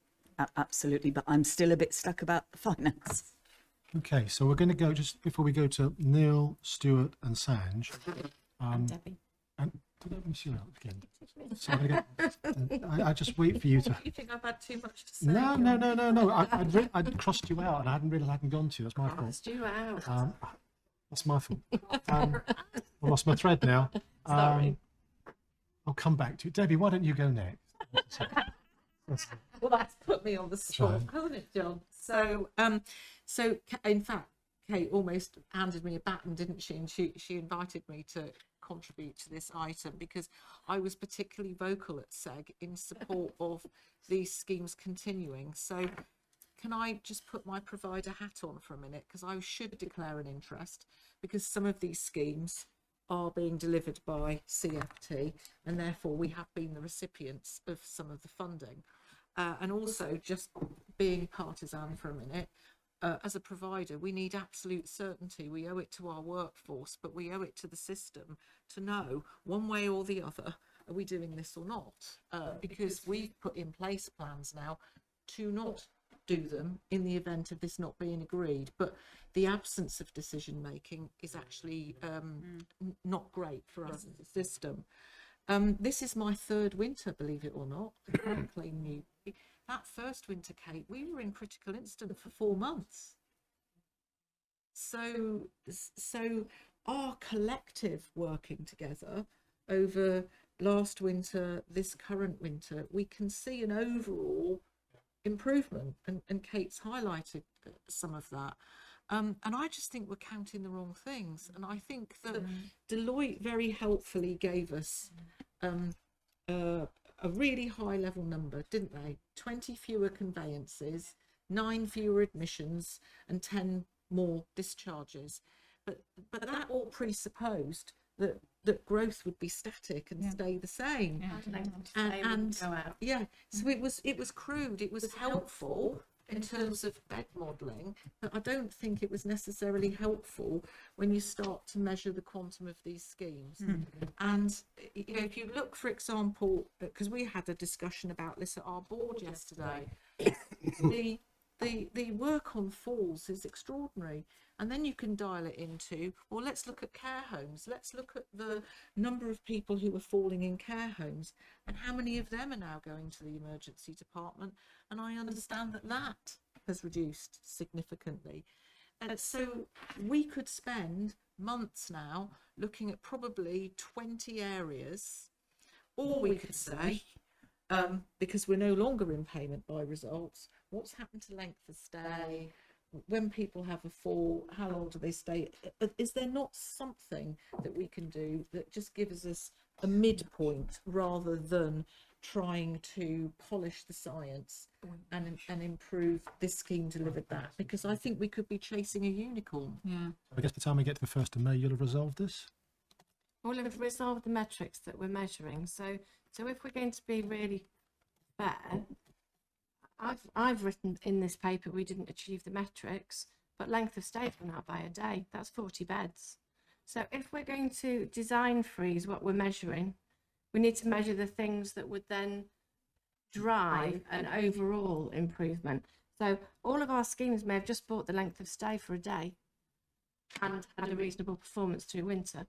So we're going to have to be really clear around the parameters of doing the causal attribution of development somewhere yielding an improvement somewhere else. Neil, then we're going to go Stuart and Sanj. Share the frustrations about measuring the negatives, but I've lived this what you're doing to prevent things not being able to prove for years. If Rachel's here, public health, as she so rightly says to us quite often in our integrated care area committee, why are you going to spend ages proving something that's already been proven in the literature elsewhere? So, and I know the issue of we've got to do this, we've got to balance the books. So if we go back about 8 board meetings, Juliet Ferris was here talking about place, and she said the thing that is obvious, but sometimes it needs saying. The trouble is, if we could do double rate, we'd just do it. You've said, can we afford to do it? I'd say to you, can we afford not to do it? But I'm going to say one other thing. The reason I was looking at my phone is I wanted to quote the paper properly. I can't. But when we started all this, we were waiving, metaphorically, the report that said if you invest in community initiatives over 2 years, you will realise benefit for patient care and efficiency savings. The trouble is, we measure things year on year, and we're bounden to it. And I would, if I could put in a plea, it would be, for God's sake, can we be given some kind of slack as a system when and if things change over the next year or so? King's Fund. That's the paper you're referring to, yeah? The King's Fund. It is the King's Fund. I'm pretty sure it's the King's, but I didn't want to get it wrong. No. Okay. But I just, sorry to sound a bit frustrated. No. And this we're trying to measure by a quarter, or say that's or not half even a year. quarter, an eighth. So Stuart's been waiting very patiently. So Stuart?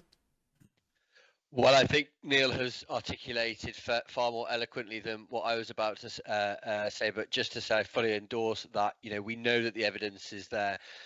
The only other point I want to say, which is a plea from an operational perspective, as a clinician, there is nothing more frustrating than services coming and going really quickly before we've had chance to properly look at whether they're effective or not.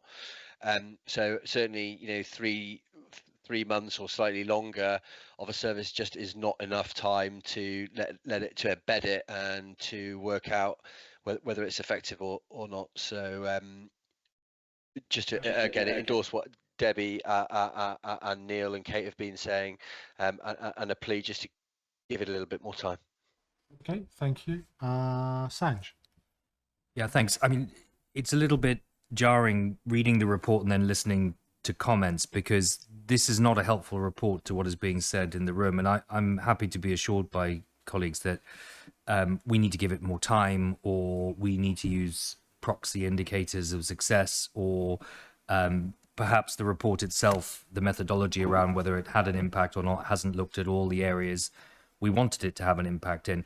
But this report, as it stands, if this was the sole piece we were looking at, wouldn't lead me to say we should continue these services. But listening to comments in the room, I might have a different view. So I think at some point in the next month of the next piece of work Susan is doing around recommendations, this needs a bit of synthesis with comments in the room and version 2, or whatever you want to call it, of this report, because at the moment they seem diametrically opposed in the way I'm reading it. So we're going to go to the last two colleagues, Chris and Susan, and then we need to move on. Just, I think it's all linking to this point. I think the metrics were not deliberate. The metrics were crude, but they were very effective in actually from a sort of publicity and making it very clear what the message was to the clinicians, that everybody, that was the direction we wanted to go in. And I think, don't underestimate, therefore, it was very easy to understand that's the direction, what we want to do. So the metric was crude, but it was really clear in telling us what the mission was. The issue then around measuring whether an X-ray car is effective on a Tuesday, I think what we miss is you don't take into account everything else that we are paying for on a Tuesday. And that goes back to Neil's point, and it's the what's going on in primary care, general practice, the voluntary sector, what's going on in ED, what's going on in terms of flow. So you can't just measure the X-ray car on a Tuesday to say it wasn't working. You have to measure everything we're spending on a Tuesday. And in addition to that, when we talk about channel shift, it's two things, as Rachel Wigglesworth would say. It's prevention. So prevention is actually what happened on the Tuesday 4 months ago that you need to take into account as well as the channel shift about saying the evidence says that if you invest in the community, you get a better return on your investment. So I think it's really difficult to measure, but actually it's just about finding the overall metric, which is actually what you said, John, in terms of if you look for the detail, you don't find it. But overall, we had a better winter than the last. I think that's a summary I'm certainly taking from it. I just wanted to come back, Sanj, because and I'm probably feeling slightly bruised, so forgive me. Every time we present the paper, there's always a comment around potentially it misleads the board because it's too jingoistic, or we haven't told the truth. So I've told the truth as the facts as they stand. I think you're absolutely right. There is so much, and I said it at the beginning of the presentation, there are so many opportunity costs that we haven't been able to capture. But there's also been so many opportunities to people's experience that we also haven't been able to capture. So I'm probably just being really clear that the paper is what the paper is, and that's lessons for me and the team to go away and learn from. But we need to be really clear that when we're asked to report on something, I will report it factually. And actually, to be able to do the economics of winter, it's like trying to change the wheels on a car that's going at 70 miles an hour. So. Okay. Particularly in a 30-mile-an-hour zone, that's a particularly difficult problem. Don't talk to me. I've already done the speed awareness course. Okay. What I understand. So you know, You've been public, but there's this thing about being a prophet in your own land. yeah. So we have a duty to innovate, don't we? We don't talk about that duty very often. So our regional colleagues are setting up an improvement in an innovation hub, and I've been asked if our people will go and present to it around the X-ray car. So I was going to ask Juliet Ferris and Susan to go along, because it's seen as being a really great thing. And how would you overcome the obstacles to make something that fab happen? We have people wider than Cornwall looking at it, and we're debating on the evidence of 3 months worth of work, whether we'll stop it. So I just, at the back of our heads, we just need to think about all of our duties, not just the duty to break even, which is where this is getting stuck. Okay, thank you very much. Sorry, John, I think Nick was trying to get your attention online. Yeah, Chair, I'm really sorry. My hand isn't raising. Between my children running around, I've been waving at you. Apologies. So I didn't want to interrupt you. Can I just ask for one small piece of clarification, which basically what I'm hearing is that we're keeping it simple. We did some operational things. They've made the frontline experience better. The metrics aren't reflecting that, and we're going to change the metrics. Can I just ask when we're going to change the metrics and by who? Because to Kate's point and everyone's point, these seem to be doing the right things, and we need that to give it its assurance. So it was just the when I was missing. Apologies, Chair, for holding you up. Thank you, Drew, for in the room. So Susan, as soon as. Perfect. Thank you. Thanks, Nick. So I'm going to run to the recommendations, but before I do, I want you to draw your attention to recommendation 4, because to me, I'm not saying the other 3 aren't that important, but I want real clarity before we get to agreeing on 4. How are we going to identify the source of funds for Q1, and what's going to happen, taking Debbie's point about, are we doing it, aren't we doing it, are we in, out, or shaking it all about? What's the answer to this exam question? So at the risk of being facetious, we have colleagues playing additional risk in every time we sit down and have a conversation about our deficit. So I think this is just a risk that goes onto our risk list for us to find the available finance to pay for it during Q1 and for the rest of the year. So that would be my, and I feel a bit facetious saying it, but I think that is all we can do. And it does acknowledge that colleagues around the table, every time they come into a meeting, they tell us about another bit of risk that then comes into the position and then gets managed out again. So this is a bit of risk that's come into our position. So what I'm hearing is we're going to continue, we're going to invest, and as part of the broader £1.4 billion package that you're putting together, we will commit as a group to finding the solution to it. But to answer your question, are we in or out? We're in. And we want to continue them. That's what I'm hearing. That's my recommendation. Is everybody happy with that? Debbie? So I'm happy with the recommendation, but I think that we do need to collectively ensure that if we're adding layers, that we're delayering elsewhere, because there is a potential that we keep adding and we might need to look at efficiency. So, Jan and I are committed to looking at closer working between CareCo, SCC, ITOX. So I think I agree with the principles, Kate, but I don't think we should see these as baked in forever. We should apply the efficiency and productivity lens to them as well. So on that note, part of the reason why I asked the question of Simon earlier on about will we have productivity numbers for a year from now is, and you'll say it better than I will, but we collectively will put ourselves under pressure, but we will also be under immense pressure from NHSE national, let alone region, to be able to say, there's March 2020, you're a long way from it, how are you being more productive compared to that point? So it's not a question on what service we're going to stop or whatever. The question is, how are we going to actually get back to a greater degree of productivity? And that mindset, I'm afraid to say, is going to have to include this kind of Agree. work. And that's why I started the day with, this is going to be uncomfortable change territory, because it's going to be challenging a few potential sacred cows. We may have to do redeployment, change, different ways of working or whatever, as opposed to cutting. And that for me means a lot of work to be done really quickly, because it's already the new financial year. So I would like to make the recommendation, we press on with this pack. That's what I'm putting to the board. We press on with this pack of issues for quarter one, and that we ask the team to go away and square the circle in a collective, agreed way. That's my recommendation to you.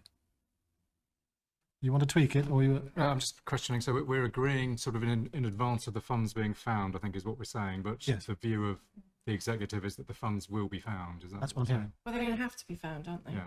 Because we can't commit. That's why this decision is really important, because we can't then wait a fortnight to unpack the decision. We need to include what we might have to not do because we're choosing to or do redo, this. or redo. Or do differently. Yeah. So you'll notice Simon's really quiet. So I'm going to notice on behalf of all of us that Simon's really quiet, because this is putting an additional £1.7 million into the risk pool to be closed over the next few weeks. Having said that, we went through the business cases over 100,000 yesterday, and I am very clear that there is a source of funds there that will contribute towards this after we've been through the business cases themselves, but then also all of the PLIC stuff around income and investment that will show when we start looking at services we're doing more than we've got the money for. So I think we have the ability to close this gap. So I'm going to ask our two on this board, our chief nurse and our chief medical officer, what is your recommendation? Chris first. To carry on through quarter one and continue to look to find a way to have better metrics. Happy for us to note that. Yeah. Susan? We'll do the winter wash up. I would just ask colleagues around the table to ensure that that representation from their organisations are a senior enough level to start taking on some of the decisions that we need to recommend to SEG around the schemes. My question was to you professionally. What do you want to do for quarter one? I'd like to continue with it. Fine. So board, you have our two clinical executive leads on the ICB board making that point, our chief executive. I'm putting it to you. Are you happy to support that?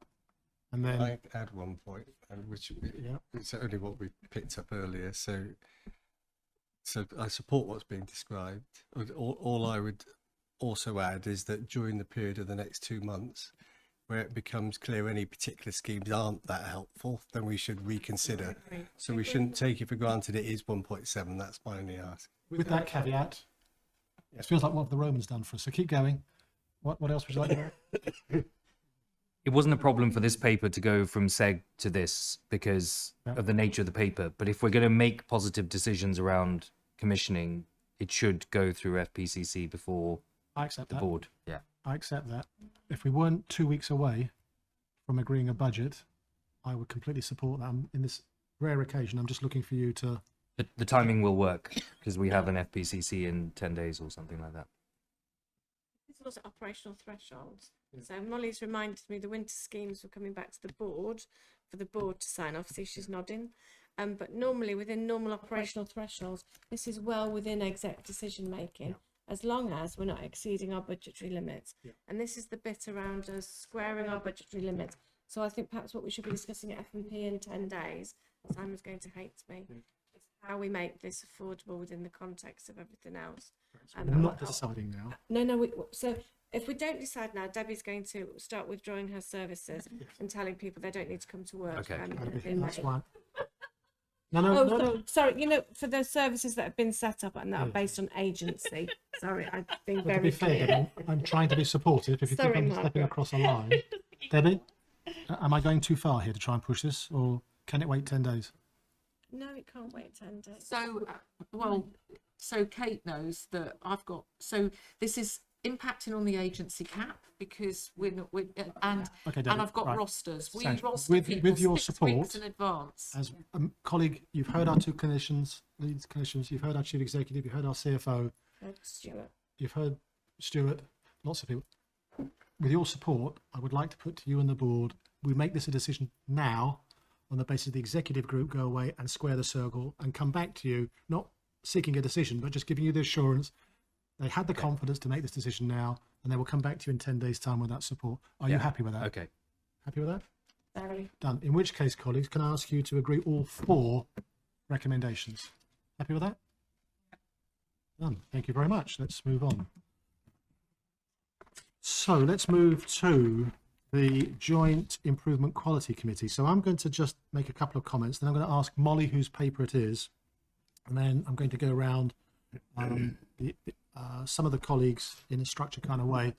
So if you can put your hands up or whatever, I've got a bit of a mindset as to how we might do this. So recognizing that in my chair's report, I actually said that this was a fantastic initiative set up to be able to be a shared accountability, empowered group of people to actually focus on quality.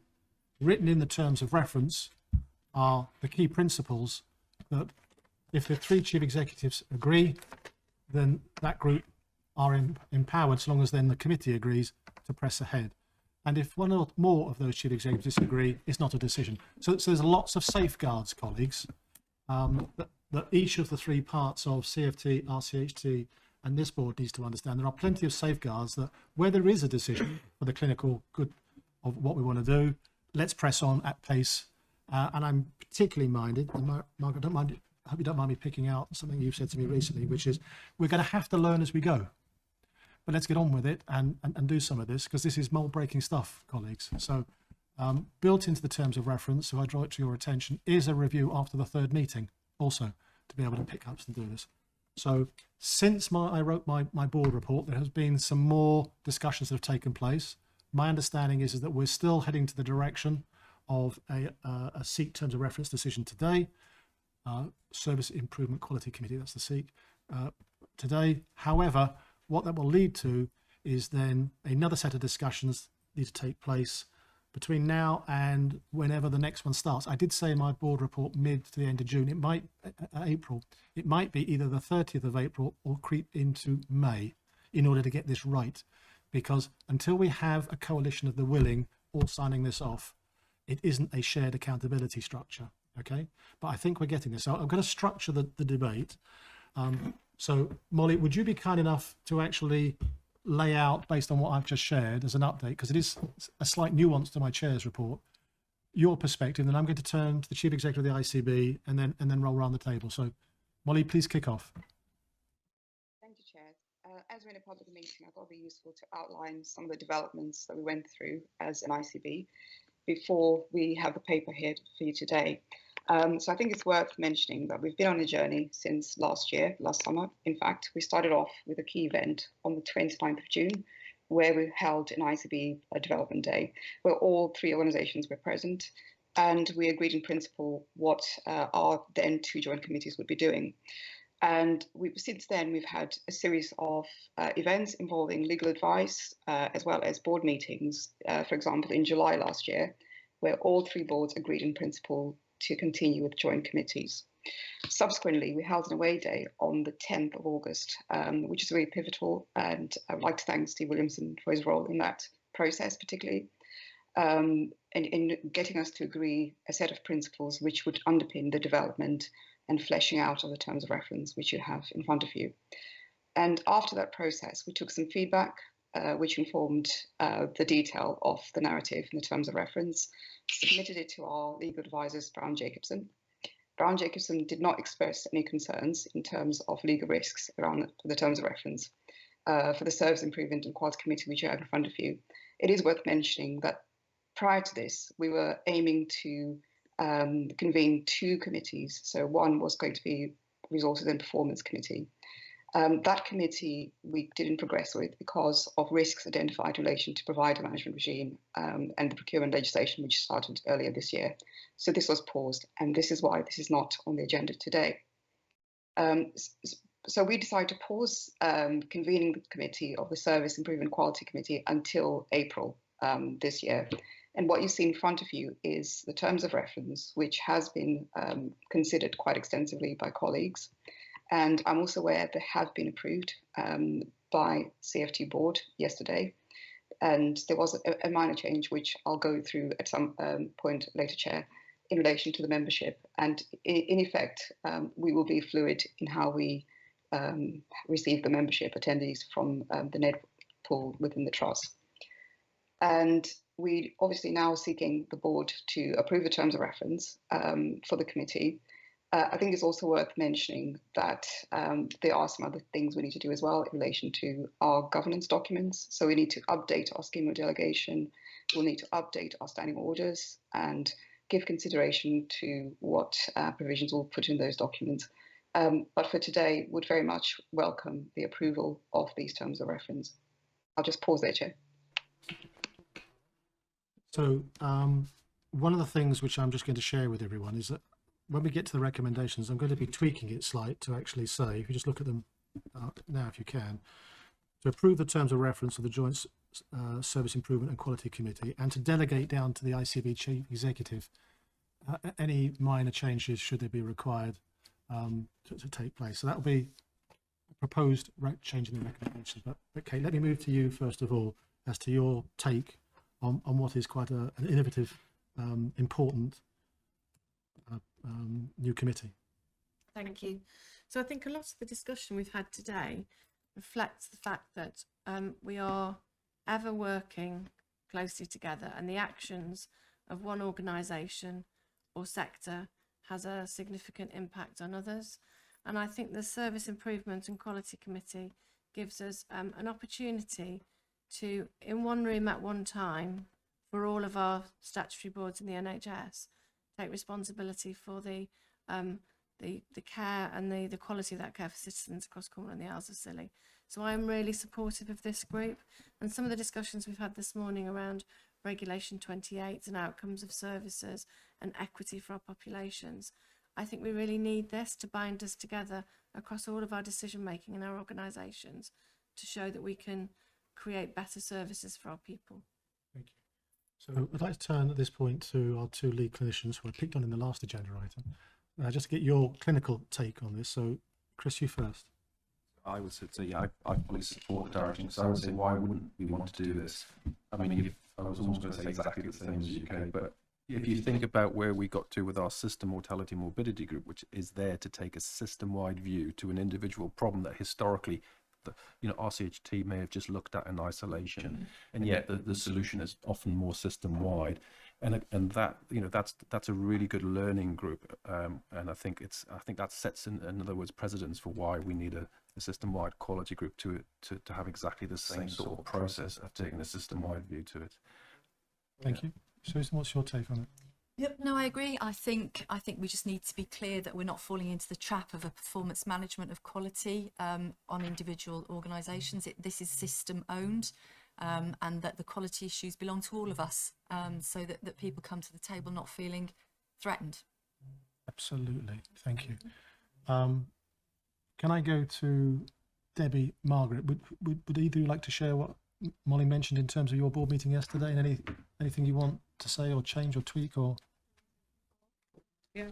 So we had a really robust discussion about it, and the conclusion of the board was that this was the right thing to do, and that it was the right thing to do for the system, and it was the right thing to do for patients and people that we serve, and that whilst we could spend some further time dotting I's, crossing T's, and actually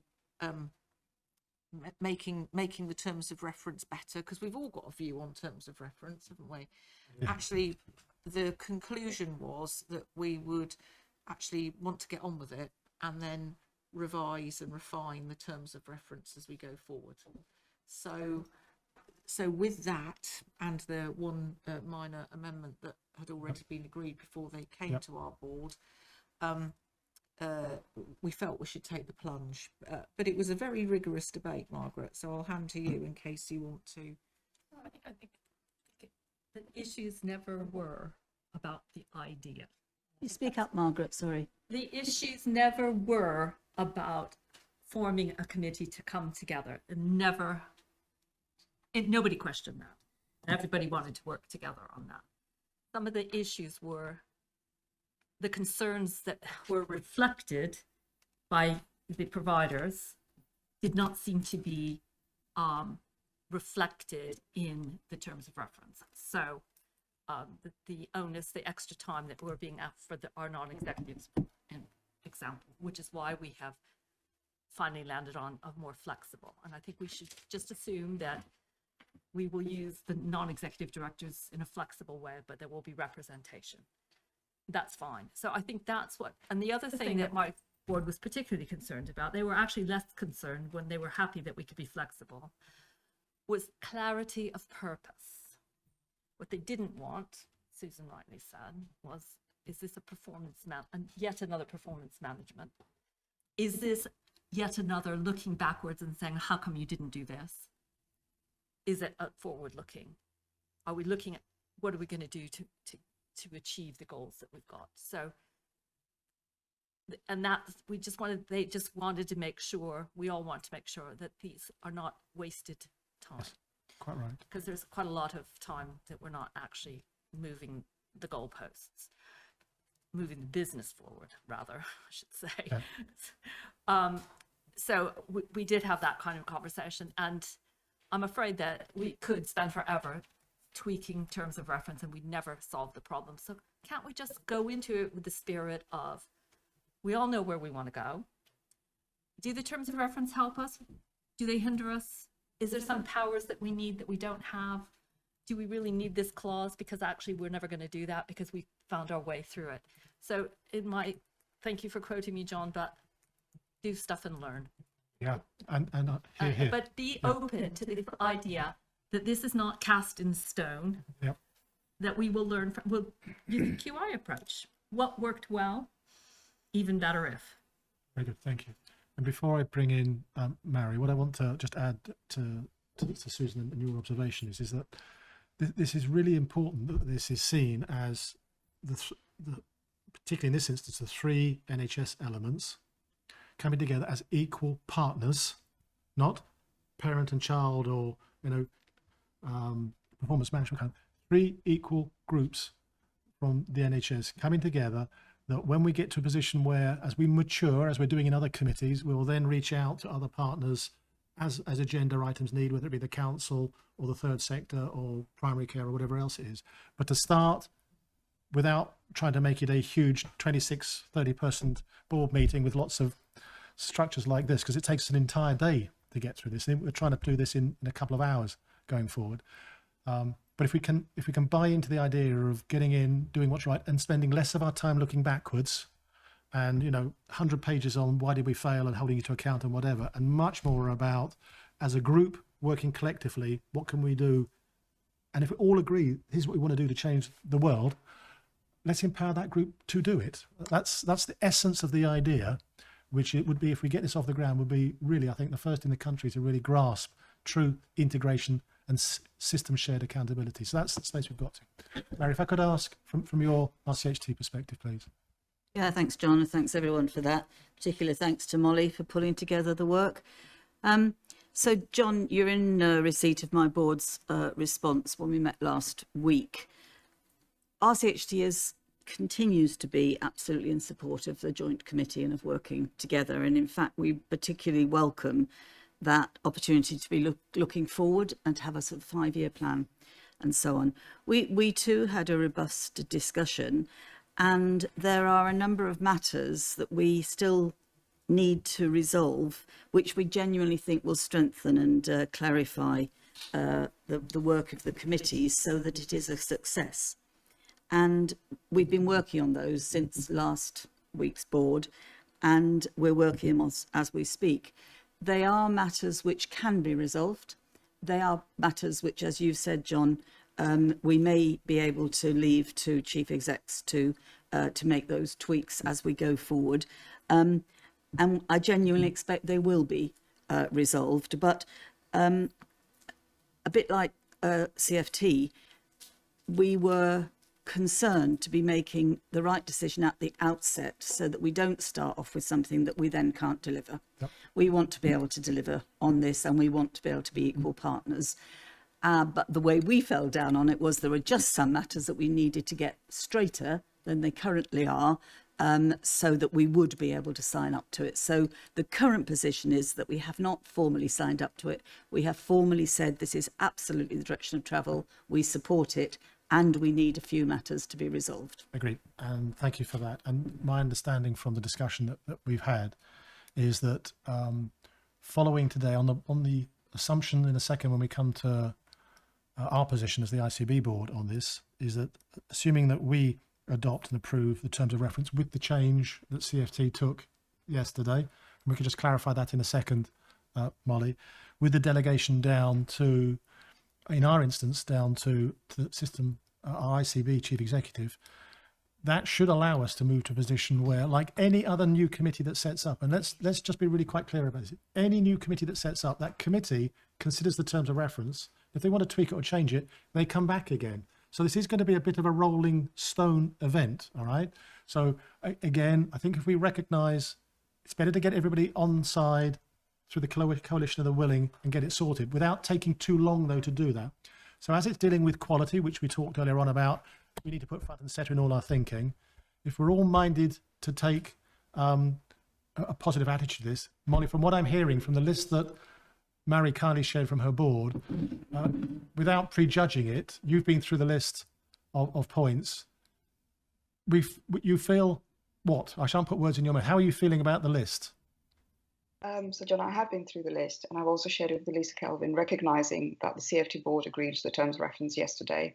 So we've both collectively reviewed them as company secretaries, and we're both confident that we can resolve them. But I think it's worth saying that none of them are material to the scope of the terms of reference. I think one of the key things that we've observed is that we discussed the bulk of this at the away day last year. So potentially we've spotted that there may have been a gap in what the knowledge that we gleaned from that event, and then possibly didn't transfer collectively. So I'll be more than happy to share my findings, which Lisa has confirmed in writing, with Maury, and then subject to that, propose that perhaps if she's content to put this forward to her board, they approved at their extraordinary board on the 30th of April. Before we get to that, because I think I know what you're going to say, Aaron, is that, that what we do is we possibly ask the company secretaries to go around the loop one more time with the chief executives, and we ask you, we reference a date in April to have another meeting to bottom out any particular issues, to make sure that all three organisations are happy with any changes, even though you'll be empowered from our board to make that happen, but we've still got to be happy that RCHT are happy and that CFT are happy with those. So that's we will ideally empower you to do it.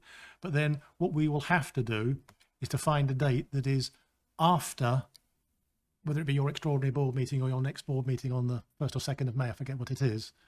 But then we set a date pretty quickly, immediately after that happens, that effectively turns that into the, let's move on from terms of reference now. We're in, get the right people in the room and actually start facing on the issues that are at hand. And then with that group of people in the room, with that degree of empowerment, I have to say, I feel we could actually do something so special. So that's where I think I was at. Did you want to add anything to that? I was only going to say we would be very happy to attend a meeting in April to finalise the resolution of this, then to take it back to our board on the 2nd of May, then to attend a system improvement quality committee. The acronym doesn't work, does it? No, it doesn't. But we would want to have clarified those matters prior to that being a formal committee. So board and Kate, if everyone's happy with it, is that I'm going to be rather presumptuous and work based on what Molly has just said after her dialogue with other colleagues. Let's try and get a date immediately after, as soon as after your board in May, and that would actually work towards the assumption that we can convince all partners, particularly RCHT, that the amendments and tweaks are acceptable to everybody, and we work towards a date. Not we get to the 1st, get agreement, and then we spend another month working out when we can get a date. So if it's all right with everyone, I think we can try and put a date, and if it doesn't happen, then we can pull it back. That's why I'm saying we'd be very happy to attend the meeting on the 30th that's already proposed and in people's diaries as a meeting to finalise the resolution. Yes, I guess what I'm trying to make sure is that we don't get to that point and it's not agreed. I'm trying to make a proposal that we empower, certainly from our side, Molly as our company secretary and Kate to take this away on the basis that I'll propose to you in a second agreeing these terms of reference, and then you take them away. So I wouldn't want to arrive at a meeting on the 30th of April without.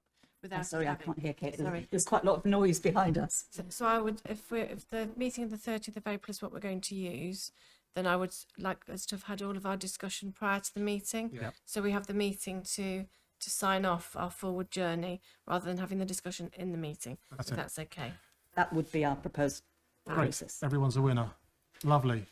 In which case, I think as a collective group, we've got to the right place. It's important that we go at the pace of making sure everyone's on side. And what we're looking there for is ideally in the first week of May, if we can, is actually having our first formalised seat committee on the presumption that once we delegate it down to Kate, that RCHT and CFT are also happy as we go on that journey. So I'm going to make that recommendation now, that the board note the terms of reference, but we are, from the ICB's perspective, we approve those terms of reference and delegate down to Kate as our ICB chief executive to make any necessary changes, working with our two partners with the view to starting in the first week of May. John, not wanting to be difficult at Yeah. all, I can't today approve those because of what we just said, but the spirit is we would be intending they should be easily resolved. No, and recognizing the fact that in the event that we don't land that, it's not a done deal.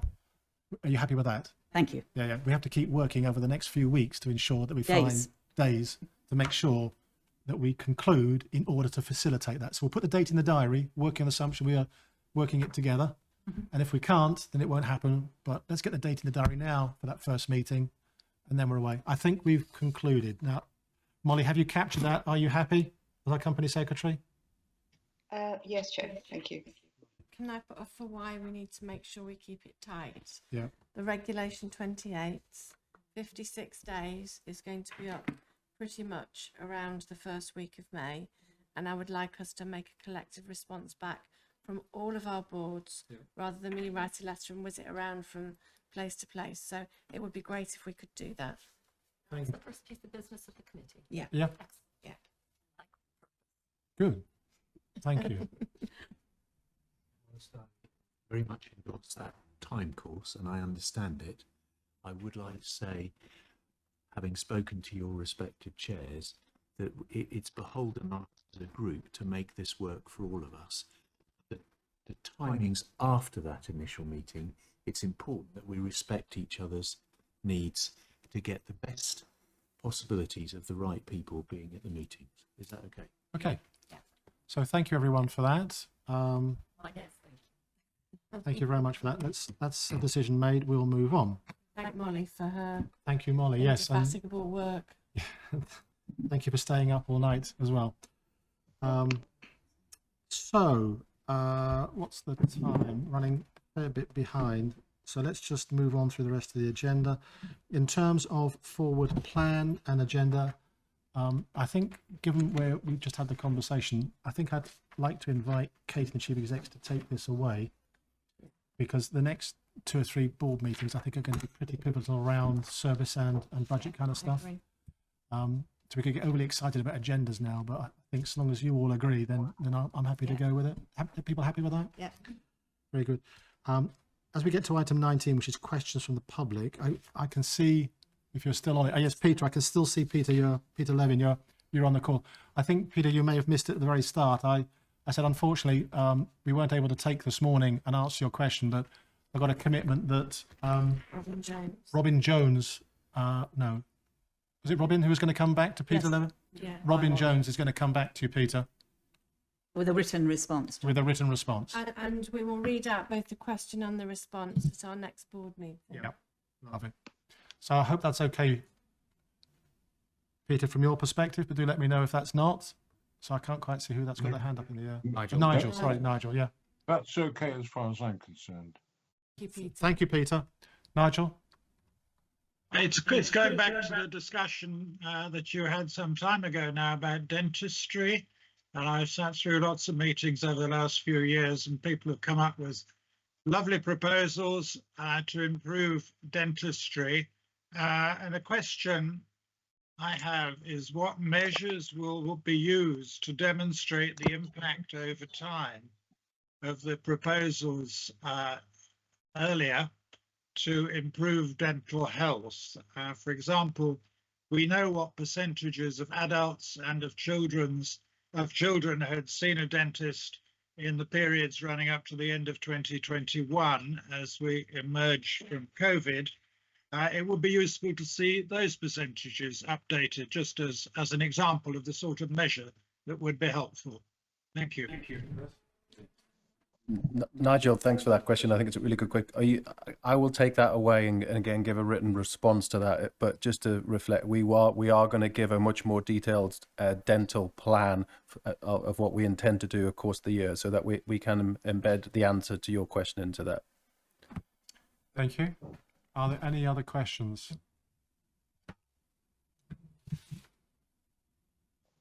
No? In which case, thank you. So I'm going to close the part 1 meeting at nearly 3:15. Can you believe part 1 in 3:15? Thank you very much indeed for that. What we'll do is let's give it 10 minutes. So back at 25 past for part 2, but I promise to have you away on time. Thank you. Thank you very much.